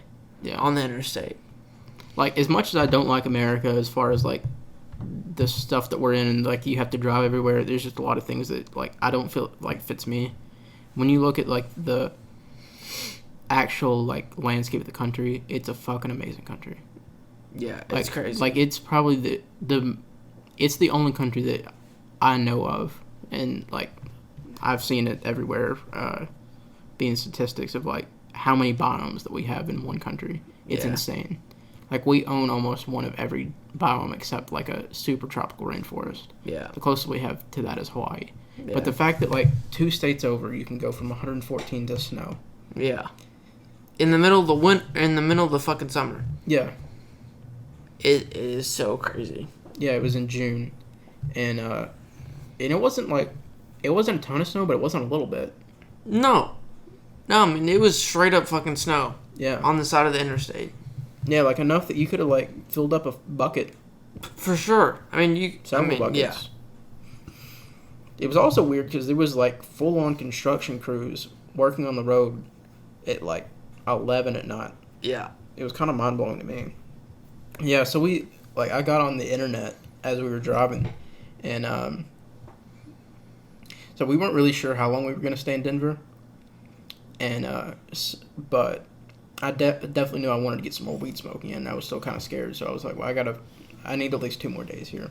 So I talked my old grandma, into us staying, was it 2 more nights or 3 more nights? 2 more. 2 more nights in Denver. And we stayed 3 nights there, including the night that we got in. Yeah, we stayed 2 extra nights. Yeah. Yeah. Yeah, so I got on the thing and got a crazy deal in this super fucking nice hotel. Like, I felt bad that we were staying there. Yeah. Almost. Like, I kind of felt a little bit better once I, like, saw, like, the young techie type people there and, like, the Yeah. rest of Denver.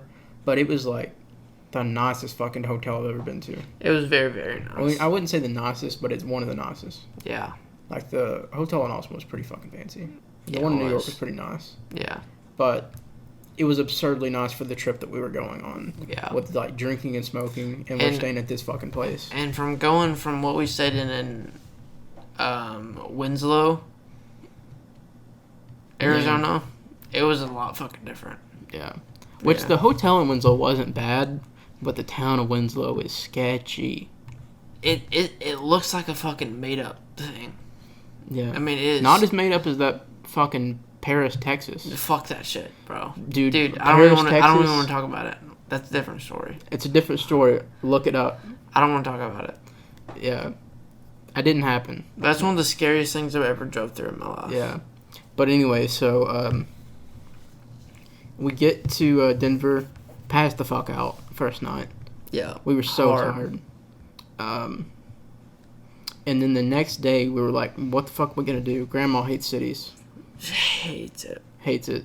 Like, Oh, driving in there, she was griping the whole time about, like, where we were staying. Because, like, I wanted to get as into Denver as possible. And we were right the fuck downtown. Yeah. I don't even think she got out of the room one time. She did when we went to go get breakfast. She did. And then she got upset at the place because they got all our orders to go. Because, like, we were getting you breakfast to take back. Yeah. And I thought about telling her to clarify. Like, it was the super dope place that we went to the first night. Because we got there and we were trying to eat food. Yeah. And we went to that cafe, but it was open. It just didn't look open because it was, like, a weird setup. Like, they don't have waiters. You just have to go up to the bar and order food. Okay. But it was the same way in the morning, too. And I think the girl was, like, German. Okay. Kind of hot. Okay.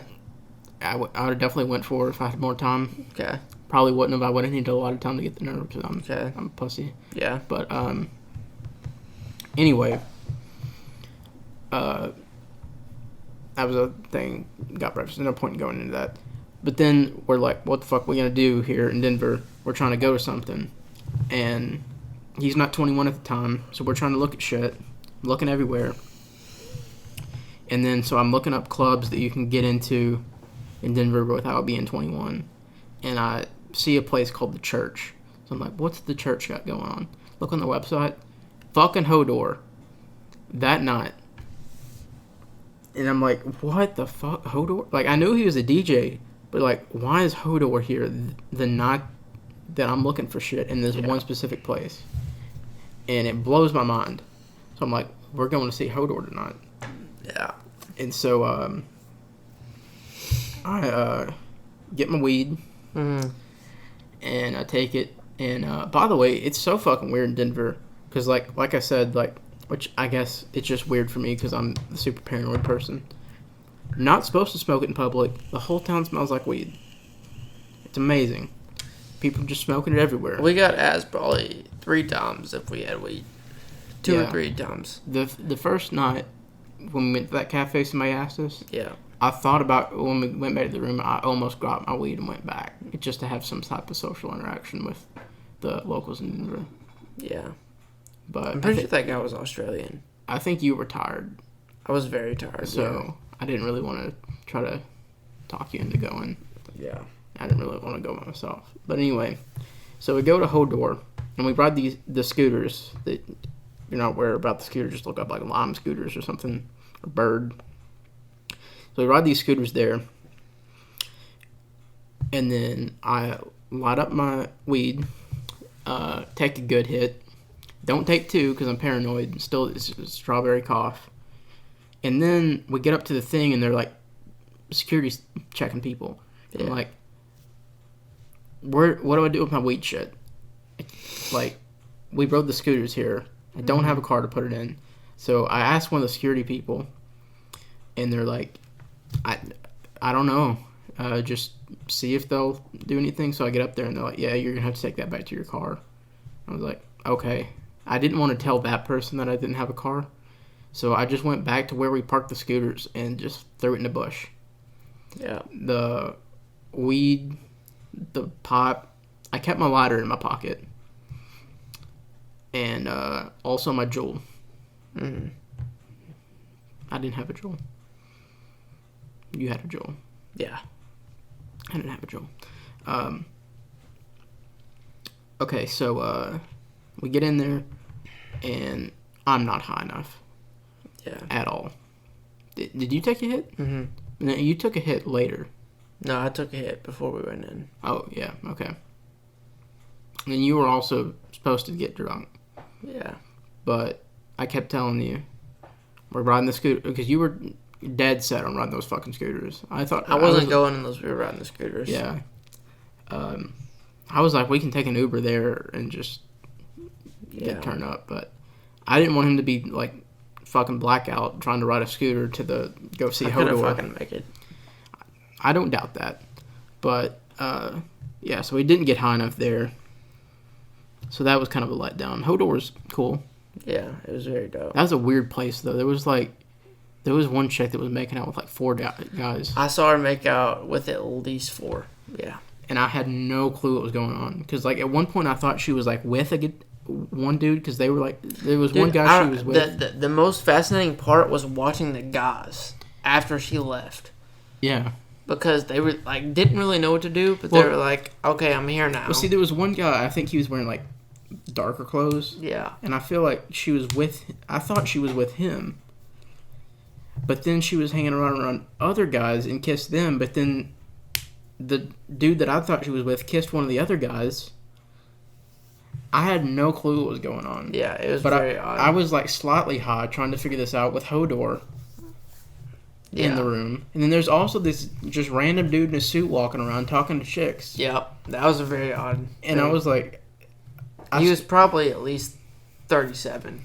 I don't know. And he was 40. talking to people that are... Probably 18. Max. Yeah. 18 max. And I don't know if he worked there. Yeah. Looking back at it, I don't think he worked there. I think he was just a dude in a suit looking to pick up chicks. Yeah. I'm not sure somebody affiliated with the club would have been... but maybe. But then my last experience with weed, he didn't partake because he had to drive. Mm-hmm. But the next day when we left... Or no, we spent another day that we didn't do anything. Yeah, we Because we were looking for other stuff Yeah. to do. Didn't find anything. We probably should have left that day and went to Pikes Peak. Yeah. But anyway, when we left, I took a fatter rip. And you had told me about one time that you drove high. Mm-hmm. And riding in that car that day, I didn't have the fading in and out. But... I have no fucking clue how you did that. I don't either. It was insane. Yeah, I mean, whenever I took I'm going to be honest with you, I don't even remember driving from when I hit Dabs. I know I did, but I don't remember it at all. Yeah. But I remember driving off of Gravity Bong. And, dude, it was probably... I don't want to say it was harder than driving drunk, but it was... Don't condone it. No, do not condone it at all. But it is one of the hardest things I've ever had to do. Yeah. Just because... And I just couldn't feel my legs. Yeah. All I need is one foot. And if you don't know, you do need your legs to drive. All I need is 1 foot, really. Yeah. And I couldn't feel it. Yeah. I didn't know what the brake or the gas was. Yeah. Well, did you get it mixed up at all? Not quite. Like I said, like it was kind of like I was really high, but it was like an autopilot like took over, and like I was realizing what was going on. You weren't really in control of it. But I wasn't in control of what was going on. Yeah. It was. So it was like your mind, your conscious part of your brain was separate than the part that was controlling everything. Yes. It was a very odd experience. But did you like actually go home that night? I came here. Oh shit! You drove from... I drove from Stadium to downtown to down here. Oh, that's not that far. No, it's not. It's not super far. I mean, it's far considering your condition. Yeah. Because I remember driving on Nettleton. And honestly, I think I would have rather drove from where you live to here high than have to go through that shit. Oh, for sure. Yeah. Driving from where I lived to here is the easiest fucking shit of all time. Yeah. I mean, it is not difficult to drive high Even though or it's drunk. Even though it's way longer. Yeah, I wouldn't want to have to No. deal with this shit. No. Well, Is that about it, son? I mean, That's a good story, Tom. yeah. I mean, I'm good to keep going, but if you think we need to go ahead and call it, I'm cool with that too. Let me look at the time here. Yeah, we should probably call it. Okay. Well, Well, it's What are been your another final good. thoughts? What are your final thoughts on that?